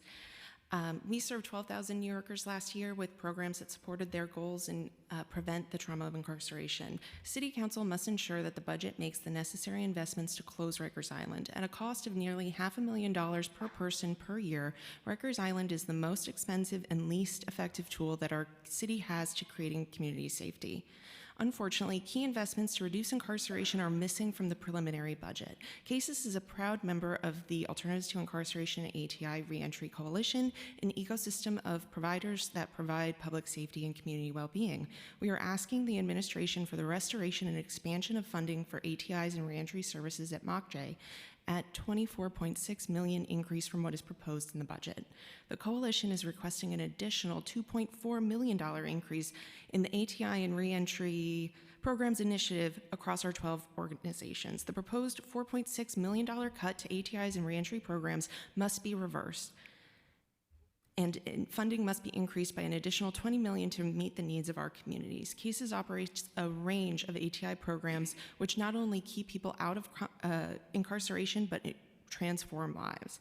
In fiscal year 25, almost 2,300 people were able to avoid incarceration by participating in one of our ATIs, including Nathaniel Act. Among clients who successfully completed the program, none are reconvicted of a violent felony and less than 5% are reconvicted of any felony.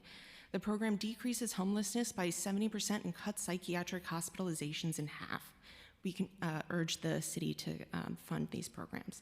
In addition to supporting ATI and reentry services, the city can further improve public safety and community well-being by fully funding Assertive Community Treatment Act and Intensive Mobile Treatment IMT programs to end the waitlist for services, expand access to mental health services for young people by doubling funding for the Court-Involved Youth Mental Health Initiative, and supporting ACS's proposal to expand CASE's ACES program to serve more preventive youth. Thank you. Thank you. Good afternoon. My name is Luisa Taveras, and I am the interim CEO of Women's Prison Association. Chair Brooks Powers, thank you for the opportunity to testify today. Founded by Quaker abolitionists and prison reformers in 1845, WPA has spent over a century challenging the systemic inequalities that push women, especially Black and brown women, into the criminal legal system. The population of women in New York City jails had been steadily declining prior to the Adams administration. Sadly, over the past 4 years, the number of women detained on Rikers Island has more than doubled. This increase is concerning, especially given that there is clear evidence that community-based alternatives are more effective in preventing women from future contact with the criminal legal system and in promoting their long-term stability. New York City has not prioritized funding for organizations like WPA, which aim to safely reduce the population at Rose M. Singer Center, Rosie's, the women's facility on Rikers Island, through community-based diversion and reentry supports. Instead, it appears that the city has adopted a jails-first approach, exemplified by the Department of Corrections' plan to triple the number of beds at the new women's jail to be built in Kew Gardens. This shift undermines the very community infrastructure that offers women the safe and supportive pathways out of the criminal legal system. A different approach is not only possible, it already exists. WPA meets women and gender-expansive people where they are by providing trauma-informed, gender-responsive support before, during, and after incarceration, including comprehensive case management, trauma-informed clinical care, and stable housing. This helps them reclaim stability and opportunity. This year, we are asking the administration for the restoration and expansion of funding for ATIs and reentry services at MOCJ at $24.6 million increase from what is proposed, and asking the coalition, in addition, the coalition is requesting $2.4 million increase in alternatives to incarceration and reentry programs. We are also requesting that the Speaker's initiative to support the launch of a Mothers and Families Together, a diversion program for incarcerated mothers on Rikers Island. And finally, WPA seeks council funding for 2 key pillars of our stabilizing model: trauma-informed clinical care and supportive housing. Thank you. Good afternoon, Chair Brooks Powers and members of the Committee on Public Safety. Thank you for the opportunity to talk about the Fortune Society's work and how ATI and reentry programs promote public safety and empower young people to build their lives. My name is Reggie Chapman. I am the Director of Policy at the Fortune Society's David Rothenberg Center for Public Policy. I'm also a former incarcerated person who spent 25 years in prison, and so I have lived experience and professional experience with respect to this issue. I'll also be referring to my written testimony as to be succinct. For over 58 years, the Fortune Society has supported people returning from incarceration. In FY25, we served over 18,000 people, including over 1,000 people through our ATI programs. We are also a proud member of the NYC ATI Reentry Coalition, which collectively have served more than 30,000 people annually. But to truly enhance community safety, we can and we should be serving more people to reduce the number of people detained at Rikers Island and to enhance community safety. Therefore, we are requesting that this administration restore and expand funding for ATI and reentry services by providing $24.6 million more than they did in their preliminary budget proposal. We also specifically request $2.4 million increase in the City Council's ATI and Reentry Program Initiative. We are grateful to the City Council for standing with us in FY26, and we urge the Council to do the same thing this year, not just to prevent cuts, but to ensure expansion of this important work.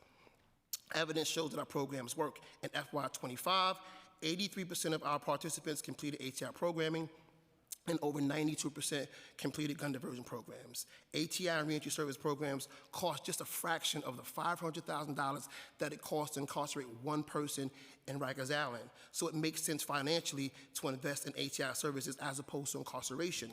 We also urge the panel to provide $3 million more for the Board of Corrections to regulate, monitor, and inspect our city's correctional facilities. Thank you, committee, and Chair Brooke Powers for allowing me to testify. Thank you. I was trying to follow you. I'm like, wait, what's going on? I thank you all for the work that you all are doing, and just wanted to ask a few follow-up questions. And first of all, I really appreciated the ideas in terms of thinking outside of the box for recruitment opportunities, and hope that the commissioner and his leadership team take some of that under advisement as well, because we want to make sure that all stakeholders as it pertains to Rikers in that space have the safety and the support that they need. Obviously, my focus has been really opening up those beds that exist right now as well, to start moving folks out and, you know, getting things back on track in terms of the construction for the borough-based jails. But what's really important is getting the numbers of those that are in custody down. And so based on some of the testimony from the agencies earlier today, I just would like to hear some of the reaction from the advocacy side in terms of like what programs are, I would say, based on data, really strong in terms of the work that they're doing to reduce, and in terms of the efforts from the administration, what more should we be investing in terms of prioritizing? Because we know there's like a $5 billion deficit in the budget, so everyone's going to be fighting for a piece of the pie across the different categories in the budget. So if we had to prioritize, where are we prioritizing most? That's going to help us to achieve the goal to reduce the population on Rikers Island. I'll take a crack at that first. Thank you for the really thoughtful question. As I said, we served 68,000 people last year at a fraction of the cost that it takes to run our jails and prisons. And last year, we sat before council facing $17 million of cuts. And I will say that as an advocate, it's frustrating to be here year after year fighting against cuts for programs that we know are more effective at public safety than our jails. Every year, I'm sitting here talking about an increase that amounts to about 7% of what DOC spends on overtime each month. Our total ask across 12 organizations is about 7% of their overtime budget each month.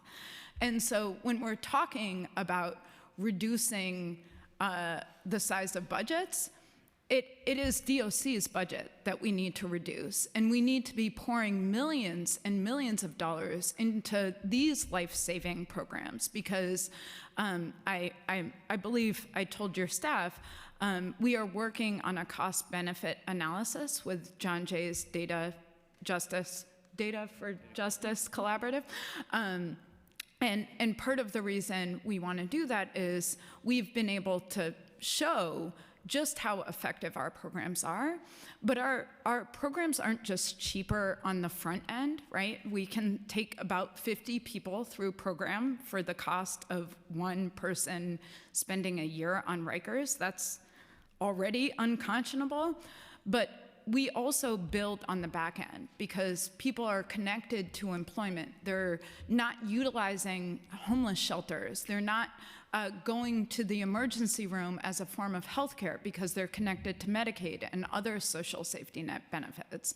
And so I think if we want to really transform our safety system, we have to think about it more holistically. We know what makes communities safe. It's people having access to the basic resources that every single person in New York should have as a human right. And to do that, we need to invest in programs that actually grow people, don't deplete them.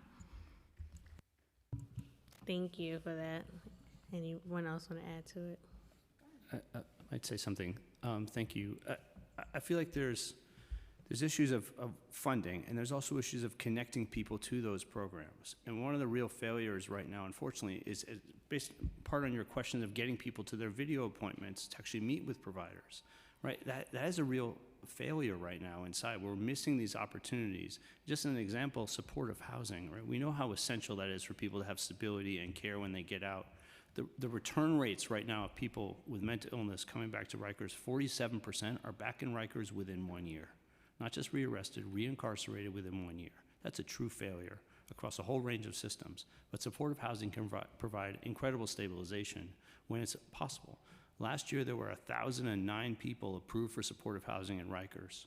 14 were actually placed in supportive housing. Right? We have 4,000 plus vacant units across the city of supportive housing. We've only managed to place 14 people coming out of Rikers into. Why is that? Because I heard that statistic before, and I thought it was mind-blowing. But what is the hurdles that have to be met in order to get into those housing? Because I feel the same way about the affordable housing, just broadly speaking. You'll have a new development, I've seen it in my district and other places, where we're building housing, and then it takes months for like HPD to place someone through Housing Connect. So in terms of the supportive housing, what has been the challenges that you've identified? Well, the first one is that out of the roughly 1,000 people, only about 265 were actually referred to a provider at all. So that first step of actually letting providers in the community know this is a person who needs housing, that's missing. And that's a combination of, it was Correctional Health Services, now it's actually the Department of Social Services, HRA. They're in charge now of making those referrals. They've not been consistently making those referrals. Part of the idea was consolidating, taking away from CHS, giving it to HRA, was that was supposed to help the process. What triggers DSS to make the referral though? Like walk me through that step so I can understand. Sure. What, because we work with DSS all the time in my office, so I'm just trying to understand, how do they get triggered to know that this is someone that is formerly incarcerated, that's eligible for supportive housing and need, what triggers that for that population? So they will get the application, the completed application, hopefully from Correctional Health Services. So Correctional Health Services is working with people in the jails to actually work on their applications. Once they're done, they are sending it to HRA. HRA is actually the one who approves and decides what type of supportive housing would be appropriate for this person. It's then on them, they already have, so they now have that person in their system. Mhm. It's on them now to say, okay, we're gonna reach out to providers and say, here's somebody who needs this space. Will you interview them? Will you meet with them? So that bureaucratic piece is not happening right now. Mm. And that is something I think we need to delve in, frankly, with HRA about how do we improve that process. And then there's a second piece about how hard it is, for instance, to interview people on Rikers, not just in terms of getting people to the appointment, but even making the appointment in the first place. Rikers requires the agency to give 3 different dates where they can hold time to meet with the person. Then they get back to them 2 weeks later, 3 weeks later, sometimes say, okay, we've chosen this one date for you. You've had to hold them open the whole time. And then Is that because of staffing shortage? It's staffing shortage to some extent, but it's prioritization. It's like, how are we gonna, this is a new commissioner with a new vision. We're gonna really work hard to get people into the care they need and figure out where they should be. And Rikers is not the answer for people with profound mental illness. So hopefully this will become more of a priority. I think it wasn't enough of a priority under the prior administration to figure out how do we move people through the system as efficiently and quickly as possible. And is there a budgetary gap that exists or a legislative gap that would help to your point, make this process flow more seamless? Yeah. Or both? I think probably both. For instance, mandating that the referrals happen with a certain reasonable period of time. Just like the council last year mandated that holistic assessments take place within 3 weeks for someone who might be referred to an ATI, or 6 weeks if it's more complicated. That same process, which is great, that hasn't been implemented yet. That's another great example of something to push to make sure what is the funding necessary to make that happen, to make sure we have the social workers, psychiatric professionals, whatever it is, to make that happen. Along the same lines, what could we do for referrals to supportive housing? What does HRA need to make these referrals? What does CHS need to actually complete the applications, make sure they have the staff? And then how do we get people actually connected and hopefully placed? And I'll just say one last piece of this is that it is not easy to get someone coming out of Rikers placed in supportive housing. I think it is critical the justice-involved supportive housing, which this council has fought hard to increase the supply of. An RFP just went out for 190 new beds. That'll raise the total number to 310 beds across the city for dedicated to this population. The sooner those beds can come online, the better, but that's only part of the city's promise. The city promised 500 of those beds back in 2019 as part of the plan to close Rikers. We're still 190 beds short. And so I think that's a funding issue as well. Like, let's make sure we can meet the needs of people. To remember, these are the people that are cycling in and out, that aren't getting the care they need, the people we see on the street who are in complete distress, right? That's who we're talking about here. We have a much better answer. And at what rate do you find that securing housing or going through one of the diversion programs has resulted in reducing recidivism? What rate? Is that what you're asking? Yeah, do you have any data around that? So in written testimony, we have stats from all of our member organizations, and we can send you more of those. But I think when we're talking about this population, it's really, really important to remember the stats coming out of cases, to my right,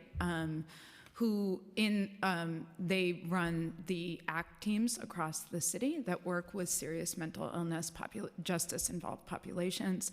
And for folks who have gone through the Nathaniel ACT program, they have seen 100% of people not commit a new felony in 2 years, and they have reduced homelessness by over 90%. Okay.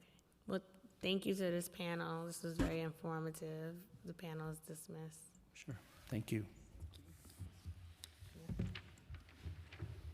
Next, we're going to hear from Benjamin Heller with the Vera Institute of Justice, Magali Melendez, Center of Justice Innovation, Melanie Dominguez, Cato Center for Equity, Health, and Justice, and Jennifer Parrish.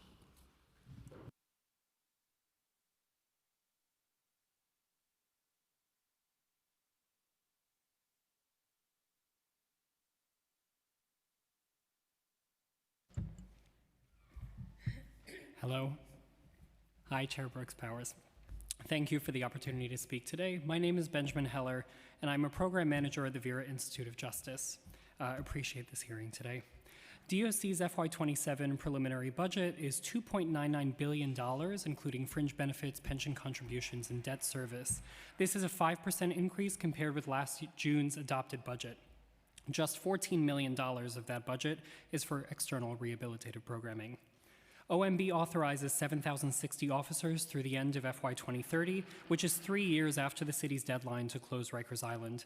Filling these roughly 1,300 vacancies would cost the city approximately $174 million in salaries and benefits.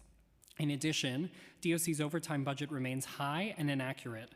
If spending in FY 27 resembles the current fiscal year, DOC's overtime budget will last less than 6 months.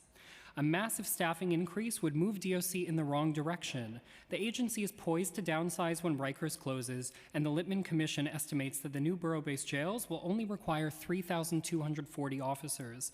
Now is the time for DOC to deploy staff more efficiently and effectively, not hire more, especially given there seems to be little connection between DOC hiring and reductions in overtime. We urge OMB to lower DOC's authorized uniformed headcount in this and subsequent years to bring staffing in line with the needs of the new borough-based jail system. We also urge OMB to introduce new units of appropriation for executive management and programming, which will enable greater budget transparency and accountability.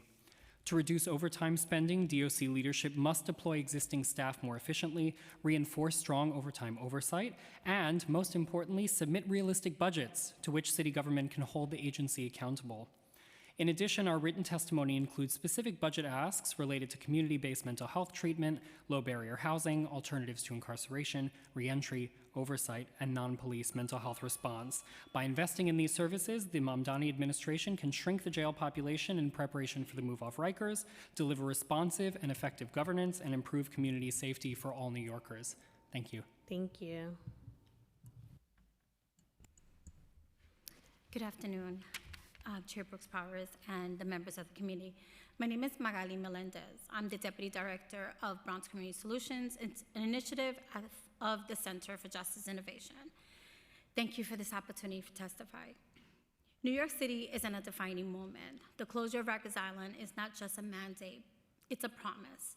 A promise to build a system that is smaller, safer, and rooted in dignity and not detention. But that promise is at a risk if we do not invest in what actually makes communities safer. We cannot close Rikers by simply shifting where people are held. We close Rikers by reducing who enters the system in the first place. And that requires sustained investment in diversion, prevention, and community-based solutions. At Bronx Community Solutions, we see this every day. Through the Bronx Community Solutions Driving While Intoxicated Treatment Initiative, we address underlying substance use and reduce repeat offenses. Through the Bronx Hope program, we connect individuals to harm reduction, peer support, and life-saving resources. And through the Center for Justice Innovation's Driver Accountability Program, we improved street safety by changing drivers' behavior through reflection, accountability, and education rather than relying on punitive responses like fines, prosecution, or short-term incarceration. And this work extends far beyond Bronx Community Solutions. Initiatives like Save Our Streets, which focuses on community-based violence interruption and reimagining intimacy through social engagement like RISE Project, which supports individuals in building healthy relationships and reducing harm, are critical to addressing the root causes of the system involvement. Together, these programs are not optional. They are the infrastructure of a safer city, yet too often, these are very programs that face uncertainty when budgets are tightened. If we are serious about public safety and about closing Rikers, we must protect and expand these investments, not reduce them, not delay them. We have made important progress, and we have a clear path forward. By sustaining these investments, we can continue building a system that reflects our shared values, safety, and fairness, and community. Thank you. Thank you.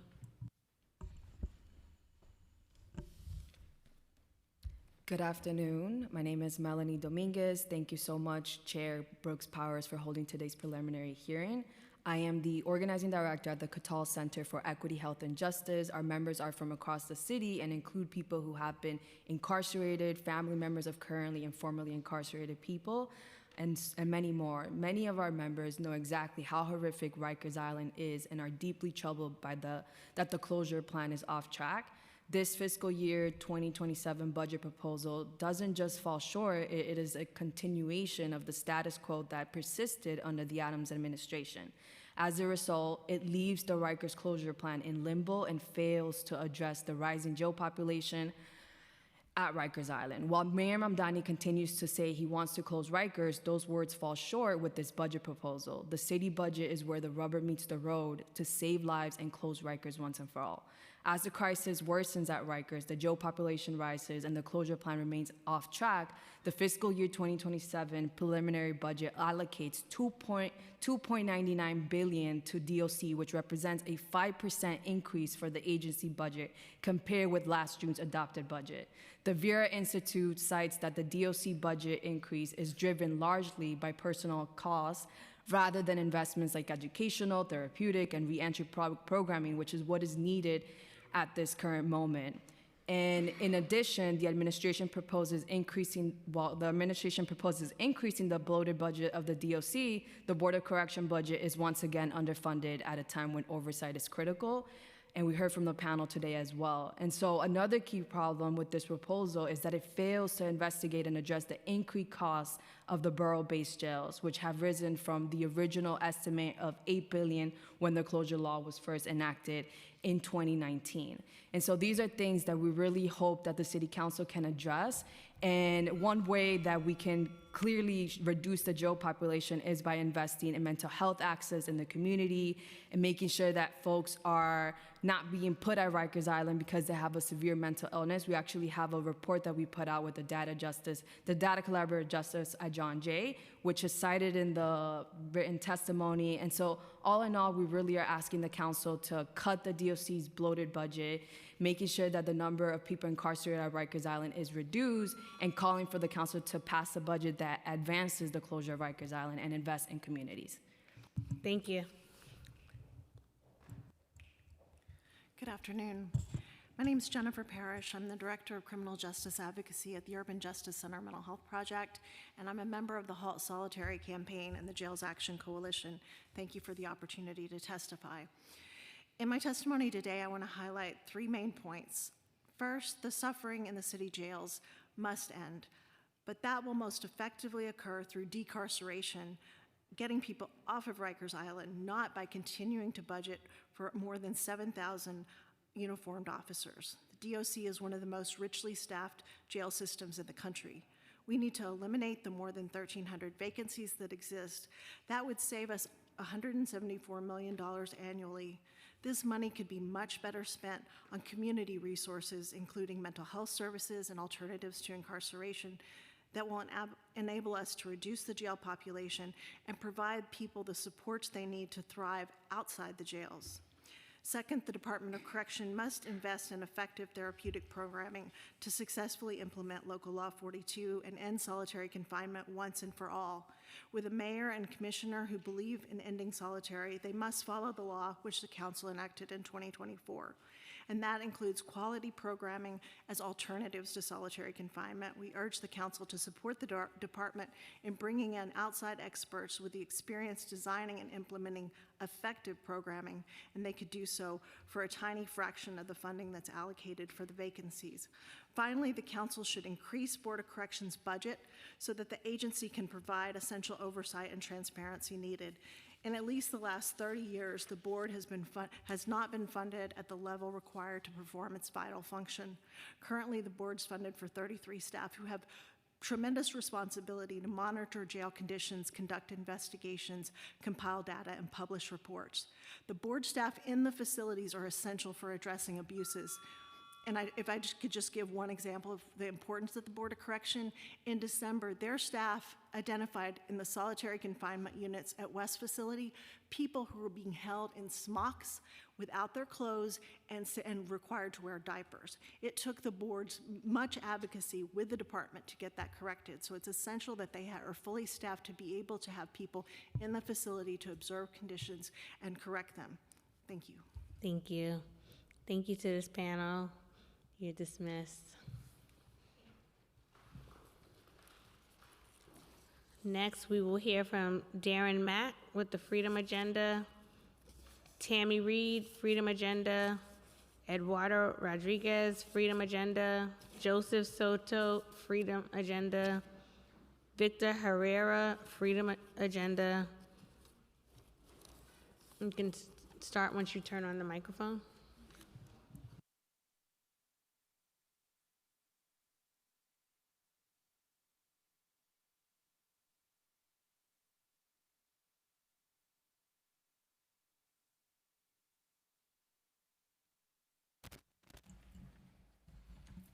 Thank you, Chair Brooks Powers and council members for the opportunity to testify today.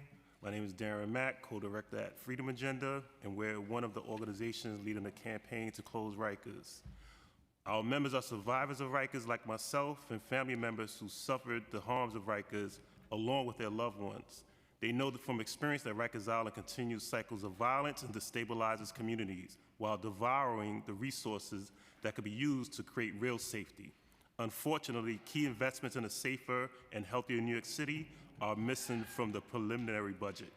That's why we're calling for $69.2 million more to meet mental health needs outside of Rikers, $48.5 million more for diversion and reentry programs, and $3 million to increase the Board of Corrections oversight capacity. The City Council pointed out recently that some long-standing vacancies in city agencies could provide opportunities for cost savings. The Department of Correction should be at the top of this list. DOC has 7,060 authorized positions for uniformed officers, but less than 5,800 on staff, and about 1,300 positions vacant. These vacancies have been growing for years, despite lowering eligibility requirements, increasing pay and benefits, and conducting a multi-million-dollar recruitment campaign. Filling these vacancies would cost an additional $174 million per year. Every penny of that money will be better spent on efforts to reduce the jail population, like the investments we're advocating for. DOC's authorized headcount gives them a staffing ratio 4 times higher than the national average. The budget also authorized DOC for more than 2 times more officers than they would need to operate the borough facilities. If the city is serious about reducing incarceration and closing Rikers, cutting these vacancies is a no-brainer. Closing Rikers is a legal and moral mandate that must be backed up by this year's budget. I'll submit, along with this testimony, a full budget analysis that outlines amendments needed in the fiscal year 27 budget to pave the way to closing Rikers. Thank you. Thank you. Good afternoon, Chair Brooks Powers and committee members, and thank you for allowing me to testify today. My name is Tammy Reed, and I'm testifying on behalf of Freedom Agenda as a member of the campaign to close Rikers. I want to start off by saying that as a taxpaying citizen of this city, I'm blown away about the amount of money we spend to house one person for 1 year on Rikers Island, which is to the tune of almost $500,000 a year. I live off of less than 25, but yet I still eat. I have adequate clothing, utilities, and so forth. So we can do much better than this. What I'm proposing today is that the current budget of fiscal year 2026 be adjusted to be in line with the closing of Rikers. I'm requesting that instead of passing this overbloated DOC budget, that the City Council work with the mayor to reallocate funds to areas where we truly do need the funding, such as mental health services, more vigorous community services, and such as affordable housing for those with mental health disease and others, just to name a few.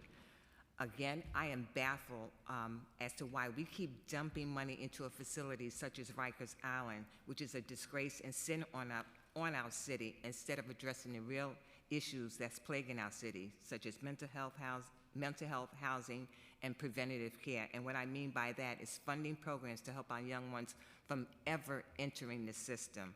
Recently, I was at an event where a panelist said that there are surveys that correlate failing test scores in schools to number of beds needed in Julie Hall, and I was flabbergasted by this statement. If you can correlate test scores to Julie Hall beds, then surely you can correlate it to the fact that there is a need to fund schools and programs that prevent kids from filling up these beds.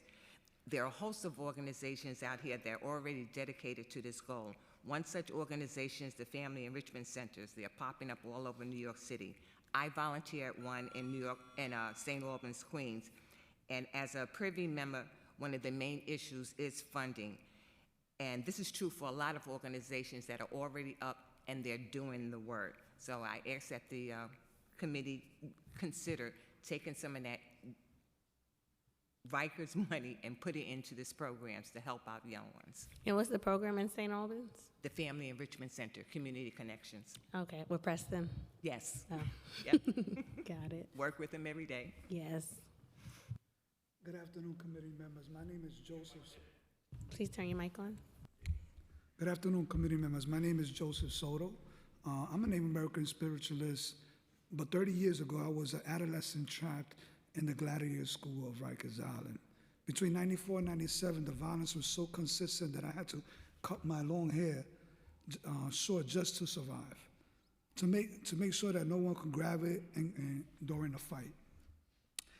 It wasn't until December 5th, 1995, when I was finally able to start growing my hair back, because I was in state custody.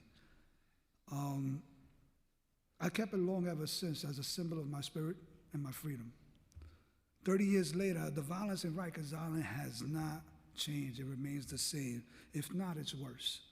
The only thing that has grown since is the waste of public money. Today, New York City spends nearly $500,000 to incarcerate just one person for a year. This alone, the docks is spending over $370 million on overtime. We are pouring billions into a system that fails to provide safety and dignity to our people. More than 50% of people in Rikers Island today have a mental health diagnosis, and hundreds are there simply because they are homeless.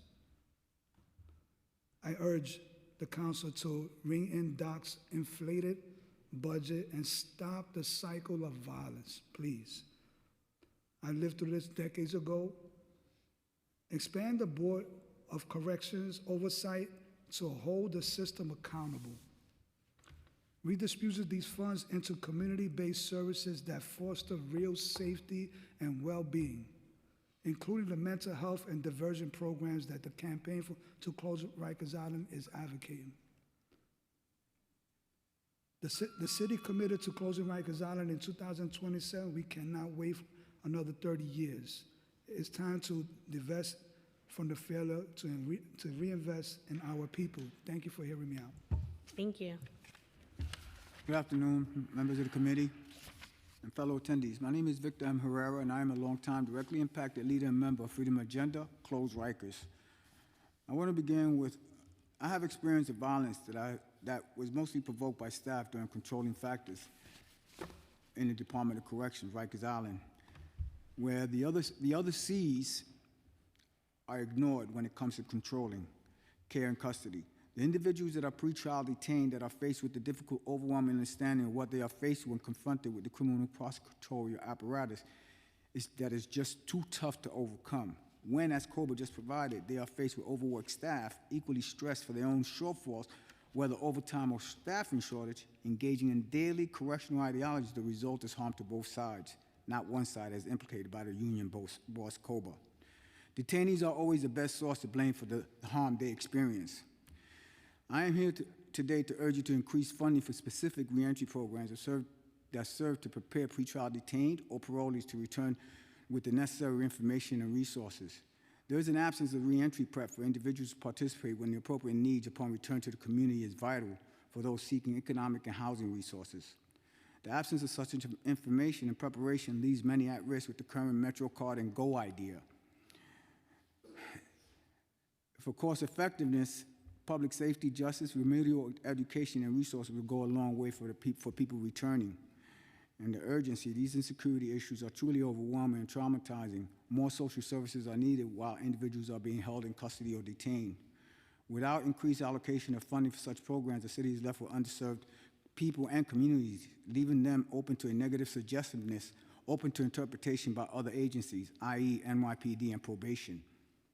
I understand that budget resources are limited and that every department is making a case for funding. However, cutting or underfunding prevention programs like the one proposed for people in detention will only cost more. This is not just a moral choice, it's a fiscally responsible one. Thank you. Thank you. Thank you to the panel. This panel is dismissed. Next, we'll call up Alice Hamblett with Worth Risers, Vidal Guzman with America on Trial Incorporated, Barbara Meny, and Tanawa Downing.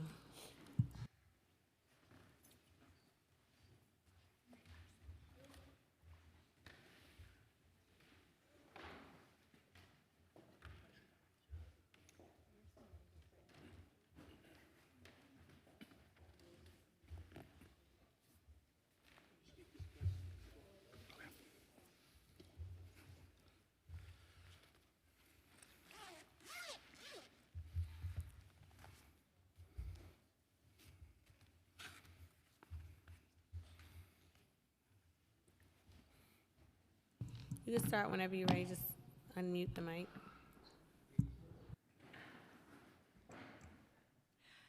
Good afternoon, and thank you, Chair Brooks Powers and the committee for the opportunity to testify. My name is Alice Hamblett, and I'm the Policy Campaigns Manager at Worth Rises, a nonprofit working to end the exploitation of people impacted by the prison industry. In 2019, New York City became the first jurisdiction in the country to provide free phone calls in its jails, strengthening family connectedness, improving reentry outcomes, and increasing public safety.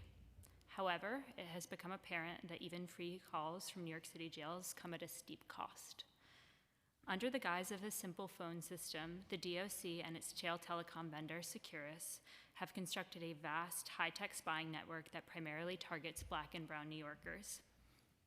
Without a warrant, DOC records every call and collects biometric, financial, and other personal information from all participants, including the roughly 20,000 people admitted to New York City jails each year, as well as their family and friends, and packages it to sell to other law enforcement agencies, meaning that personal data can circulate forever.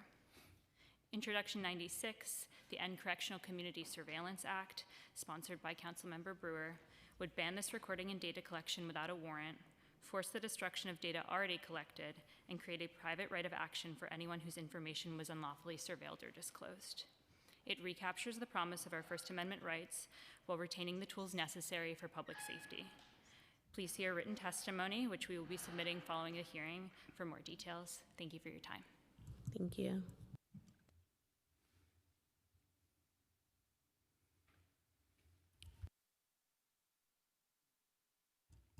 Good afternoon. My name is Tanner Downing, and I'm a civil rights advocate and litigator out of Washington, D.C.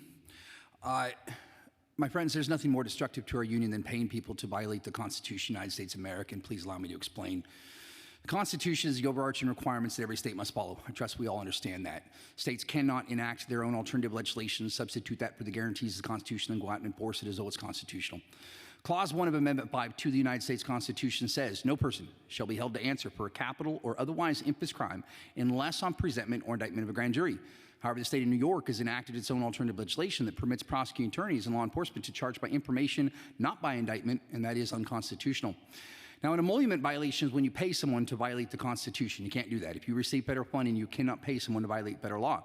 There's two areas of the Constitution that reinforces this. The first is Article 1, Section 10. That's where it says that no state shall create any law that shall impair the obligation of contracts. Police officers, prosecutors, judges, they're all under a contract. That's a contract to perform based upon the oath or affirmation that they took to support and defend the Constitution of the United States of America.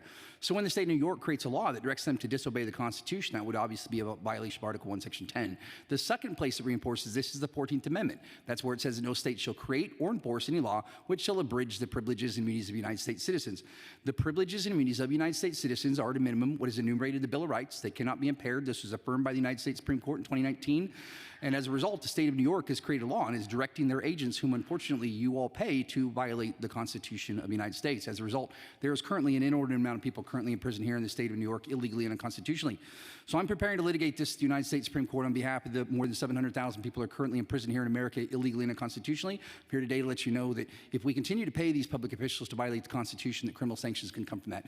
We don't want to head down that path. I'm here to work with you to fix this problem, but I need to make sure that you're aware that paying people to violate the Constitution is an emolument violation, it is illegal, and it is a crime. So I'm asking you, honorable individuals, today to please take a look at Clause 1 of Amendment 5, confirm what I'm saying to be true, and then direct your agents to act in a lawful constitutional manner that is consistent with the obligations that they have codified in the Constitution of the United States of America. Thank you so much. Thank you. Hey, how you doing? My name is Vidal Guzman. I'm the ED and founder of an organization called America on Trial. I come here today as someone who was incarcerated twice on Rikers Island. I was tried as an adult when I was 16. I was on Rikers when I was 17. I was also reincarcerated when I was 19. As New York moves to close Rikers, we must treat community reinvestment as urgent and important in these budget hearings. If we're serious about reducing incarceration, we start long before people, especially young people, come in contact with the system. Right now, New York, we heard everybody say, operates the most richly. We also heard the Department of Correction talk about how much they spend on overtime. And then on top of that, we also know how much it costs to keep a person on Rikers Island, $500,000. These resources could be better used outside of the jail system to meet people's need and prevent any type of interaction with the criminal justice system. Through my work with America on Trial and as a lifelong resident of West Harlem, I see every day how underinvestments in community like mine's limit for young people, how real investments would do far more safety than continuing to pour money into jails. We need more funding for young programs, young youth programs, job opportunities for youth, pathways into growing industries like technology. And I heard some of the public talk about that we need investment in violent intervention program, housing, trauma-enforced.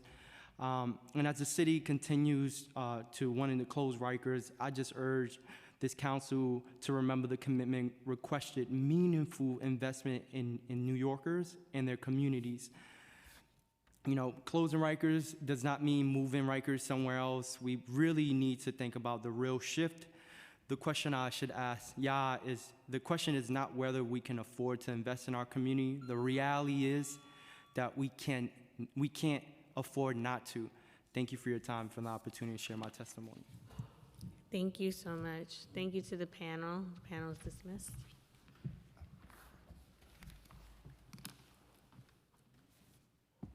For virtual panelists, we will be calling individuals one by one to testify. Once your name is called, a member of our staff will unmute you and the Sergeant at Arms will set the timer and give you the go-ahead to begin. Please wait for the Sergeant at Arms to announce that you may begin before delivering your testimony.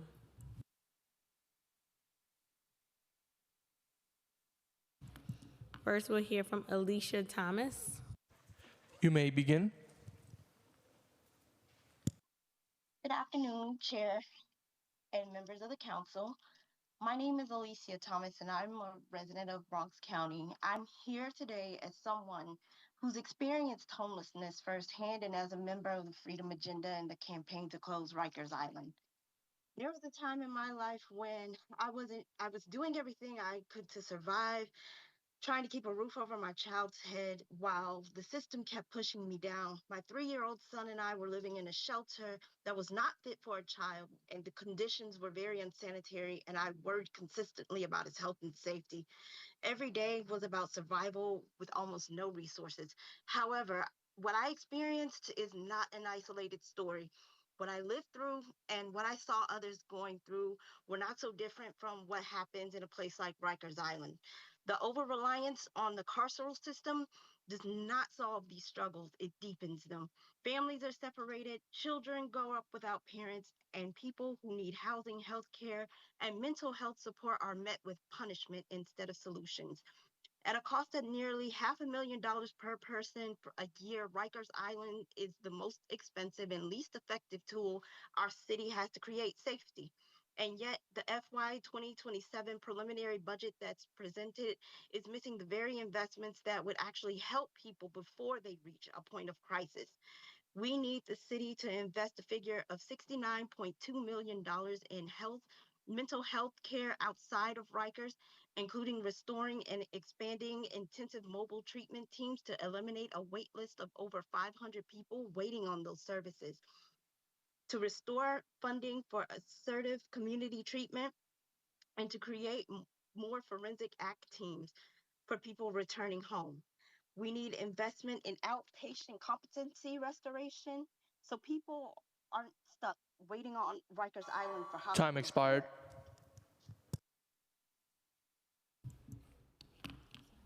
Thank you. Next, we'll hear from Naya Williams. You may begin.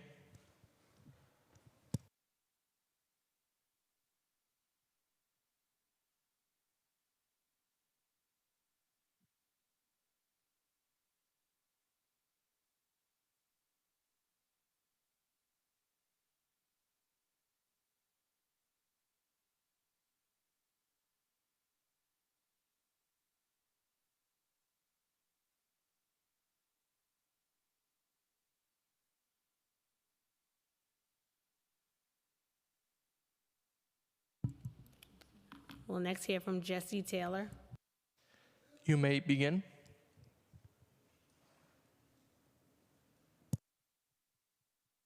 Okay, blessings to you all, and thank you for this opportunity to share my testimony. My name is Jessie, and I'm a member of Freedom Agenda, and I work as a reentry services provider for women, mothers, and gender nonconforming people at the Rose M. Singer Center As we've heard all morning and into the afternoon, collaboration between NYC public schools, city agencies, and impacted communities can guide a sustainable decarceration path. We need to prevent re-arrests by empowering communities with material support in the form of $41 million to restore FY26 funding levels for intensive mobile treatment teams, $3 million in capital funds to support 60 new residential treatment beds, an additional $48.5 million for diversion and reentry services through the Office of Criminal Justice, $6.89 million to expand programs serving court-involved youth with mental health needs, and $20.3 million to establish at least 150 units of low-barrier housing for people with court involvement and mental health diagnoses. As the Center for Court Innovation's 2021 Closing Rikers Island report says, there are many short and long-term interventions that can foster safer neighborhoods without the harms from an over-reliance on jail. These approaches range from violence interruption programs to expanded mental health care to investments in supportive housing, youth programs, special education, and other efforts to prevent violence and address fundamental needs in impacted communities. Closing Rikers and developing care-driven, people-first, trauma-informed borough-based jails will require intentional, community-centered action and a budget that promotes well-being and reduces incarceration. Thank you. Thank you, Jesse. We'll go back to Naya Williams. You may begin. Thank you so much for the opportunity to be able to speak today. My name is Naya Williams, and I'm a Deputy Director with the Osborne Association's Court Advocacy Services, which has provided defense-based advocacy in New York City for indigent clients for 40 years. Osborne serves over 18,000 individuals and families a year who are navigating the court system. For 21 years, I have advocated for individuals in New York City, often accused of serious offenses. I have recently worked with a 40-year-old client with co-occurring untreated mental illness and substance use disorder. I interviewed, assessed, and successfully advocated for a sentence of time served with community treatment as an ATI. This client, like many others arrested and whose humanity was secondary to the offense, was granted the opportunity to redirect his life. Judicial buy-in and zealous legal strategy that recognizes the effectiveness of CAS's mitigation and advocacy contributed to the outcome. Collaboration with defense attorneys promotes public safety while saving public dollars spent on pretrial detention and prison sentences. Last fiscal year, CAS prevented 1,674 years of incarceration, added cost savings to the city and state of $227 million. I want to close with reflections from parole attorney at Legal Aid, Nyan Kim, who recently said, "The Osborne Association team shines a light on the dignity of our clients in face of a system that makes them feel small and invisible. Clients have shared with me that Osborne social workers have laid down the bridges for them to realize their dreams, show that they are capable beyond expectations, deserving of investment, and valuable members of the New York City community. Without Osborne's collaboration, much freedom and many second chances would have been denied. But with their support, our clients have returned to their homes, families, jobs, and programs, knowing that they had others in their corners and rooting for them. Osborne is a longstanding member of the New York City ATI and Reentry Coalition. The coalition has requested an additional $2.4 million increase across our 12-member organization." Time expired. Thank you.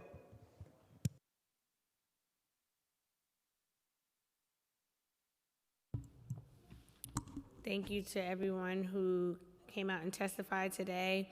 If there's anyone in the room who wishes to testify that we may have inadvertently missed, we just ask that you fill out one of the cards and give it to the Sergeant at Arms.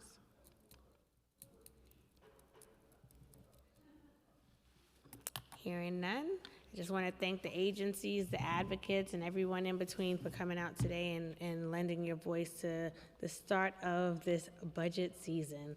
Thank you, everyone.